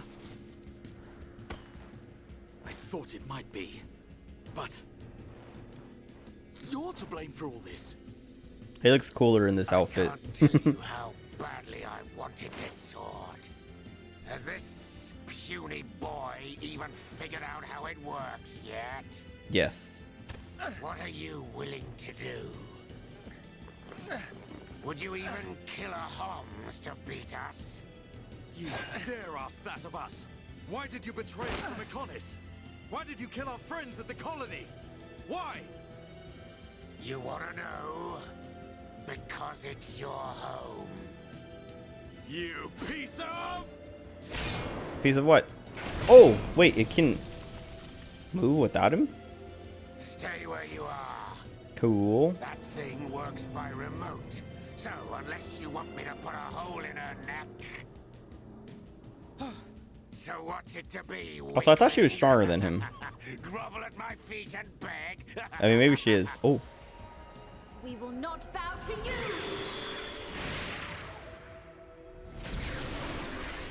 Really hit bad guy in face! You'll pay for that, princess! You're a traitor, Mumcar, and you're not getting away. Okay. Dunban gets to fight in this one, even though he's like not equipped.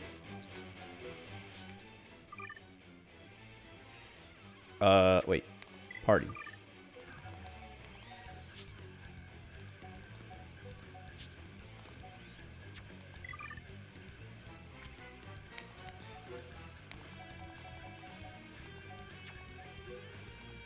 I have to equip him.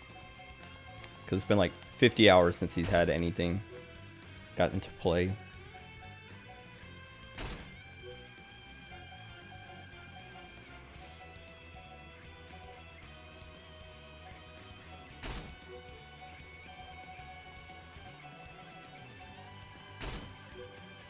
Oh, whatever.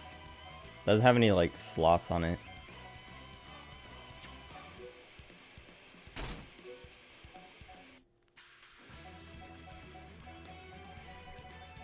I want to play. I hate this.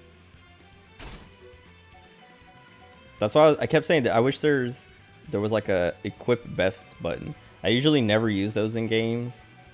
But in this, they keep doing this where it's like boss fight or something, and then they give you the chance to swap out your party and stuff. And I'm always like, well, now I have to like make sure everyone's equipped with what they should be equipped with. And then it takes time, and it like, I don't know.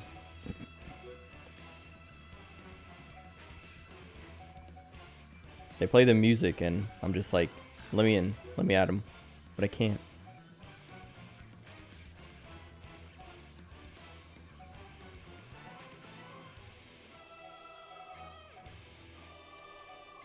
Okay. Okay. Oh, but it's arts.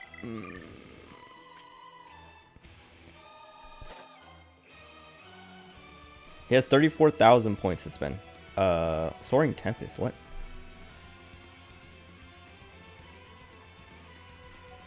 Sounds alright, but probably not for this fight.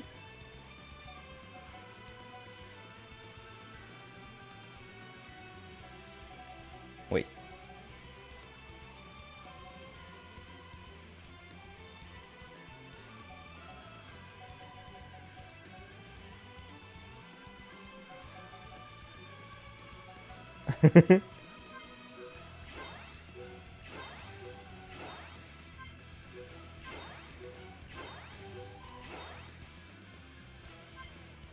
Dude, why are these so cheap? I feel like... Oh, okay, never mind. They're not that cheap. The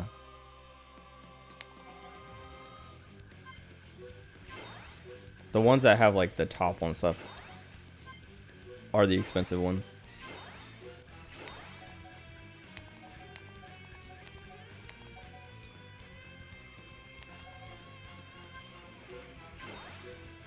Okay.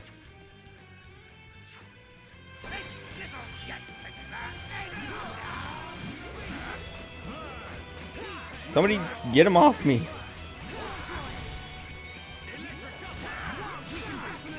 Okay. Oh, nice. They owned him. Did I get it? Perfect.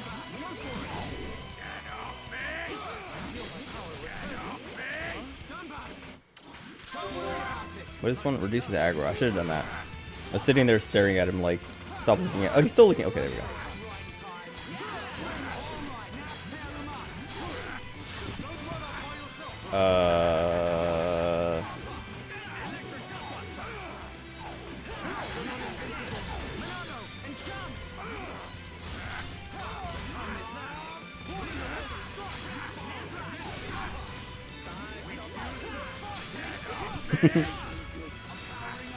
He's doing it. He did it.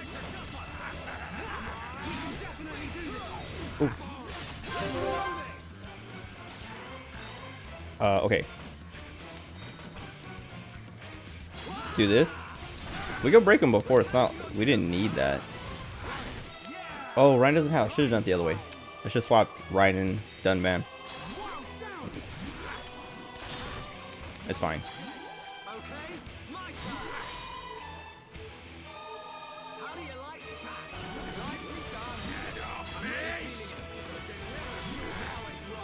I like that you can re-daze them.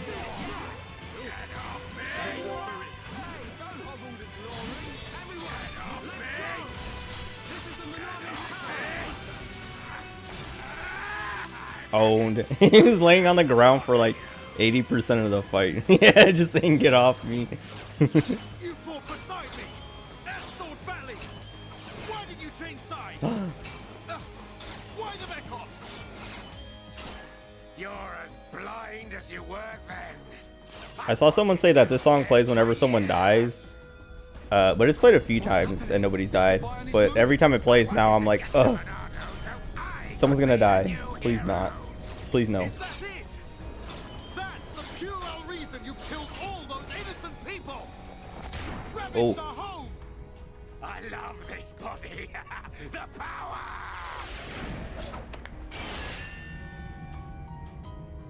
It's just the Kino song. Owned? Dude, owned? You'll never win. He's winning. Get on your knees and worship me. Never. He's literally glowing. You down and all that you have become, you wretched fool. When something Kino will happen. And then you will know the shame of all that you have done, traitor. Shut your mouth and come on. Oh. Oh. So he was losing. Ricky. That light. Help him.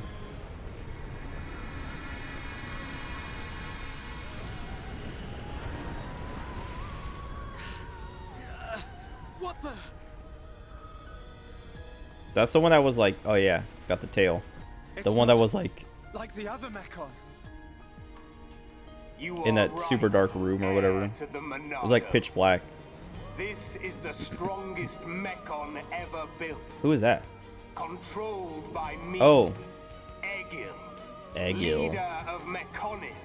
An agent of Mayneth. Leader of Mechonis. So you're the one who controls the Mechon. He's an agent of Mayneth? I am he. We fight to free the world from the tyranny of the Bionis. What? Why? Why do you trap pawns in machines? Egil, my What do you want beloved. from us? Why make us fight for you? Your questions do not concern me. I must return with this one. Fiora! Get your hands off her! Fiora! If you want her, come and get her. You are more than welcome on Mechonis.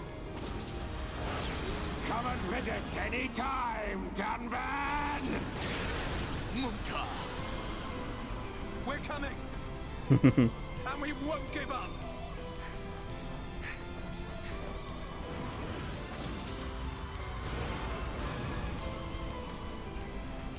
Find us, Monado, Sword of the Bionis. We will meet you on the battlefield. Fiora! We will find you!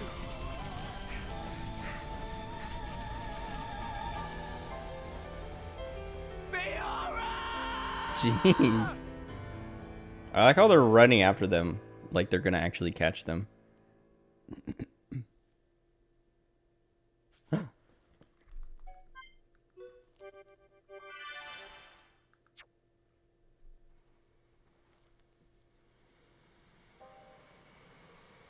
Fiora.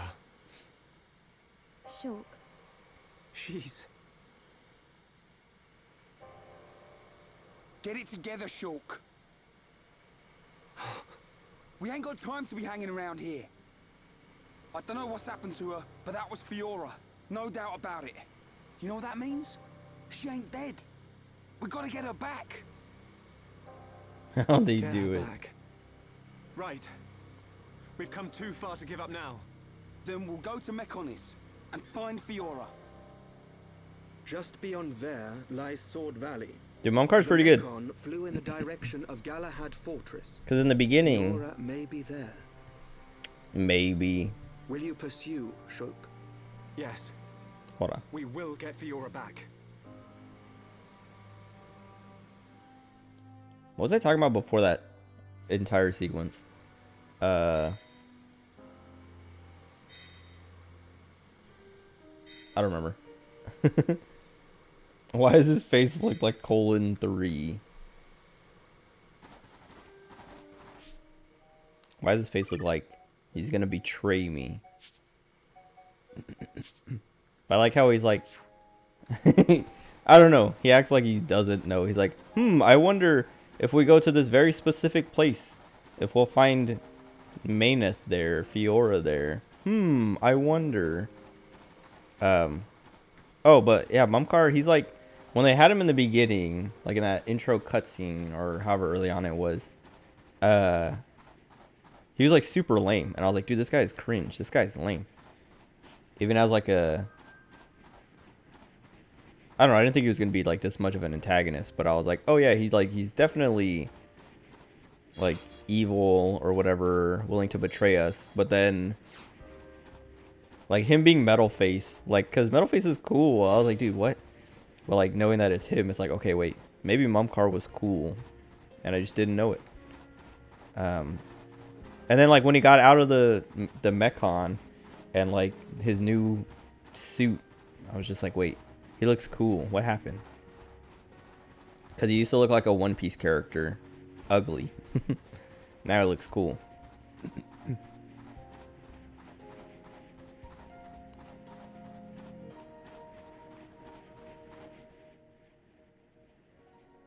Aha. That's why they wouldn't let me go there, because I would find Fiora too. Oh! I got that magma rock. That means I can melt all these ice things now, huh? That means I have to go... I have to come back through here later and open all these up. Let me make sure. Let me test this.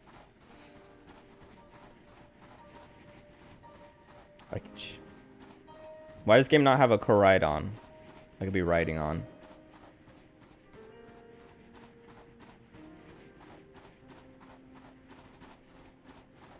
Okay, so I was playing Pokemon last night, and so you get two Koraidons or Miraidons, whichever version of the game you have.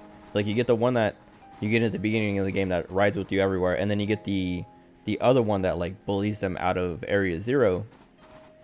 And last night I was like just kind of like testing Pokemon speeds, because Meowscarada can keep up with you if you're riding on Koraidon, and as long as you're not sprinting, it can like run fast enough to stay with you and not like get instantly teleported back into the Pokeball. But like I was going between Pokemon just seeing who could keep up and who couldn't. Excuse me. And I was like, oh wait, let me see what if I put my other Koraidon out, if he can keep up with me. And he can't, because he's in like battle form, so he's like stomping around all slow, and I thought it was real dumb. Like it's like, wait, why not? Why wouldn't he just like go on all fours and like run to keep up? Why would he just like keep stomping all slow?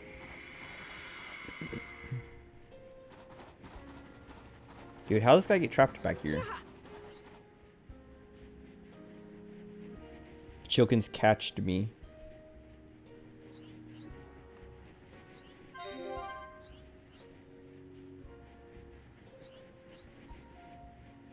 The Chilkins locked him in there.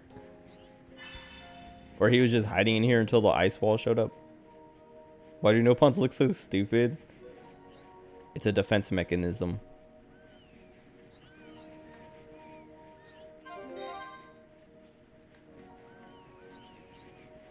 Dude,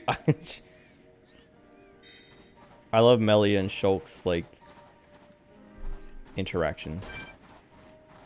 Like, I'm not a shipper, but if I was to ship anyone in this game, it's them.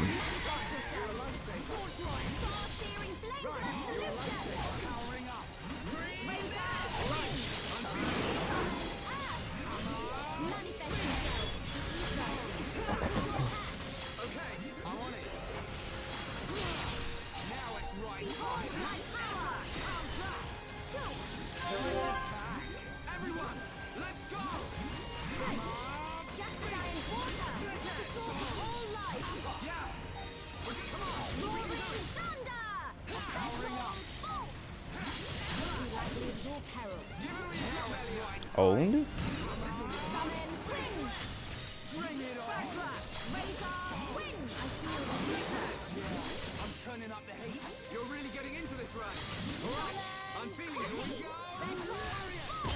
Oh, I like that sound.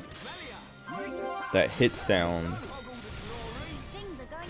Alright, this guy gets owned.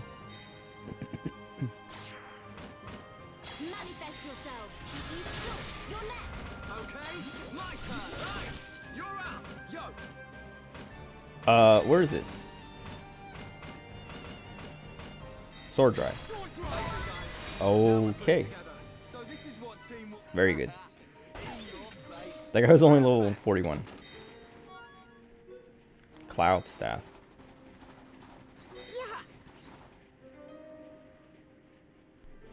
Dude, I love no puns. They look so stupid, and yeah, I don't know, they're very stupid, but it's like weird. I've talked about it before, but like, it's like I love them ironically, but also like not ironically, unironically. They're real dumb.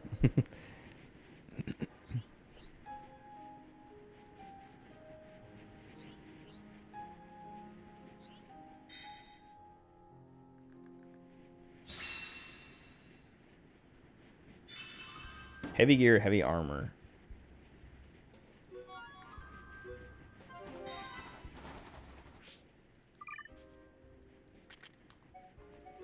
Oh, he's already wearing.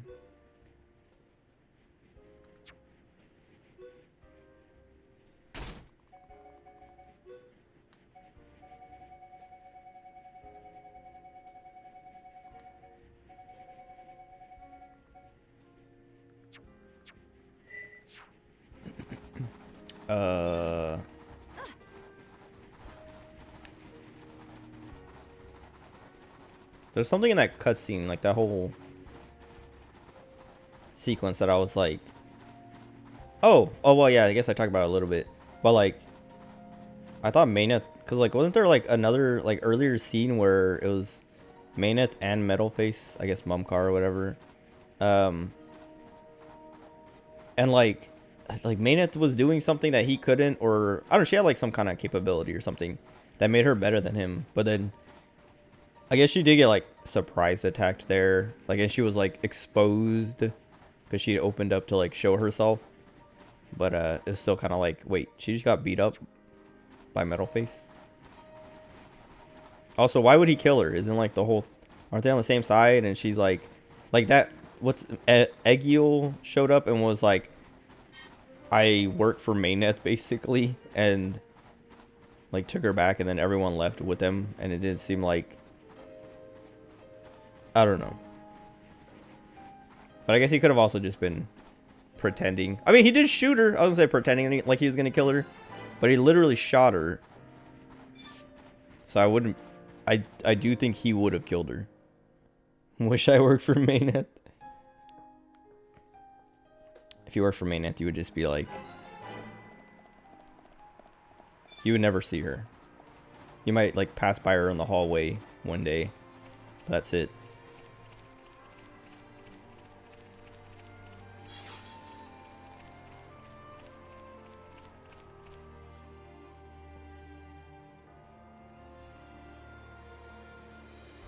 Oh, what the? Is all that big sword? Oh, if he's, then ouchie ouch. The sword of the Mechonis. The entire valley below. Oh. The whole thing is its sword. Something seems unnatural. What do you mean? Look, that flowing light. From the way it glows, it has to be ether. But it looks like it's being drawn in by something. By the fortress. It should just be up ahead. Father once told me that the Mechonis absorbs the ether of the Bionis and uses it for sustenance. So the Mechonis feeds off ether? Then undoubtedly the ether serves as the Mekon's energy source as well.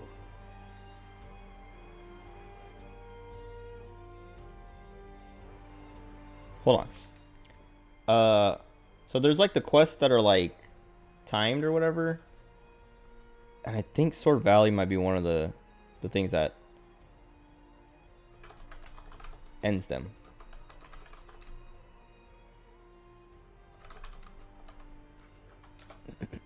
Hold on.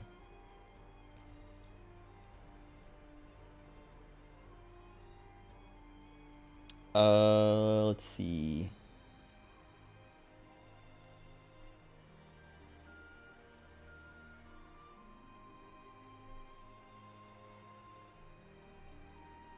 It's hard to like, I'm scared. I don't think I'm gonna spoil myself because last time I looked this up, I didn't. Sword Valley is a turning point. Okay, so that's what I was trying to like. Hold on. Is it after, or like just getting here ends those quests? Okay, no, I still had these. So should I like stop here, like stop progressing until I get these quests done?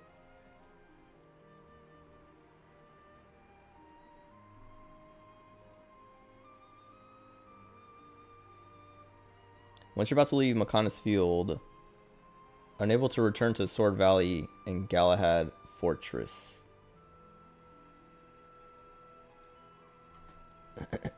After, okay.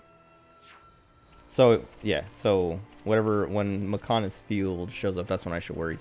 But it seems like this is the last point.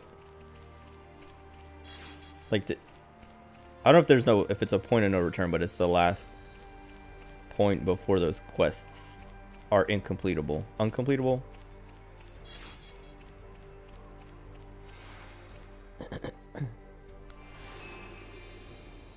Cool. We're on the sword. Oh. I might have to play Shulk now. Well, no, because like regular mechons we can do damage to, I think. I can't remember. It looks so big, even from this distance. The fortress must be enormous. Galahad Fortress, the frontline base of the Mechon. The Mechon that attack Bionis. Not no return? Okay. Then there's a high probability that he's there. But it still like ruins those The timed golden quests. Mechon that took Fiora.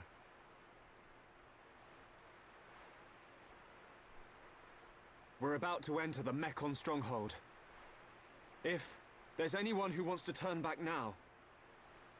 Shulk, friend should no split up. No leave friend behind. Ricky's scared, but Ricky won't go too. Ricky. He's right. Okay, let's go. Yes. Alright, I gotta pee. So I'm gonna go pee. I'll be right back.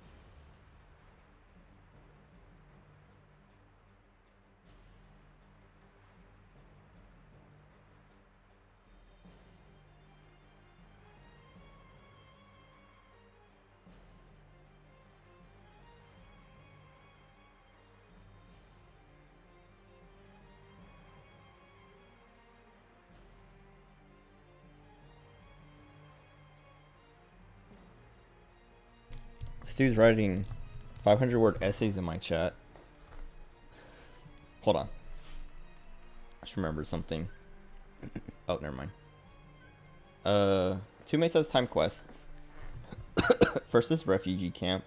That's the one, yeah, I remember, because I remember spending time making sure I did everything. From there, because I knew, or I heard something about a, like, world change, or something that would end those timed quests or something. Point of return for the first set is obvious. Yeah, because it's when they move to Colony 6 or whatever, right? I think they even say, like, alright, this is your last chance to do all this stuff.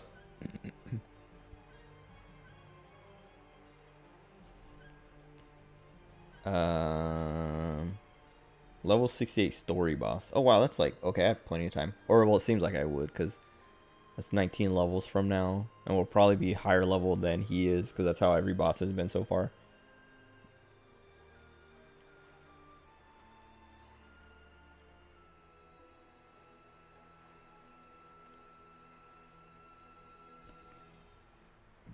Okay.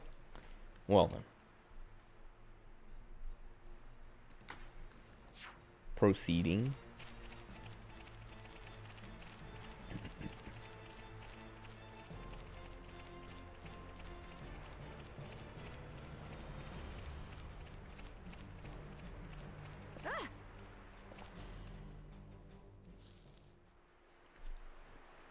What's that? A supply convoy. This is the main story stream until further notice. It would be most unwise to proceed without restocking our supplies. You arranged this for us. What? Hey, it's Dixon. Looks like you lot have been having fun without me. Heard you took care of that faced Mekon. What are you doing here? I got wind of some allied force coming together a few days back. I stepped up as the representative of the Homs. Then a little birdie told me you lot were heading for Galahad Fortress. So I thought I'd drop by and say hello. I've got a whole stack of new equipment. Want some? Yeah! If it's free. I was hoping for some new stuff. Hold it, Ryan. You know it's gonna cost you. I'm gonna have like 700,000, whatever the currency is, pesos. What? Cool. Anti-mechon weapons. Cool. Hello. What about my books? I'm missing like tons of books, I think. Oh, I never leveled up Ricky.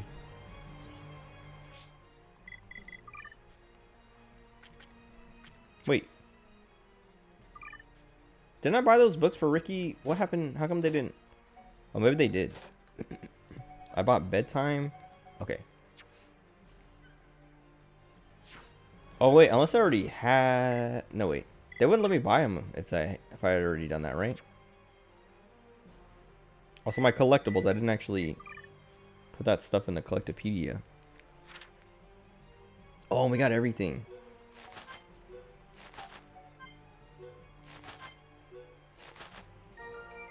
Don't have to enchant every Mechon battle. Sweet. Then I don't have to play as Shulk ever again. Unless it's like story, like that part where I brought Dunban back, because I was like, he has to be in this fight. It has to be Dunban, Shulk, and Rhine.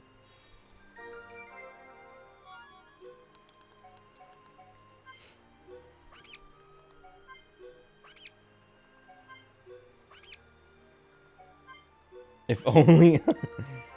I mean, I like playing as Shulk. It's fine. I just want Melia to be in the party. And I don't want her to be completely useless. And I also like playing as Melia. The only thing I don't like is when I set up a million things to go and I have to stand still for like 10 seconds because she's still doing her chuny callouts.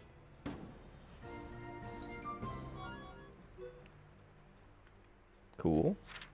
What am I know I'm missing one thing from one of these places still. This one. This thing. I've been back a few times looking for this and I never found it.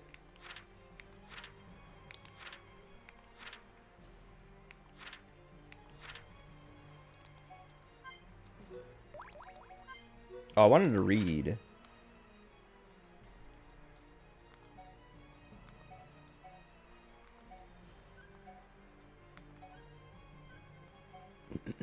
I think the bottom ones, the strange ones, are always the most interesting.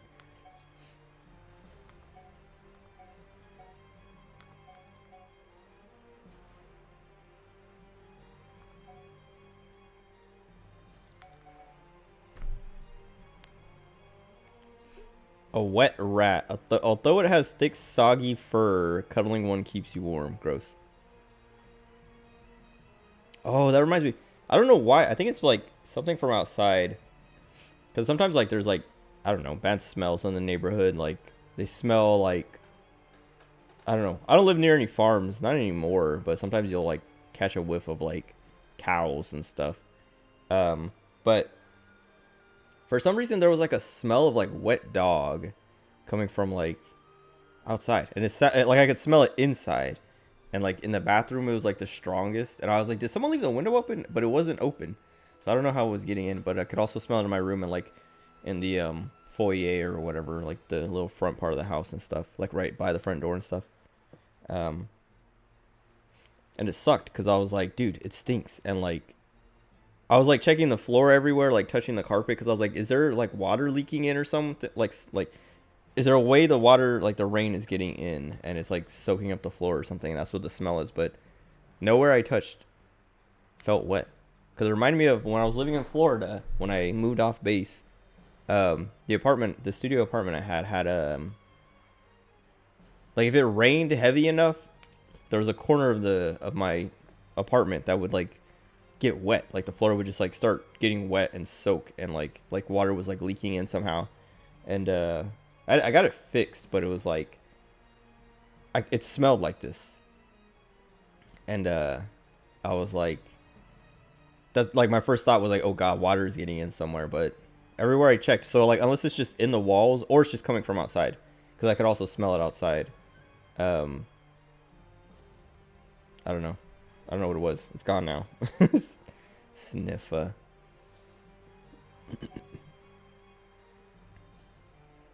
A great little swimmer, mud squirrel. Talking about wet dog. My brother bought his dog. My brother, he lives in Vegas now, but he came to visit and he brought his dog, and like they gave her a bath and then she smelled bad after the bath. And I was like, I kept smelling it. I was like, dude, what does that smell? And I was like looking around because I was like, I thought maybe she pooped somewhere in the house. So I was trying to like find the poop because I was like, oh, I think she pooped somewhere, and like that's what the smell is. Because it didn't smell like dog poop, but it was like a stinky smell that I was like, dude, I don't know what that is.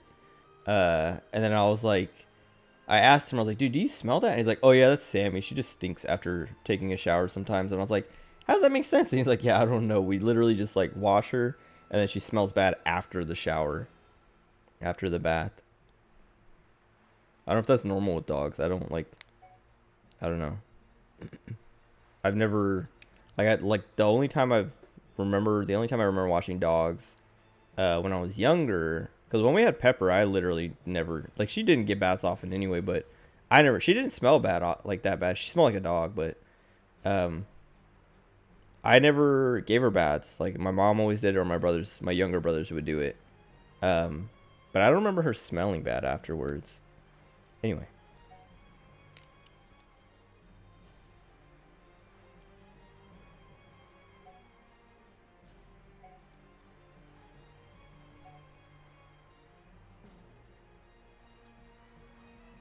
What? Frost glass?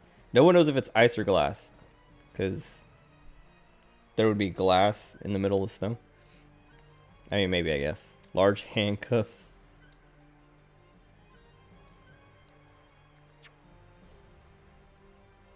Okay.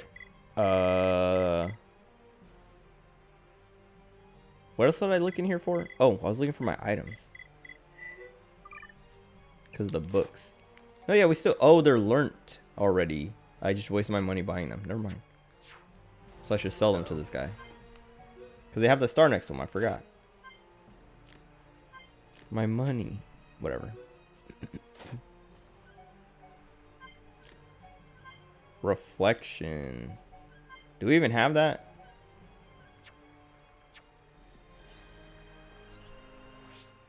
Oh wait, let me give Dunban. Or see if he wants that sword. He does. Jeez. I could have used that for that fight. Wait, what do we... Attack plus, attack plus.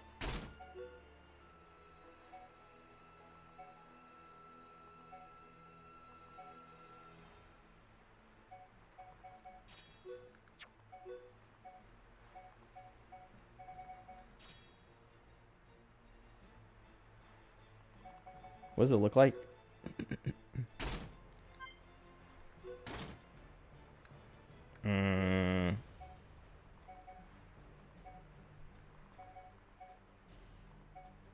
Wait, when he has this, does it like open up when he uses it?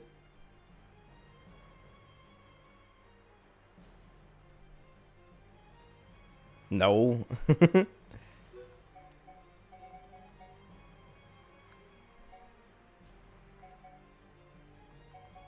Quitter. Ooh. Okay, wait. I still kind of like this one more. Yeah. Hello. Oh, wait. About those books. Yeah, she hasn't learned reflection yet, so that book doesn't even apply yet.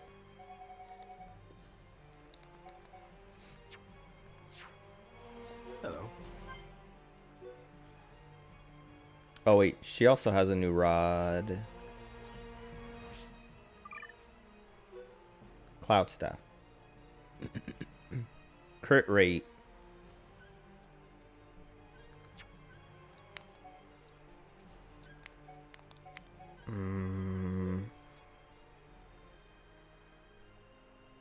Okay. And put this ether up back on. Wait, I'm gonna let her do the kick. Oh, she didn't do it. I thought she did it after that one, but I guess she won't do it in that screen maybe. Hello.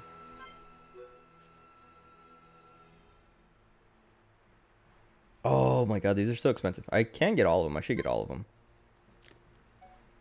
I spent that time like, oh, almost bought 24 of those. Jesus. Wait. No, wait, that makes sense. I was like, wait, there's only 5, but there's 6 people. Because Shulk can't switch. I'm not gonna buy any of this.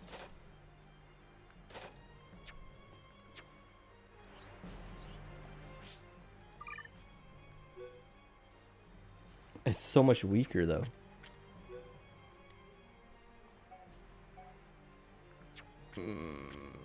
It's probably stronger than hers though. Oh, it's not even... Dude, she's had this weapon for like ever.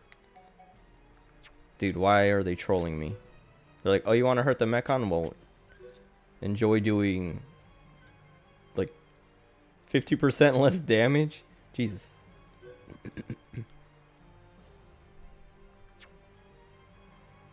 Oh, alright. Good night, Tony. Thanks for hanging out. Sleep tight. Enjoy.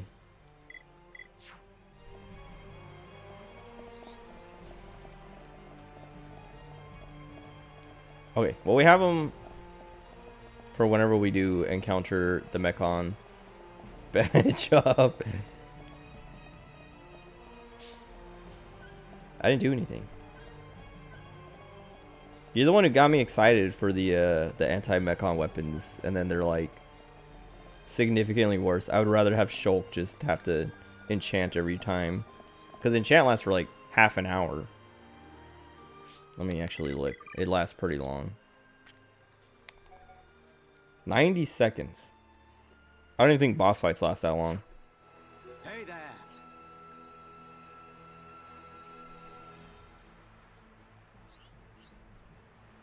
Wait. Why they make it like that? That's kind of scary. Should I run around a little bit first?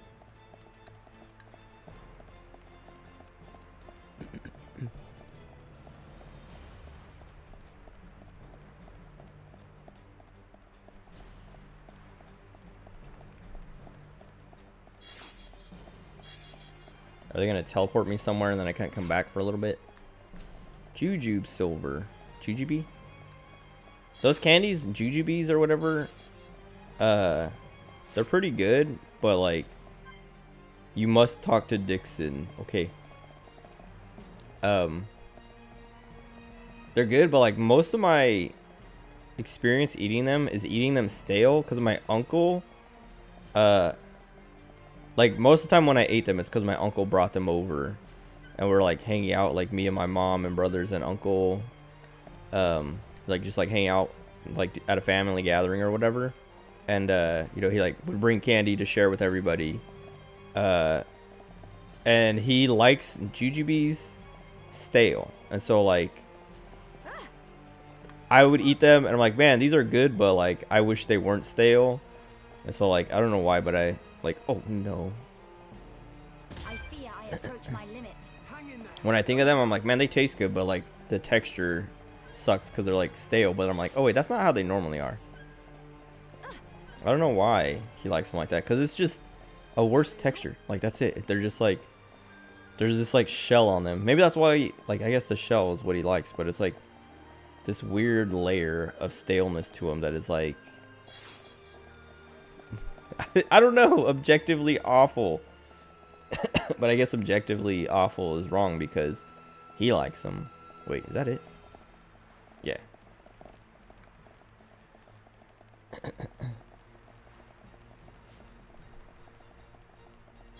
Because they're already kind of like even when you eat them when they're not stale, they're like there is like a, because like I don't know, juji fruits are the other kind of like version of those, I guess, and those are softer, but like jujubes, or however you say it, jujubes, I don't know, they're already kind of like, not like tough to chew, but like juji fruits are, like I was saying, they're the same thing but softer. So like the jujubes or jujubes or however you say it, are a bit more firm and like a little bit more work to chew through. So I guess, I don't know, okay, it must just be a texture thing. I don't know. Never really talked it out or thought about it. Just every now and then I'm like going through the candy aisle and I see them and I'm like, you know what, I could go for some of those, and then I'm like, I don't want to chew them like that. I don't want to chew something like that.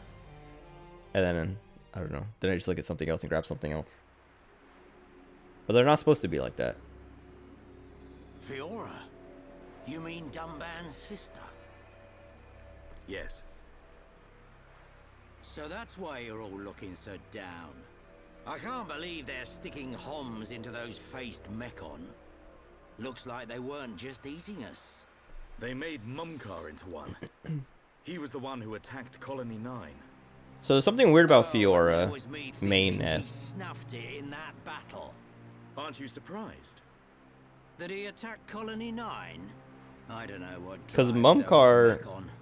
remembers I've everything given up still trying to and is figure like them out. himself. It don't surprise me one bit. Still, Mumkar as well, eh? Things are getting interesting. Sorry?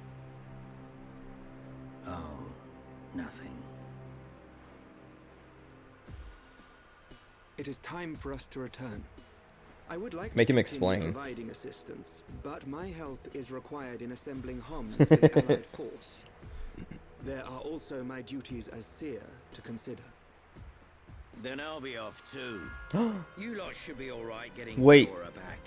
In the meantime, we'll be getting ready for battle. No. I would say, don't tell me Dixon is We'll be fine. Zanza now. Handle ourselves. Galahad Fortress is a key position for the Mekon. You can't just rush in, all guns blazing. Agreed. We will infiltrate via the ether inlets. If I'm right and the Mekon do feed off ether, Then we're sure to find some form of influx channel. Our objective is to reach one of those channels. Don't go dying on me, Shulk. I won't. You take care as well. Cheers. He only cares about Shulk. If everyone else dies, it's fine.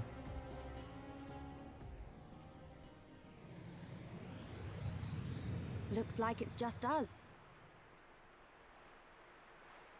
Right. Who said that? We head for the hilt of the sword. Charlotte's been so uninvolved for so long. Okay. Not even just like me not using her, but like in cutscenes and stuff. 1 year on. Now, at last, we will seize our destiny. Isn't that right, Shulk? Like, now that I'm thinking about it, I don't know. I mean, I guess she does have like a reason to be with us, but I feel like she should have just like left to help with Colony 6 at some point. Ew.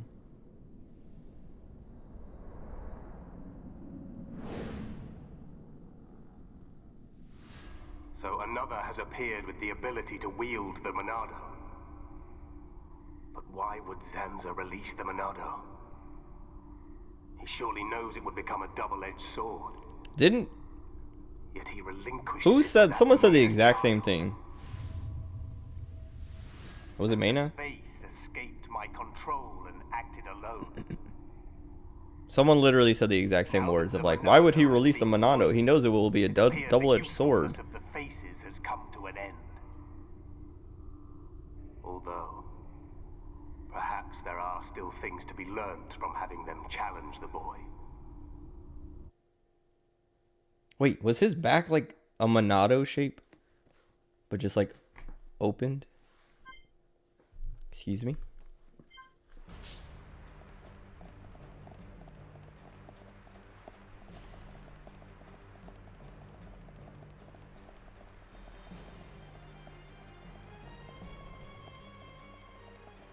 Is he gonna turn himself into a Monado? Monado Monado egg eel.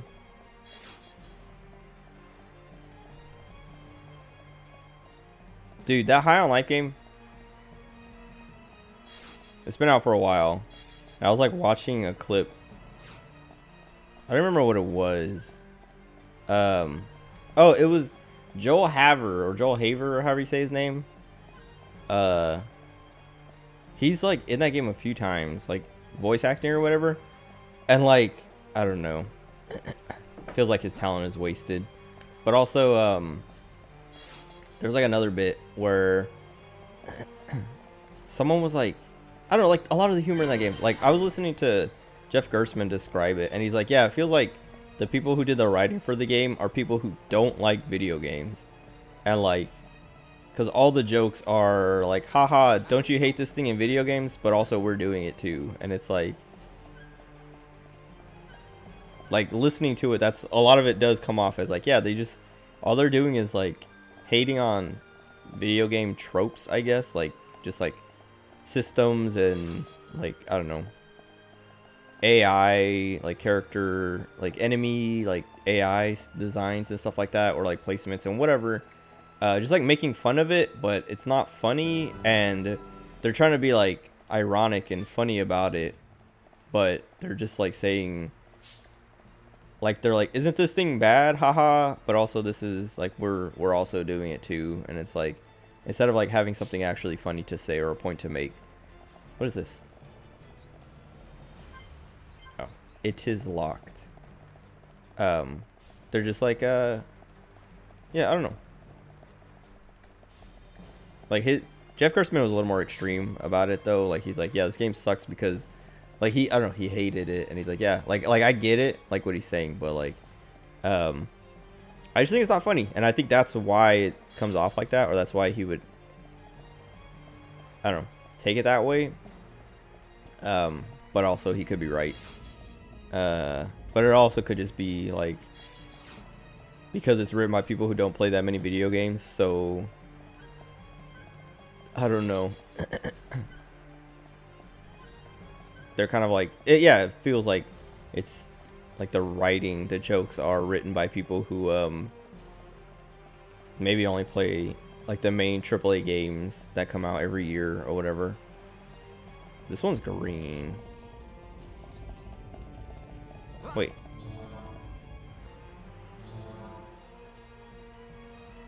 Okay, but what's this tunnel then? Oh, but there, so yeah, whatever. Anyway, I saw this video other than the Joel Haver or whatever thing. Oh God. Let me see. Roaring thunder! Your fighting spirit is mine. Manifest yourself. Okay. Shulk, do the thing.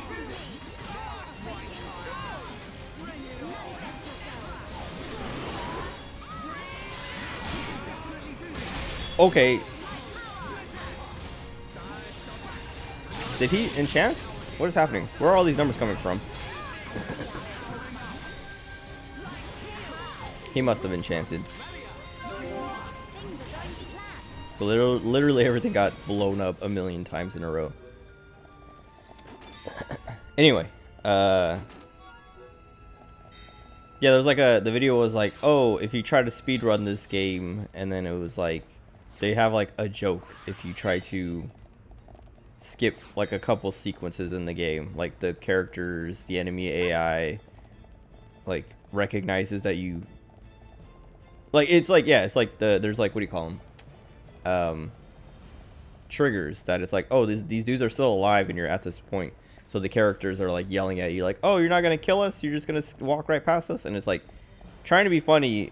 And it's like, I don't know. I didn't find it funny, but like I could see how you could find it funny if you've never heard that joke or never like encountered that before.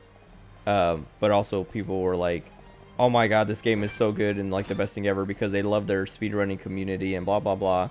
They have like, because the joke isn't like, I don't know, everyone, like not everyone, but a lot of the comments were like, oh man, finally a game that appreciates speedrunners instead of trying to like stop them and blah blah blah. And I'm like, dude, I feel like any game that has like a bug or a glitch that is a part of speedrunning, like if the developers fix it, it's not because they're trying to stop the speedrunners. They're like, oh, there's a bug in my game, and they're just trying to like clean their game up. It's not like targeting speedrunners. Like maybe the speedrunners highlighted it so they noticed it.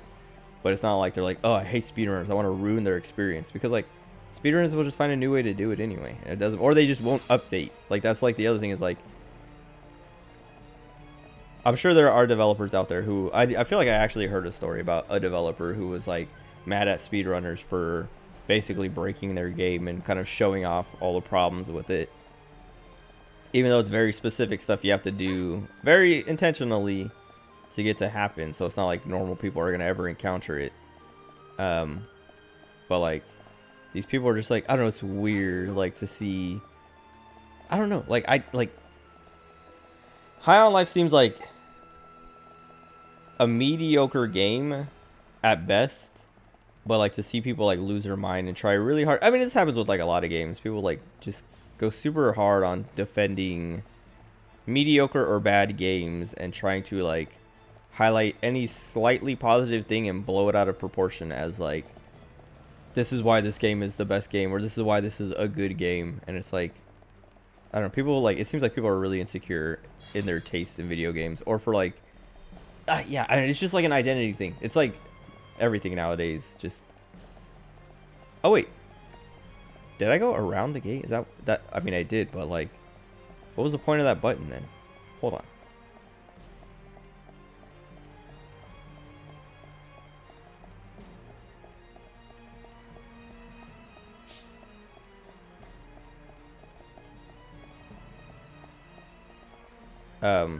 What was I saying? Yeah, I don't know.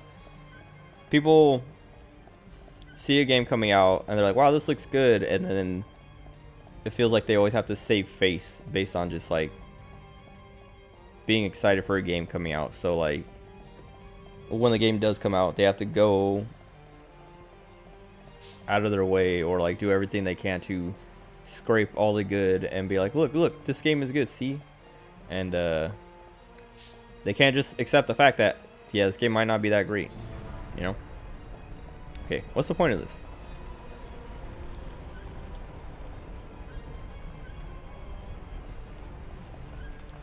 Like, I start walking this way if I do that? Wait, can I close it? No.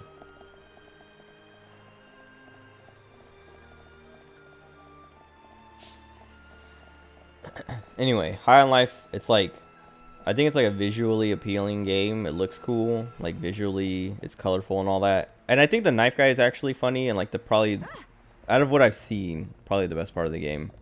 But other than that, it seems pretty, like gameplay wise and everything else, it seems pretty, not generic, but I don't know. I said mediocre earlier. That's like the word that keeps coming to mind because it's not. I don't know. I don't know. Discuss how the Mechonis is siphoning ether. What could this mean? I have no idea. If the Mechons are powered by ether, then the Mechonis is probably also powered by ether.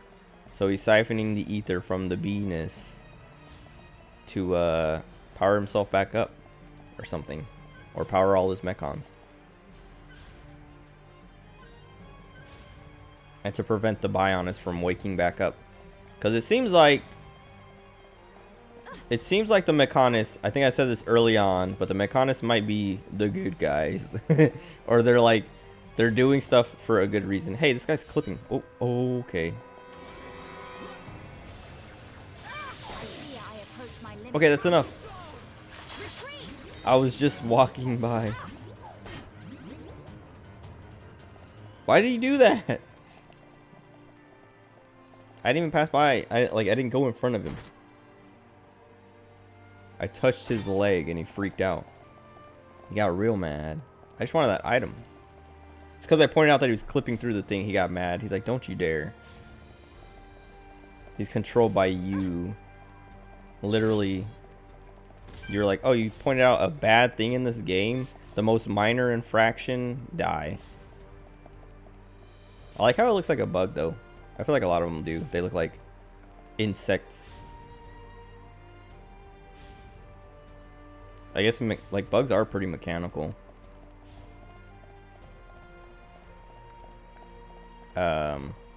Okay, I thought that was connected. Oh, I guess we're fine. What was I saying? Talking about High on Life.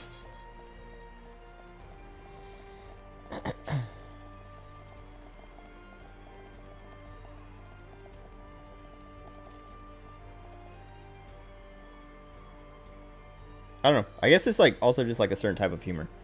Like it seems very Rick and Morty. So if you're into that, you're probably also into High on Life. Okay, there's an item up there. Didn't I already go there? Is he gonna see me if I cross this way? No. Maybe. No.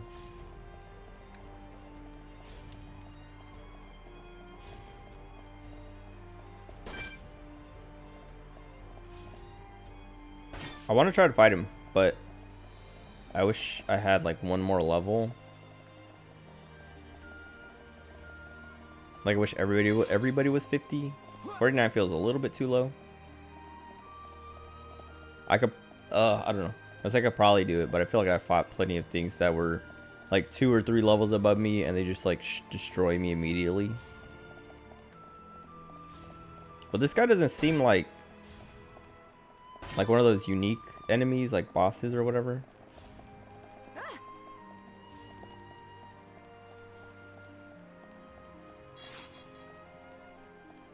So he doesn't seem as scary. Oh, I can't jump up this though. What? Don't you dare give up. No! Oh, I accidentally clicked the stick too. I approach my limit. Stay strong. I just want to go to the other side of it. All right, I'm gonna try to fight this guy. Roaring thunder! Your fighting spirit is mine. Focus your attacks. What is that? Oh, we're probably fine. Hopefully fine. Also accidentally. Okay, wait. He's losing health pretty quickly. It looks fine.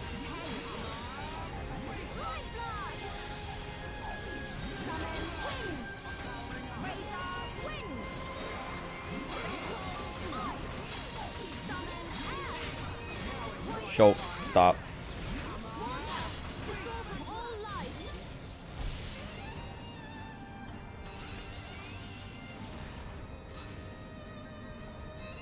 He'll probably be fine. Okay. He's fine.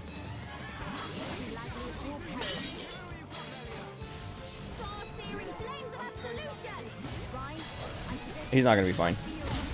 Oh, I knew that was gonna happen. It looked like an AoE, and I was like, ah. Like, it didn't show her dying in the, in the little thing, so it'll probably be fine. Well, he'll survive, I guess. Pick us up. Pick us up. Pick us up. Pick us up. Oh, he's dead. Okay, he's dead. Maybe not. Why did you do that? Get away from me! Okay, he's fine. We're fine. What is happening? Oh. We can't do anything because Shulk is down. Also, I don't want to be standing this close. Alright, we're dead. We could have done it if I didn't get one shot with Shulk.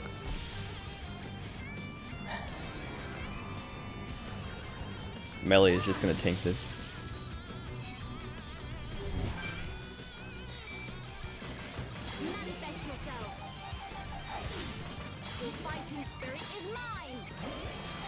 I'm trying to like pull back as much health as I can to not die.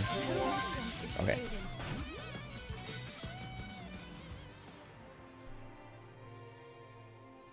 I like how her affinity went up with Shulk and Ryan for losing the fight. Okay, I can do that. That seems doable. We got him to almost half. And if we didn't die, if we didn't lose both Shulk and Melia, we would have been fine. Because I could have picked up Shulk.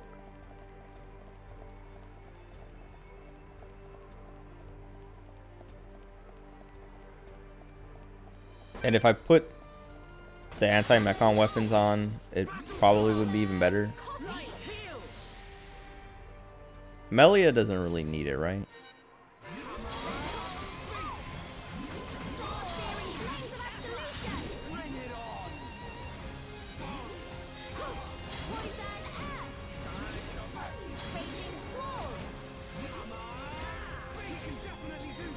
Why is Shulk running as far away as possible to not get the buffs? I know he's trying to do his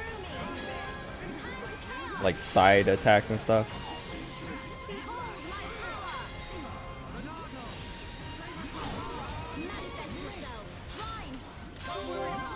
Help him. Stop running, Shulk. I mean, Shulk needs it more than Ryan does.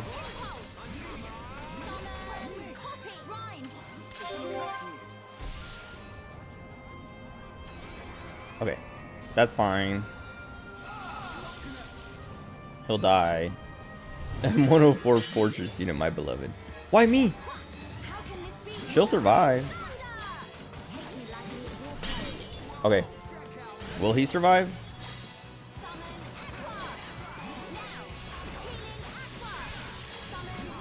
She tanked that. She's like, okay. Dude, Shulk, what are you doing? What is he doing? He's trolling me. If he takes the AoE hit, this is fine. Yeah, die over there. And he'll survive. Please don't. If it turns... Oh god, I need to get away.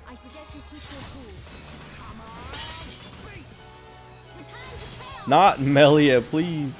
Dude, we're so... Okay. No! We're about to get our... We were so close to a chain attack.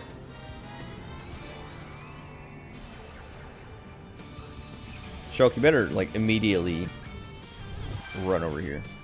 Dude, this is... He's gonna die. He's dazed. Okay, there he goes.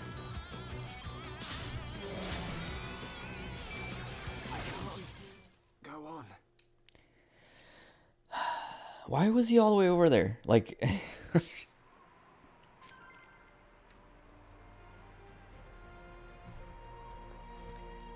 Why did he do that? If he didn't run all the way over there. Is that what this gate is for? Is you open the gate up so you can just run in and fight this guy over and over again? Also, we can get our chain attack immediately.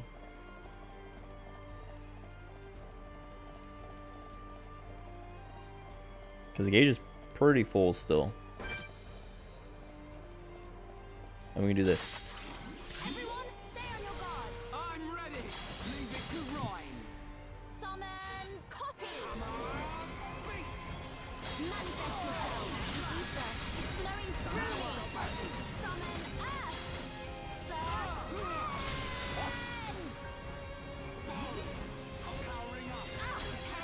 First.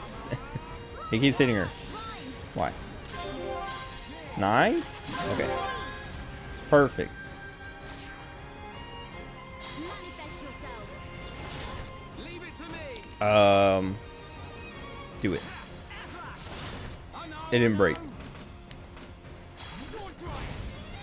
He did 1 damage. I should have done Shulk's. Dude, her giggle. Make her do that again. The weak spot. Things are going to plan. I should have enchanted. I should have went to Shulk's Monado stuff instead of trying to break it.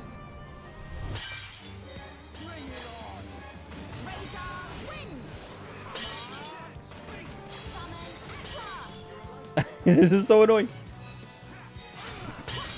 Stop it. They're oh my god. They're trying to impress Melia. They're like, no, look at how much damage I can take.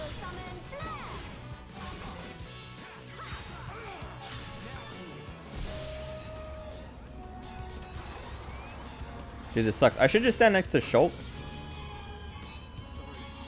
So he gets all the buffs. Because Ryan can't use them as well. And he's running away. Okay. She probably won't get hit, right? Oh. Okay.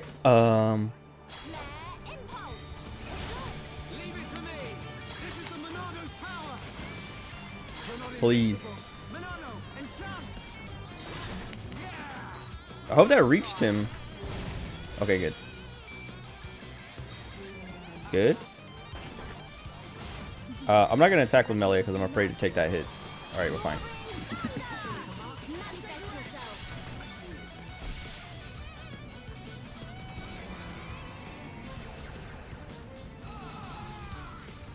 He's fine. I wish I could share your ferocity, Ryan.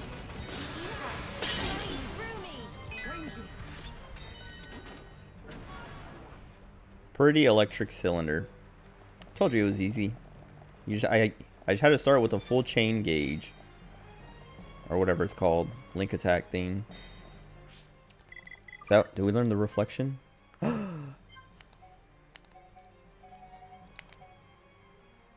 Cause enemy attacks to rebound on the enemy. But it's just for her. It feels not like completely useless, but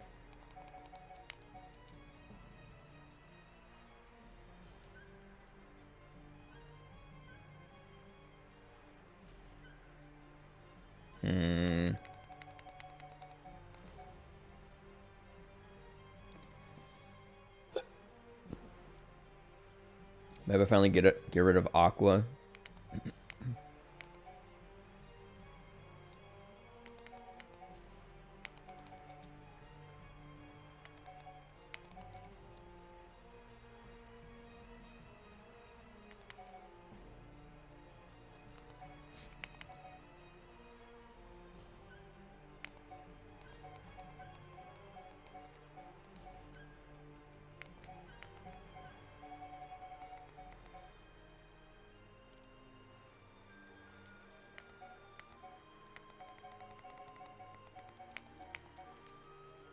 I don't know, it doesn't seem that great though, because like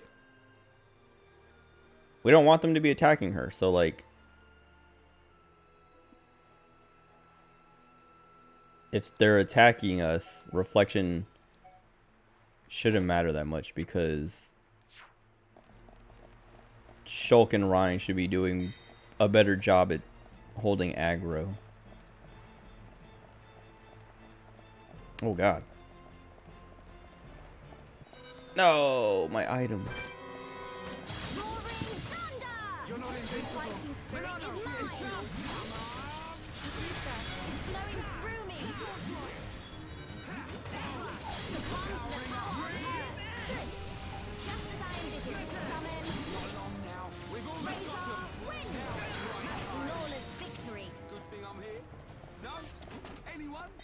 She says flawless victory. And I think of Mortal Kombat every time. My little brother was watching like a Mortal Kombat lore video yesterday, and I was like, I wanted to ask why, but I didn't want to interrupt him. Cause like, I don't know, like, what? I know he likes Mortal Kombat, but I feel like Mortal Kombat doesn't, like, it has lore. Everything has lore, but nobody plays Mortal Kombat for the lore. I feel like nobody plays fighting games for the story, period, but I don't know. Like, I know fighting games can have stories and good stories and whatever, but like, I don't know. I was gonna say you will never catch me watching a fighting game lore video, but then I think about Wooly. Wooly has that yeah, stupid guys. He has that series on Guilty Gear's like story.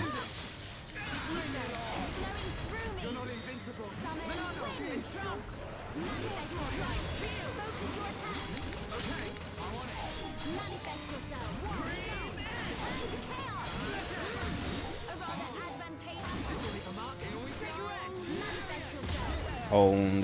Dude, I really like that like hit sound.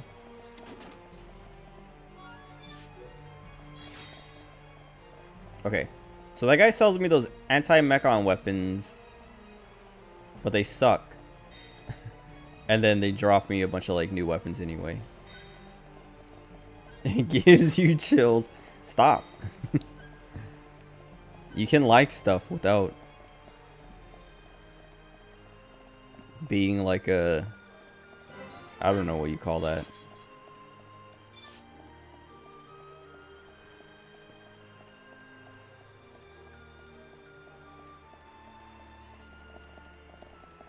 Oh, that's not, wait. Yeah, no. I thought I could walk up that. Being able to hit Mechon without enchant doesn't suck, but the damage sucks. Why would I want to like neuter myself when we just have Shulk enchant for 90 seconds? By the time he gets it up again, like by the time the enchant runs out, he can do it again. And I know you're gonna be like, oh, but what if you want to use speed or shield or whatever? I don't. Why would you ever want to use that when you can enchant and do damage? Because if you kill them fast enough, you don't need a shield. You don't need agility. You don't need speed or whatever.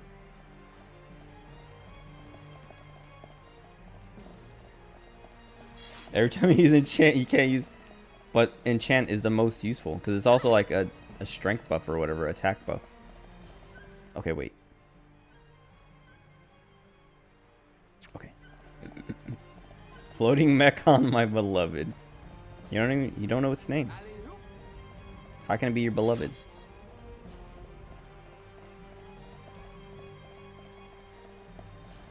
Ooh.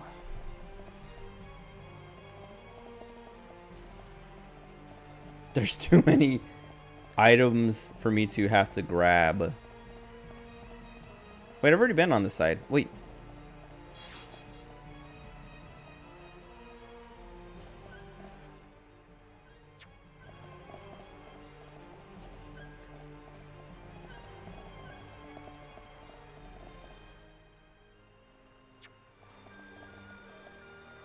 Okay, I guess the wall was just blocking this part before. So I was like, wait, have I been up here before? I have. I thought like I might have just been on the side I couldn't reach before because the door was closed, but I could walk back and forth. So this must have been... I don't think I had access to this part, though. Maybe I did. I don't know.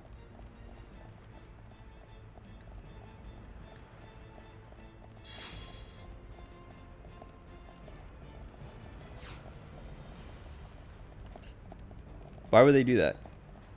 Like, here, you can walk this way and look at the thing, but you can't get to it.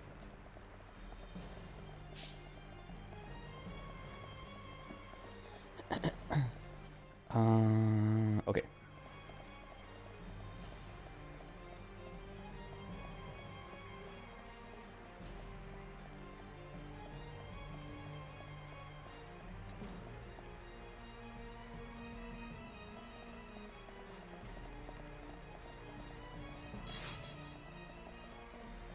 Where does this want me to go?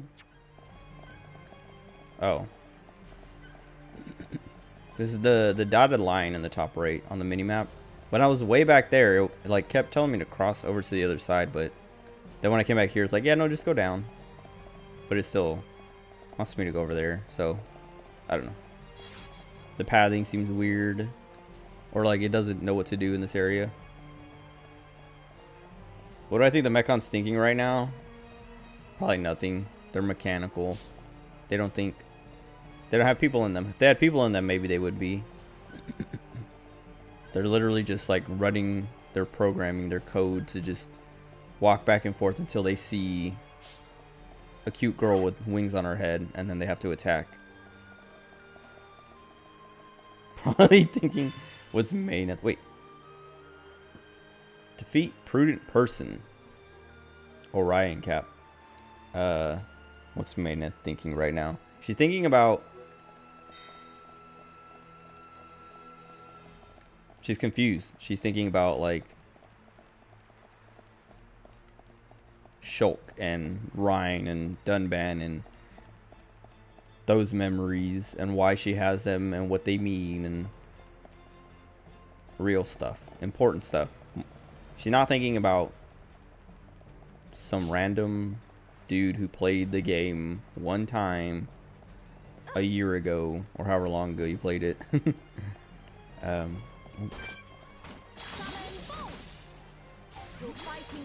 You didn't even 100% her game. I don't actually know if you did or not. This game seems like, not that it would be like a pain to 100%. I mean, it seems like it will be a little tedious. With the, like the Colony 6 stuff. And all the relationship stuff. But not nearly as bad as 10-2. Because I was talking about that earlier. Like the true ending, you have to do like 100% or something. And when you finish the game, it's like, hey, now you can do New Game Plus, and you keep all your like progress for quests you've done already. So you just have to do all the stuff you haven't done. And I was just like, telling me that my progress carries over doesn't make me want to play this game more. Stop it. They can't convince me. Nothing they say will convince me. Locking training behind 100%. I kind of agree, but also, well, okay, I agree, but if it's like some of the stuff is locked behind some side quests that you have to do, and it makes sense, that makes sense. But I think difficulty, like locking endings, oh god, behind difficulty is even dumber. What is Ryan doing? Where's Ryan? Oh, he's fine.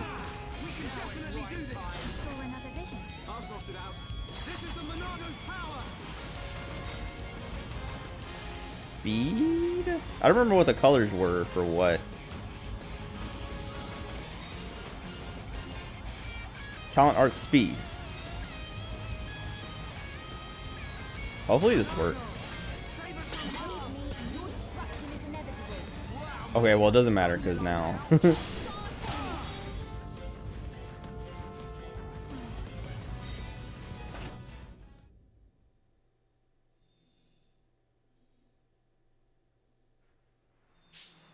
What was that? Oh. I know it was like an AoE, but Jesus Christ. How big is the AoE? We had no room in there anyway. I hate that. We were all attacking the same guy, and then this random thing shows up behind us and shoots. And Ryan is like, oh, new thing. Anyway, what I was saying. Games that are like, oh yeah, you have to beat it on the hardest difficulty to get the true ending. That's always like, I don't know. Like, what if your game isn't that good that I will want to, like, play on the hardest difficulty? Because sometimes it's not like, I don't know. I'll play a game on the hardest difficulty if I'm enjoying the gameplay. But if your gameplay is not good enough to make me want to play it on the hardest difficulty, I'm not going to. I'm not going to. Oh, Shulk is dead. When did that happen?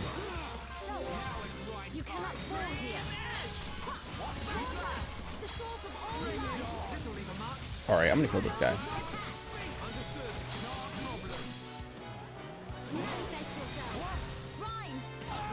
Wait, Shulk, do the enchant. What are you doing?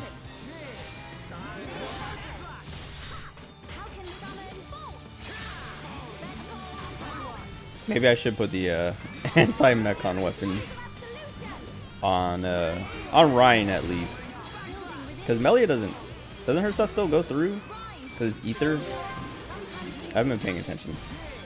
So I'm mindlessly hitting my buttons like usual. Yeah, she doesn't need it. He does.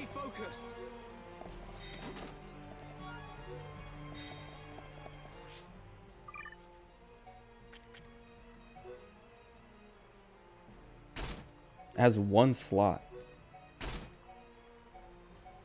I'll give him topple up. Well, we have a million of these strength. Oh wait, no, we only have one strength up. Wait, why does this happen again? Strength up 2, but it's 20, and then strength up 2, but it's 15.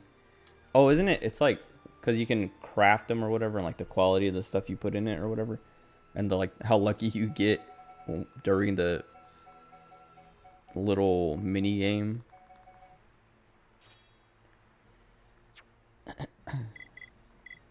Okay.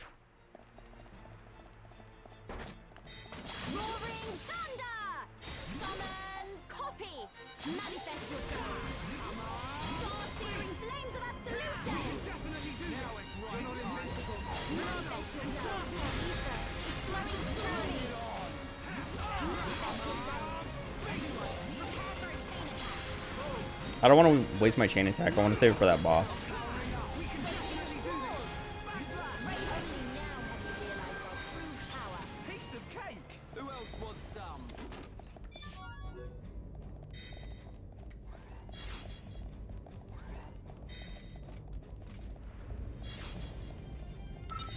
Oh, I was like, whatever.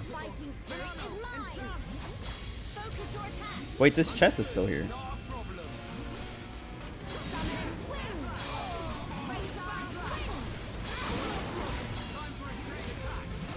Which one is it? Where's the person one? There we go.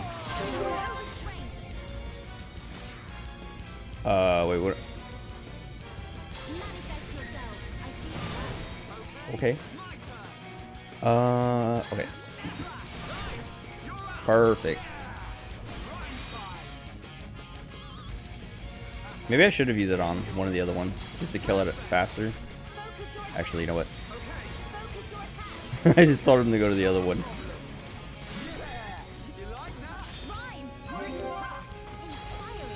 That was so much.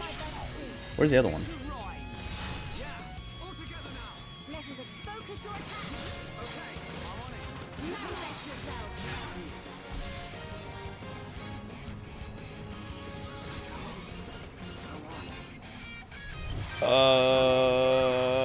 Let me move, please. Thank you. Hey, Shulk. Did this work last time? Alright, he's dead.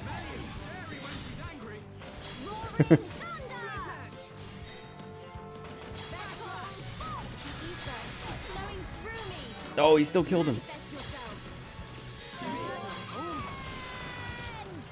Please, stop. No. I queued up too many moves, so I couldn't move. Okay, okay, okay.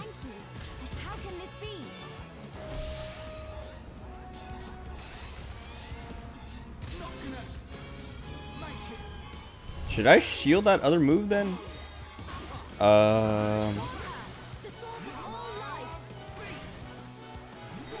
He's just gonna die.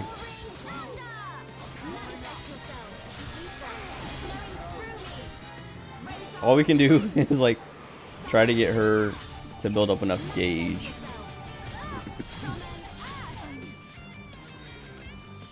Why is this guy so hard?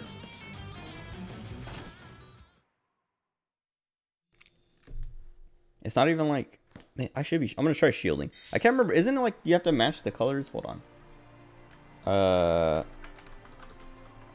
So like it's like you use shield for arts. It even says you shield for arts. Oh my god. Obnoxious. Hold on.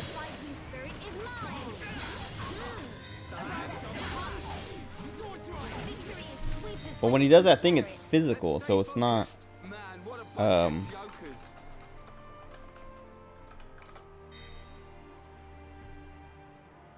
hold on. Oops.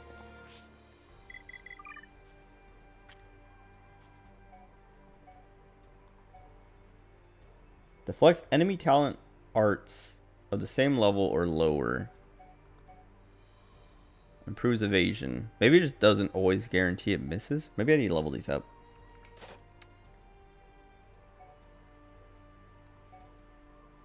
I can't do both. I'm gonna try shield this time. But it could also, I can't, like, I don't know. I like stop. I know Shulk died, but he might not have died from the attack.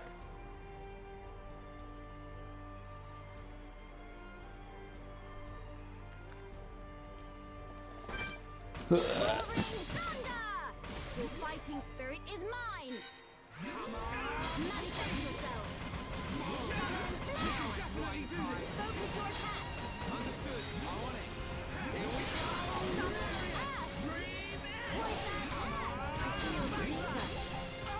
I should be able to beat this fight though. I don't know. It doesn't seem that hard, or like it should be that hard.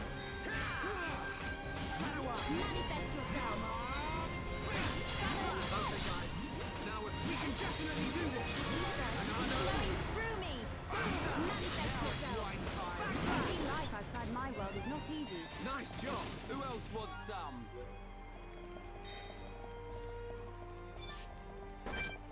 Summon bolt. Battle soul. Copy. Manifest yourself. Ether flowing through me. I'm feeling it. Summon poison.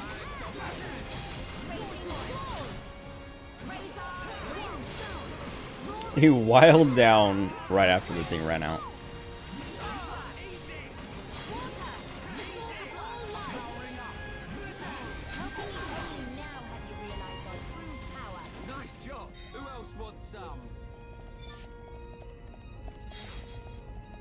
About to wild down yourself. Explain. Oh, we can just like sneak past this thing.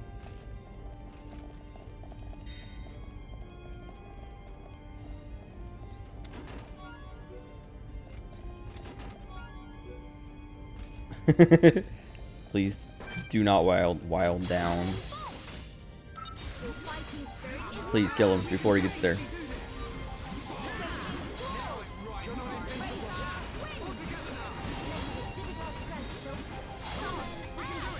Okay. I don't know why he didn't go alert them, but cool.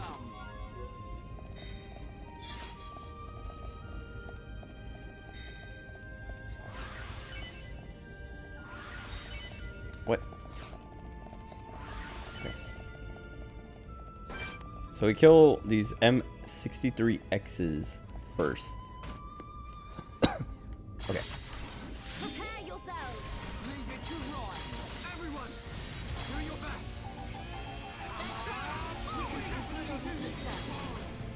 Why are those guys just watching? I mean, I'll take it. Cool.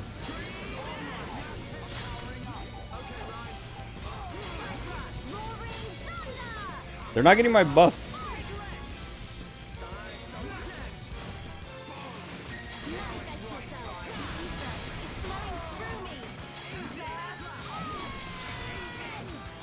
Oh god.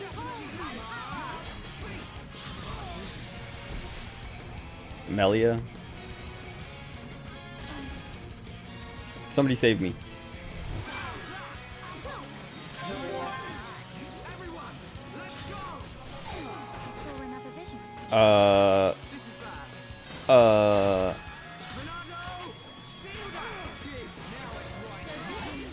It didn't help. It is, I have to do evasion. Or speed. Whatever. That might be better.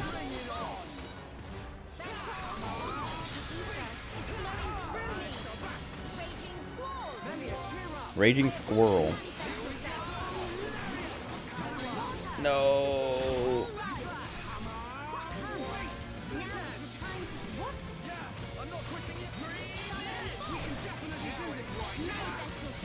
Ryan got owned. Help him. I'm trying to leave the water on so we can passively heal, but it is not nearly as good as I need it to be.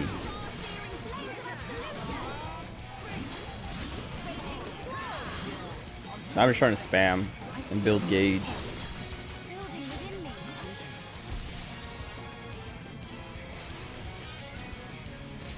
Okay, so that's when we would need a shield, I think.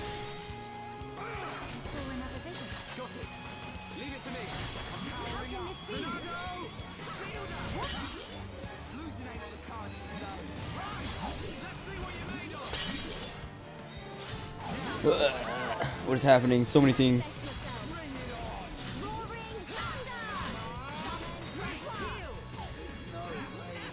He died still. He's embarrassing me. Please. No.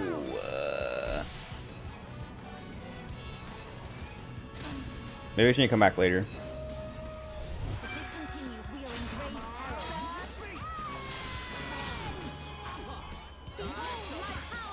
I can't, I don't know. I literally can't do anything. Just play Shulk. Play Shulk and pull out Dunban.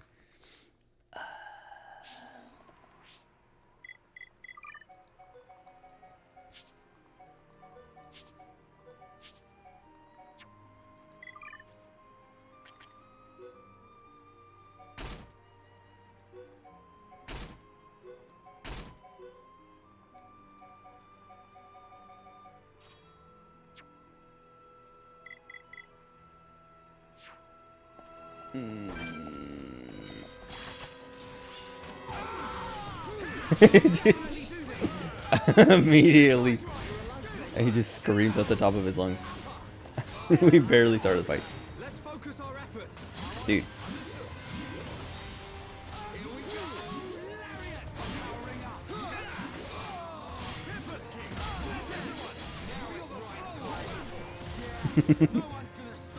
Literally just walk up and it doesn't. I don't even know if they actually did like an attack or if they just did their basic auto attack, but he screamed at the top of his lungs. Pretty good. Speed on Ryan so he doesn't take auto damage. Maybe? Oh, I should have done this for the bonus. Somebody kill this guy.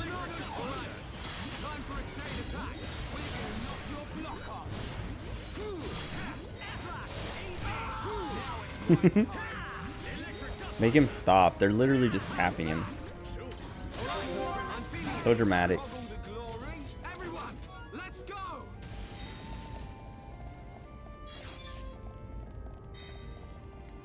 Shield when necessary. I shielded last time, and we still died. Oh, this thing hurt me? Oh, I missed it. Let's focus our efforts. Not a problem. Roger. That doesn't reach very far.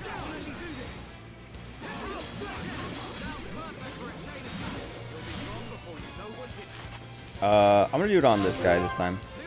So I don't know. We could kill the other guys faster, but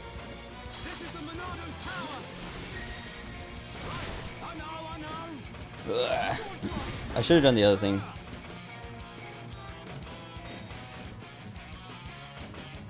The only thing to do is Gale Slash.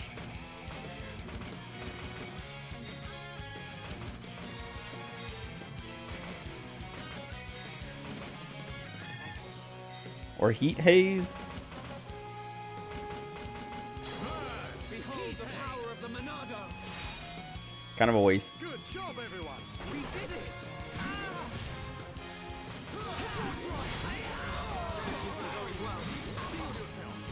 Why? Dude, what? What do I have to do? We have two people with tons of aggro drawing stuff. And I'm still getting slapped.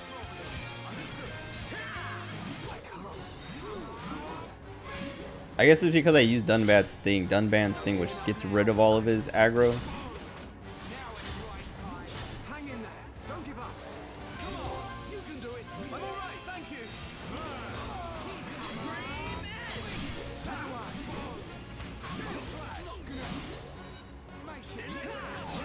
This is going worse than when Melia was in.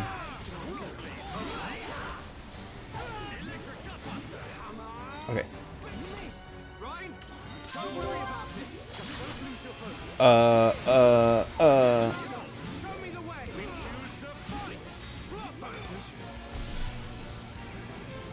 course he does it right after I... Okay. Maybe that'd be fine. I don't know. Did I tell him to focus? No, I told him to focus the dude I kept switching to. I told him to focus him at first. Please don't switch to Shulk. Okay. It says miss. Okay. Good. I can't... I want to... Okay, there we go.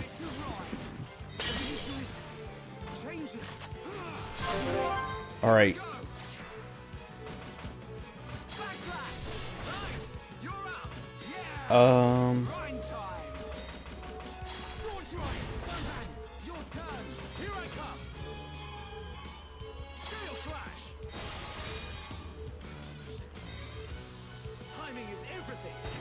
We might be alright.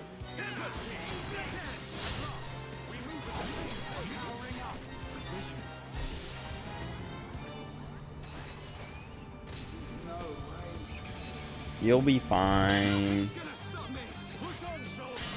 No! Don't look at me. Okay, wait. Did we just do this? And I hope he kills him fast enough. Oh, they killed. Oh, we have just barely enough. Dude, I can't use the Monado thing. I'm trying to. It missed. Okay. Jesus. Oh my god. That was so obnoxious. I did the Buster and I missed.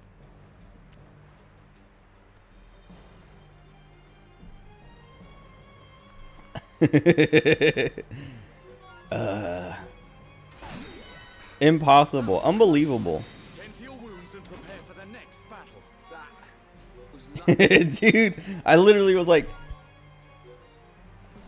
I had Dumban do his like, what do you call it? The their main like thingy. There's a name for it. Is it just their? No, it's not just like their arts. What do they call it?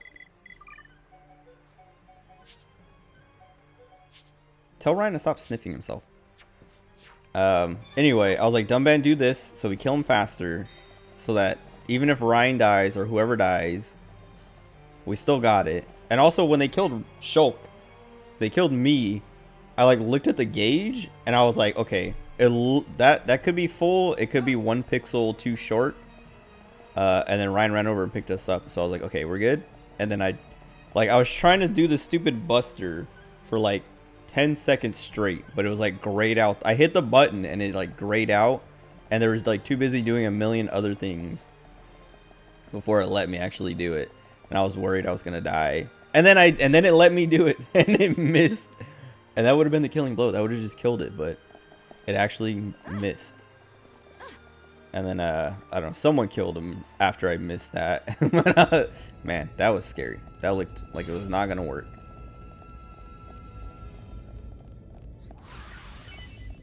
And actually, okay, so we beat it, but like early on, it looked like it. Like I was like, dude, this is worse than when we have Melia. This is not gonna. It's not gonna work.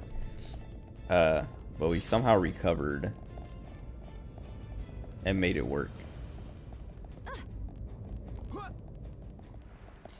It was annoying because like every time I used the Monado arts, like right after I would hit something, because I'm like sitting there like, okay, well he's not doing anything, so we don't need to hold on to this for very long. Like we don't have to hold on to this forever and just wait till he does something. Let me use it now. And then as soon as I would use it, it would pull up the little like slow-mo thing showing someone get killed, and it's like, okay, great. Now we don't have it. So now we have to like, I don't know, deal with it and try to fix it afterwards. Stupid game. Why would they do that? They're trolling. They're like literally watching. They're reading my inputs, and they're like, he used the arts? Okay, now kill someone. Whatever, we finished it. We killed him.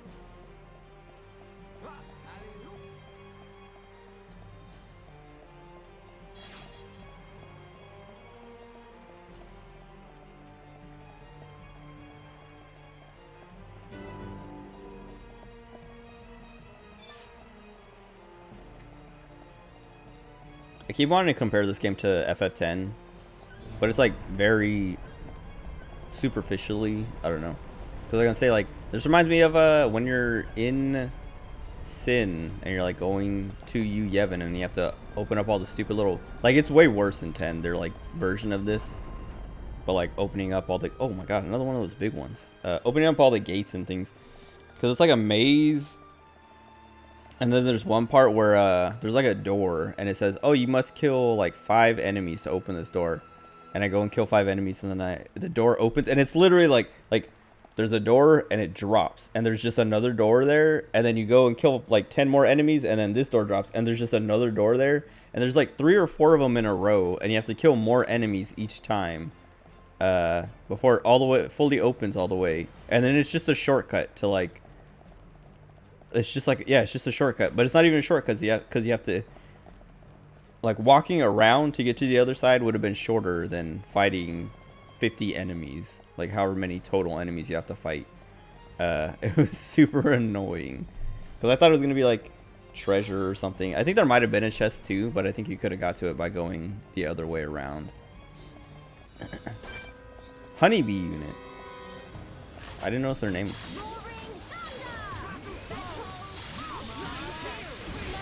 Oh, I messed that up. Get this guy off me.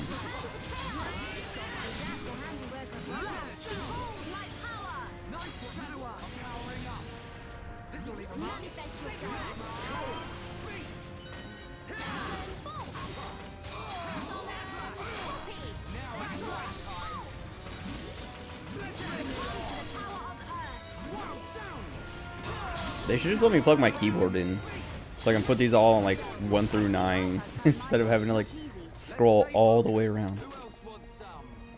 It's funny because my brother was asking, we were playing Splatoon the other night, and he was like, dude, can people use a mouse on this game? And I was like, maybe. I don't know. I've never heard of anyone using like a mouse and keyboard to play this game, but I wouldn't be surprised if you could plug in, because like the Switch has USB ports.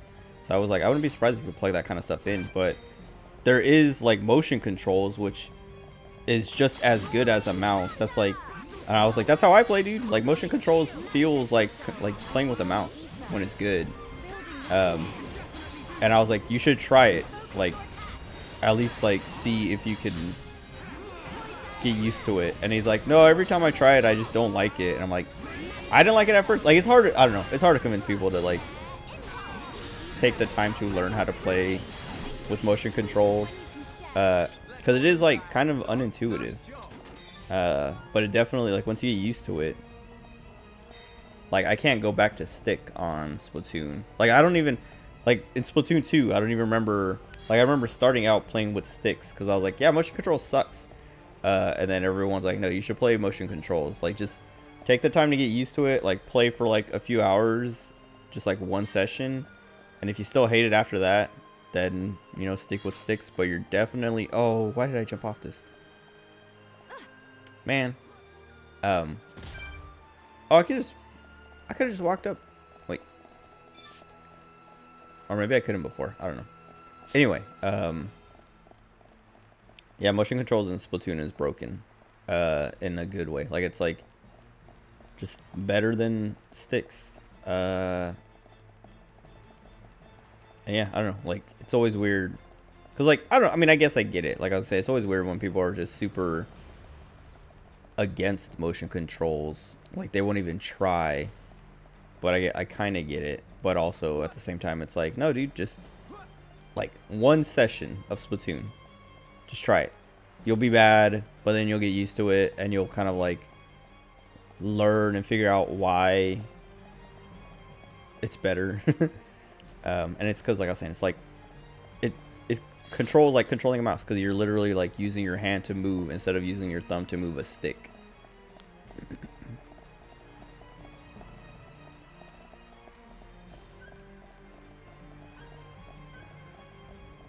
But, they should let me plug in a keyboard and let me just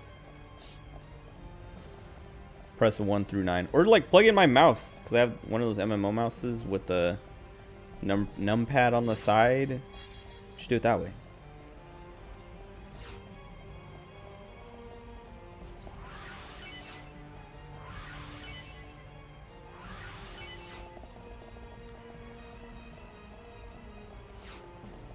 Why do they make me grab those like that?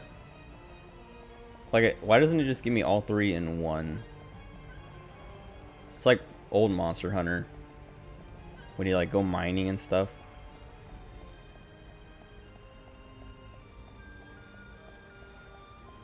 Like, I really liked how in World, they've changed it. They kind of, like, updated it, gave it quality of life. A quality of life upgrade where you just hold the button to keep mining the same node. But then in Rise, they're like, yeah, just press it once and you get all of it. And it's like, sweet.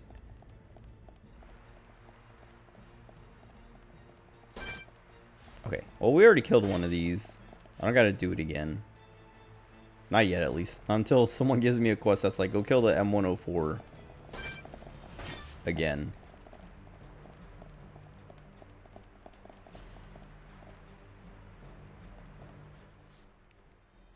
I gotta go over there.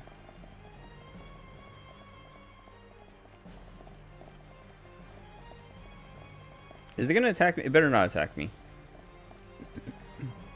Okay.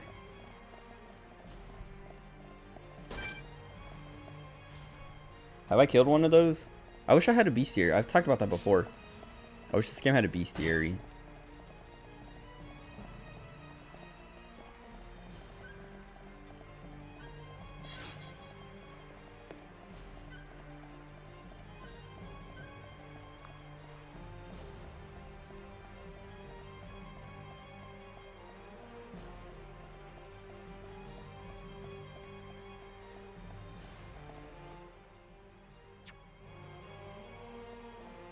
I didn't get that item. Whatever. I should stop worrying about the items because they're not. I mean, I think there are some item placements where, like, okay, these are what spawn here, but I think for the most part it's random what you get from the, like, items, like nodes or whatever you would call it, unless they're special, like the red ones that are some kind of, like, quest item or something. What is that over there? Oh, I think that's one of the ether things. Yeah.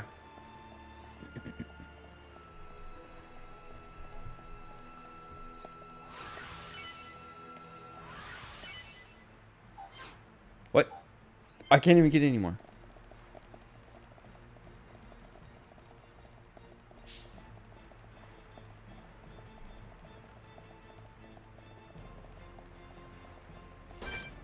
This guy's camping the item.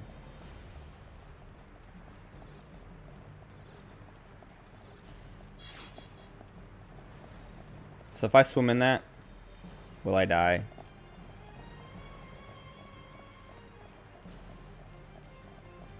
Because isn't that the thing in where Otharin or whatever his name is, when we fight not Metalface, the other one. No wait. Oh yeah, no, not Metalface. What's the what was his name?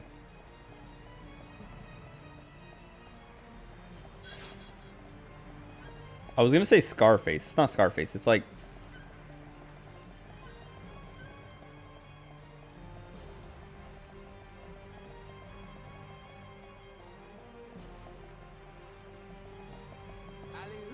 dude, I can't remember his name. The round one. But when we're fighting him, everyone's like, "Don't fall in there, you'll die."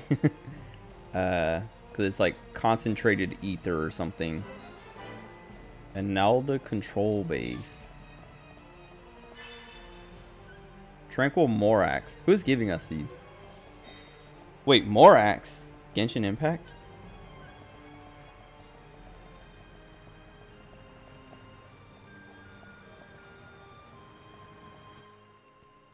Hold on.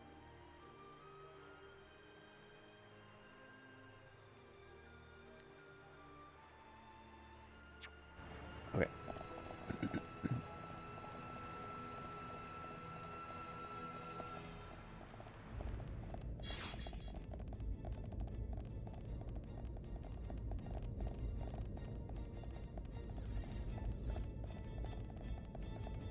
This guy again.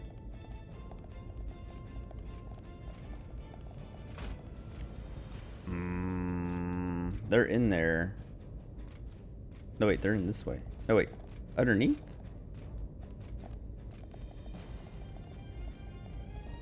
What's that red dot?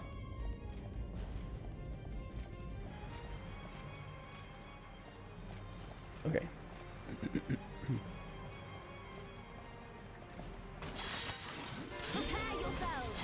Oh, that other guy just immediately turned around before he even hit anything.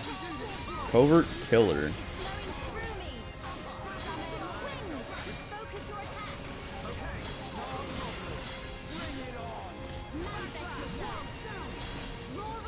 Nice.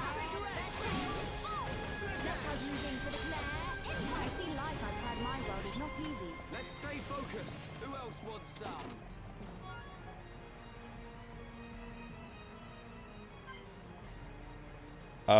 Want to open the menu to make room. What would I even give up for this? I guess like a lower quality one or something. A small bunny of crystal. What do I have like the most of? The bunny of crystals. Oh my god, I have so much.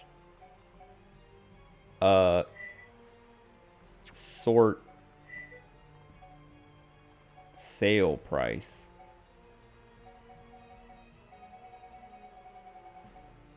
Wait, what else?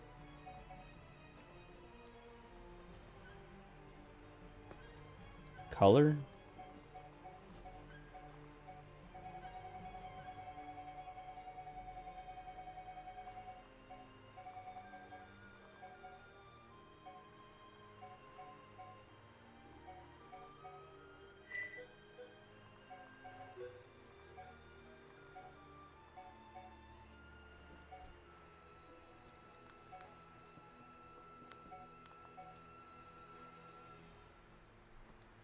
I hate how they're mixed up. Because it's like small caterpillar crystal, 89. Small crabble crystals, 89. And then caterpillar crystals again for 89. Why are they separated like that?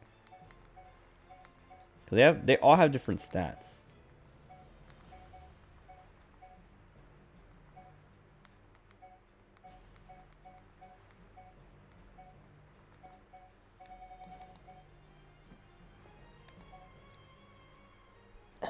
Excuse me.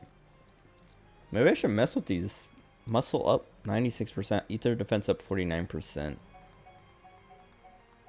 These numbers look broken.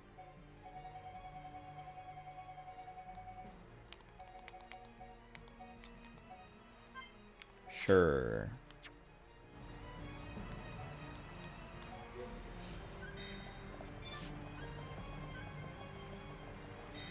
I think, yeah, it's probably time to mess with those. It's time. Time to sleep. Because, I'm also, not like tired, but I'm like looking for a place to, stop.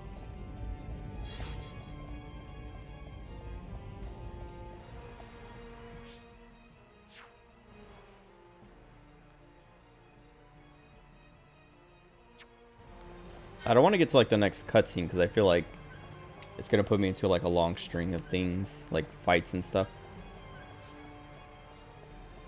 So maybe just like the next checkpoint or something. Oh, that was kind of cool. Just 2 of them. I could probably. I mean, I don't see why I wouldn't be able to do this.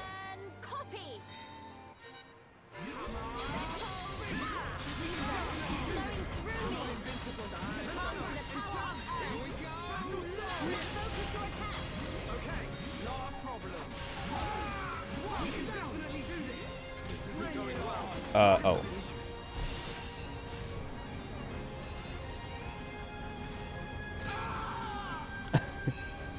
That's not good. Well, probably fine. Probably, no. Okay, maybe. Probably be fine. I was gonna warn him. Whatever.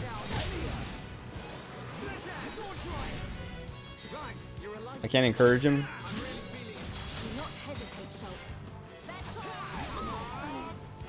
Oh, she died.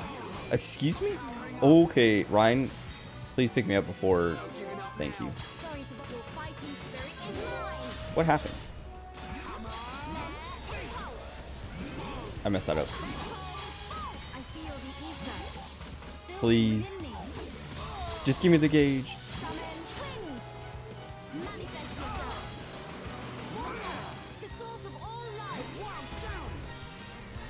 Oh my god. I was like, this fight. Okay.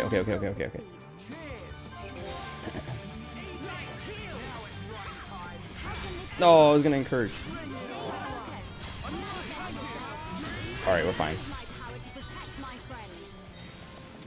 That was scary. Those guys like appeared out of nowhere and I was like, cool. I'm not gonna take these. Whatever. I was like, cool. But it's probably fine because they're 3 levels below us. They're probably 2 levels below us at the time because I think we just leveled up from that. But then somehow they almost killed us. Whatever. The glow of the ether looks pretty cool at night. I know this boss is down here somewhere, but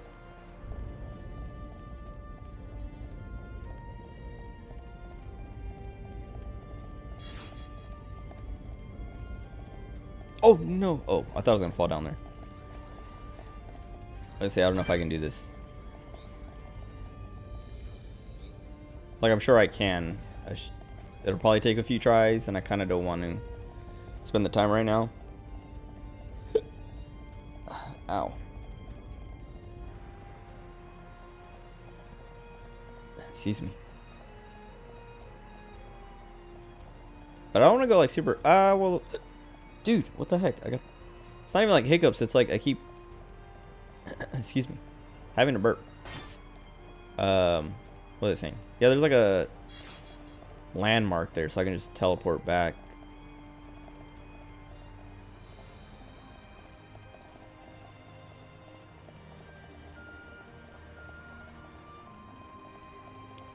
Am I supposed to be on the other side? Yeah.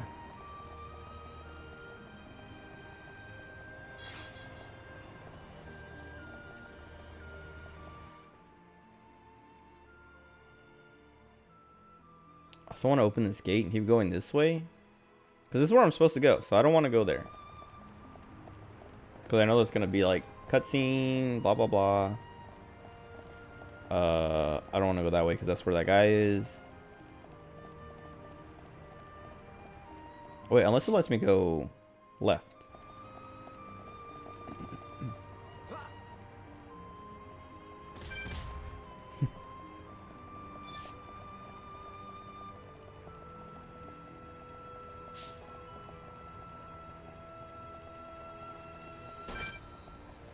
M71 flexible unit.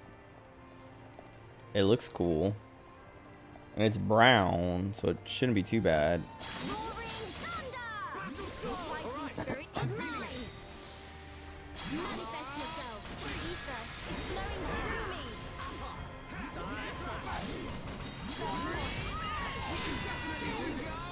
Alright, I forgot it has like the tentacles.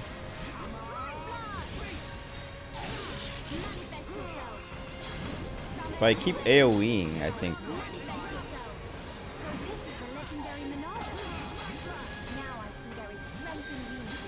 Wait, are these? No, they're not running over here.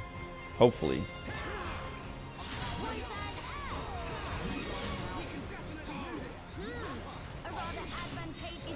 Oh. I didn't realize. I was like looking around at the different. Okay. Oh wait, its tentacle is still alive? What? Oh, they are.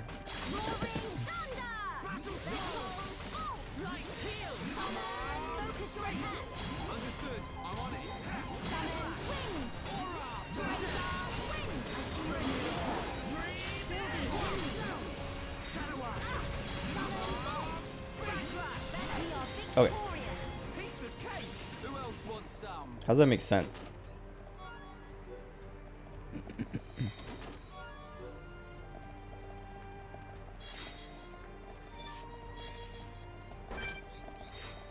Defective eyeposts.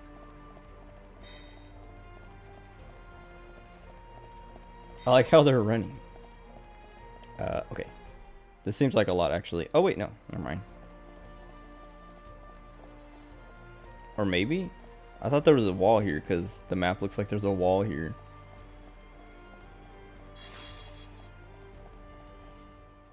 I'm gonna go over here and then see what I can do with that. And then probably call it for the night. Almost 6 hours. It's hot.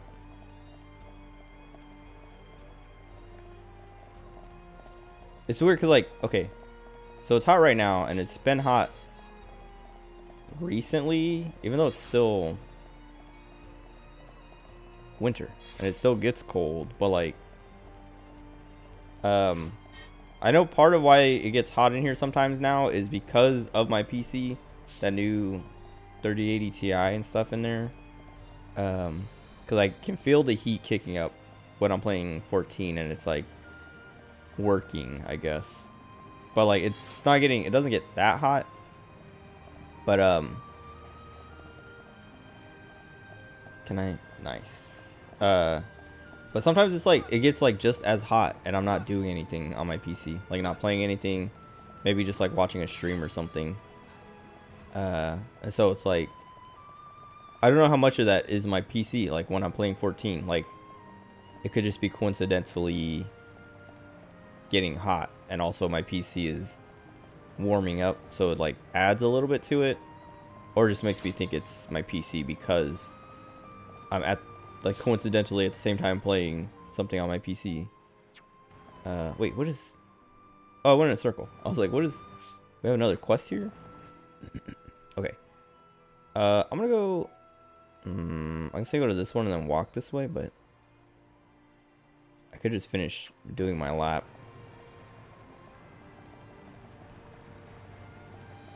And go down here. I didn't know I could just like walk this. I thought I would slip and fall off and be trapped.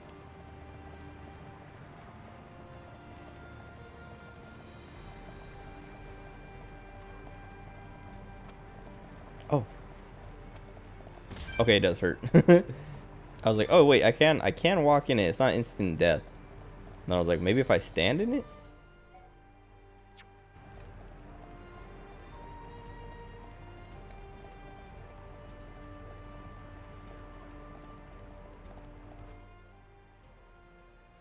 I also need to go this way, but let me go this way first.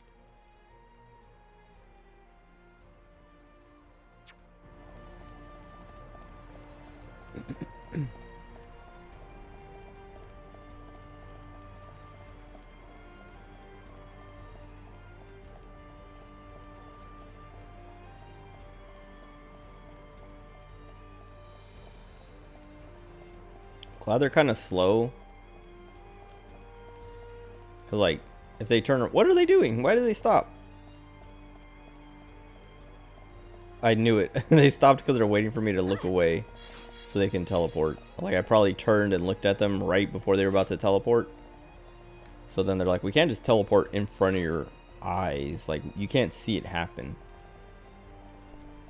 So as soon as I turned around, I even, like, when I turned away, I saw, like, Shulk or someone pop in, like, right at the edge. Okay, this one's turned off.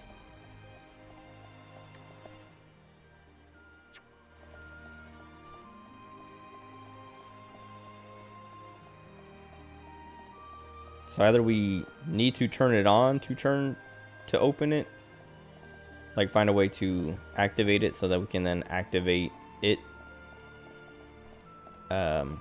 or this one is just always going to be off like this, or we have to like do the next story part to open this part to like activate this to be able to activate it.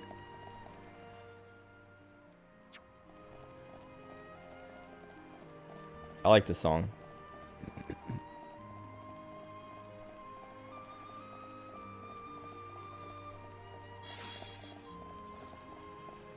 Okay, well then, because I don't think it's gonna be like somewhere. It's not gonna be in this part, and it wasn't over there. I didn't notice anything.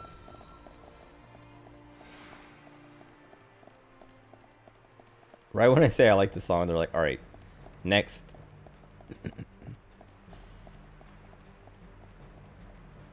I guess it could be over here too, but I think it's just gonna be like once I progress, something will happen that will send us back this way or something.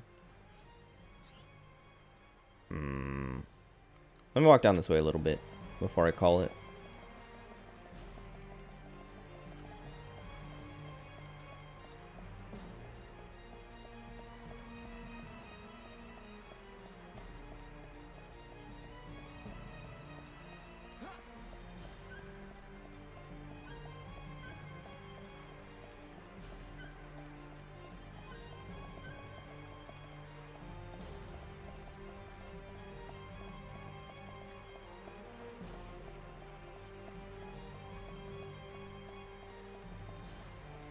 It's probably also going to be a dead end or something, because it looks like it could be progress, but not yet.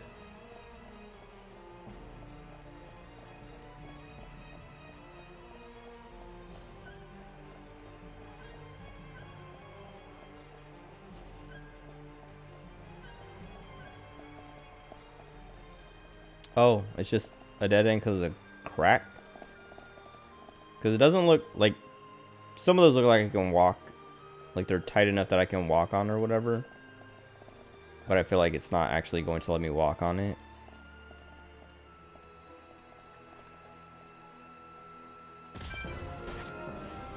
Monado wound. Okay, it's just a secret area. And it, okay, lets me go inside.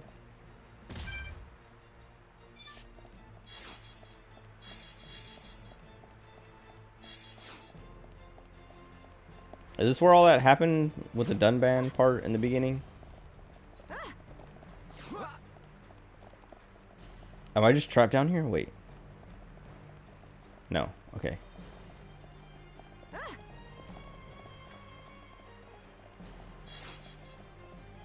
Well then, this is probably not progress, because why would a secret area just be like on the main path?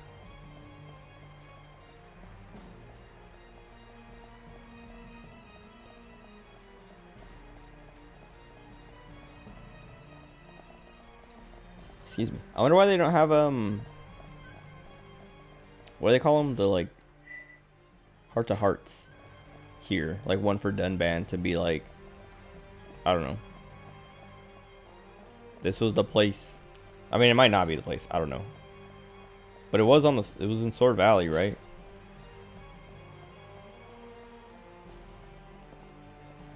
Oh, see, it does let me walk, but I almost fell off, which is what I was kind of expecting. Was either it would like just like have an invisible wall that doesn't let me through. Benevolent aim. Okay.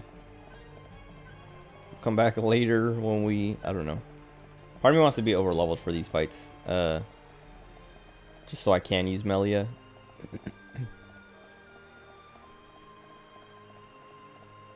Like, so she's a little less squishy. Maybe I should just buy better equipment though. We have the money. Where is it? How do I see? 607,000.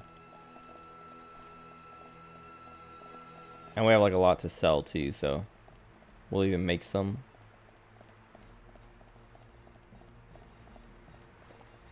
And we only have to get a set for Melia, Shulkin, Rhine.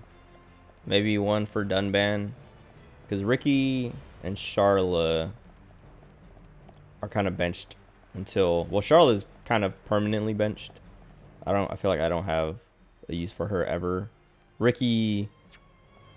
His use is, I feel like playing as Ricky. Wait, how come? Then I just didn't go all the way to the gate, or no, wait, that is the gate. Okay. Well then, let me. Oops. Where does it put me? Outside. Okay, that's kind of fine. And then tomorrow we can just start off with this boss, and then progress. Oh wait, let me put my collectibles in my book. We're only missing one thing. A fruit.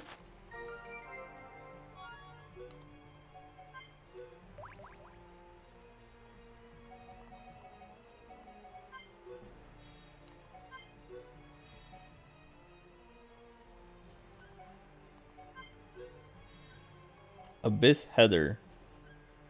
I saw people, I've seen a little bit of Silent Hill discourse recently. And people were saying Heather is the best Silent Hill protagonist. I kind of agree. I was thinking about it. And like, James is like, I don't know. I mean, I've talked about the Silent Hill games plenty. But James is like a good, what do you call it? Like a well-written character, and Harry is like, I don't know, I don't know, I don't remember much about Harry from the first game, but you do get like quite a bit of his personality and stuff in the third game, like through his notes and things, but like Heather is just like cool. We've talked about it plenty, but like Heather's personality and like attitude and stuff makes 3 fun and good. I mean, like other than the gameplay stuff, like whatever, but like her attitude and just kind of like reactions to the world and things happening around her is always like fun. Cause she's not like James, where she just like, I don't know, seems like she's drugged or something. Because that's what James's reaction to most of the stuff is just like almost like he doesn't know what's going on, like he's tripping, and like I don't know, has like the most, I would say, non-reaction to things, but like I don't know, his reactions are always just like he's not surprised or impressed or scared a lot of the time. But Heather is like human, normal.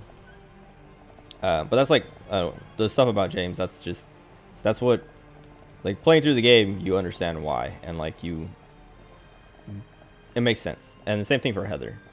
But Harry, I don't know. Like I was saying, it's been so long since I played 1, and then I also feel like he like has, I can't remember. I know there is voice dialogue, right? I don't remember.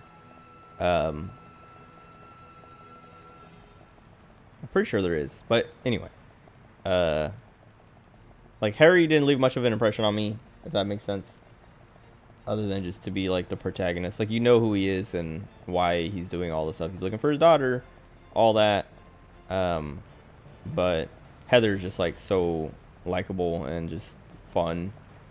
But yeah, whatever. Anyway, people talking about Heather, and I was like, well, people talking about Silent Hill and then saying Heather is the best protagonist in the Silent Hill games, and I was like, yep. Was it Henry Townsend, the Silent Hill 4 guy? I think it's Henry.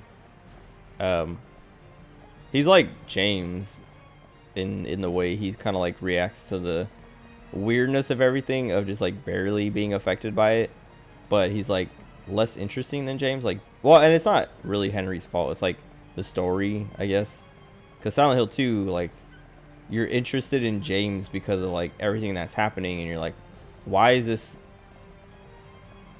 how James is reacting to it, and why is this James's Silent Hill? But then in 4 with Henry, you're just kind of like, why is he reacting to this? Like, also, like, a lot of this is completely unrelated to him. Like, I don't know. So it's like, it's not really Henry. Henry is just kind of like another James, but the world he's in isn't as interesting as 2's, so it's not as like, he doesn't have enough stuff to not react to. I don't know how to explain it. I don't know. 4's not that great. Anyway, that's it. Feels good to play this game. I'm surprised. Like, I was kind of worried it would take me a little bit more to get back on, like, get used to everything again. And I was a little worried I might have forgotten a lot. But as soon as like I started playing, I was like back in it, and like even like with names and stuff, I was like, oh, what was that one guy's name? Like, Mumcar is like the only one I kept like forgetting, but that's because like I never really knew his name in the first place, because he shows up for like 30 seconds in the like first 20 minutes of the game, and then is like never seen again until 50 hours in. But like a lot of other people, I'm like, who's that one guy? Oh yeah, that, like, blah blah, saying their name, and you know, what was that? Why did that happen? And oh yeah, blah blah blah. Like, everything came back pretty quickly and pretty easily. Even like playing the game, I was like, okay, like when I did my first fight, I was like, okay, wait, how do we do this with Melia? Like this, and I was like, oh yeah, okay, I got it. And like, well, I mean, it took like a couple fights to be like, oh right, this is the pattern, this is the way I like to do it. Do lightning, copy it, cast it, burn, then like anything else, and just like leave the bolts and fire or whatever up as buffs until we run out of stuff to cast, and then we start burning those. And then even when I swapped to Shulk, I was like, okay, wait, let me remember how this works for a second. And it's just like, okay, I know I need to stand on the side of some things and stand behind for the backslash, and then I just had to like refresh myself on the arts and stuff. I'm still kind of like confused, but I never really had a like complete grasp of the like when to use speed versus shield kind of thing. Like, I think I know, but I don't 100%. And I like, part of that is because like, I don't know if speed, like, I know shield, you shield for arts and it just like protects you if you have a high enough level. But for speed, I don't know if speed protects you if you have a high enough level, or if it's just like it increases your evasion, so there's a chance that it will miss. But anyway, yeah, it all came back pretty quick. Pretty, like, yeah, I mean, it's probably because I put so much time into it already, and like I was only gone for a few weeks from it and not like several months, you know. But either way, that's it. I'll be back probably tomorrow. I don't have anything going on, but I'm trying to stop saying I'll be back tomorrow because I keep not showing back up tomorrow. But anyway, I'll be back. More of this. That's it. Enjoy the rest of your day or night, whatever time it is for you. Goodbye.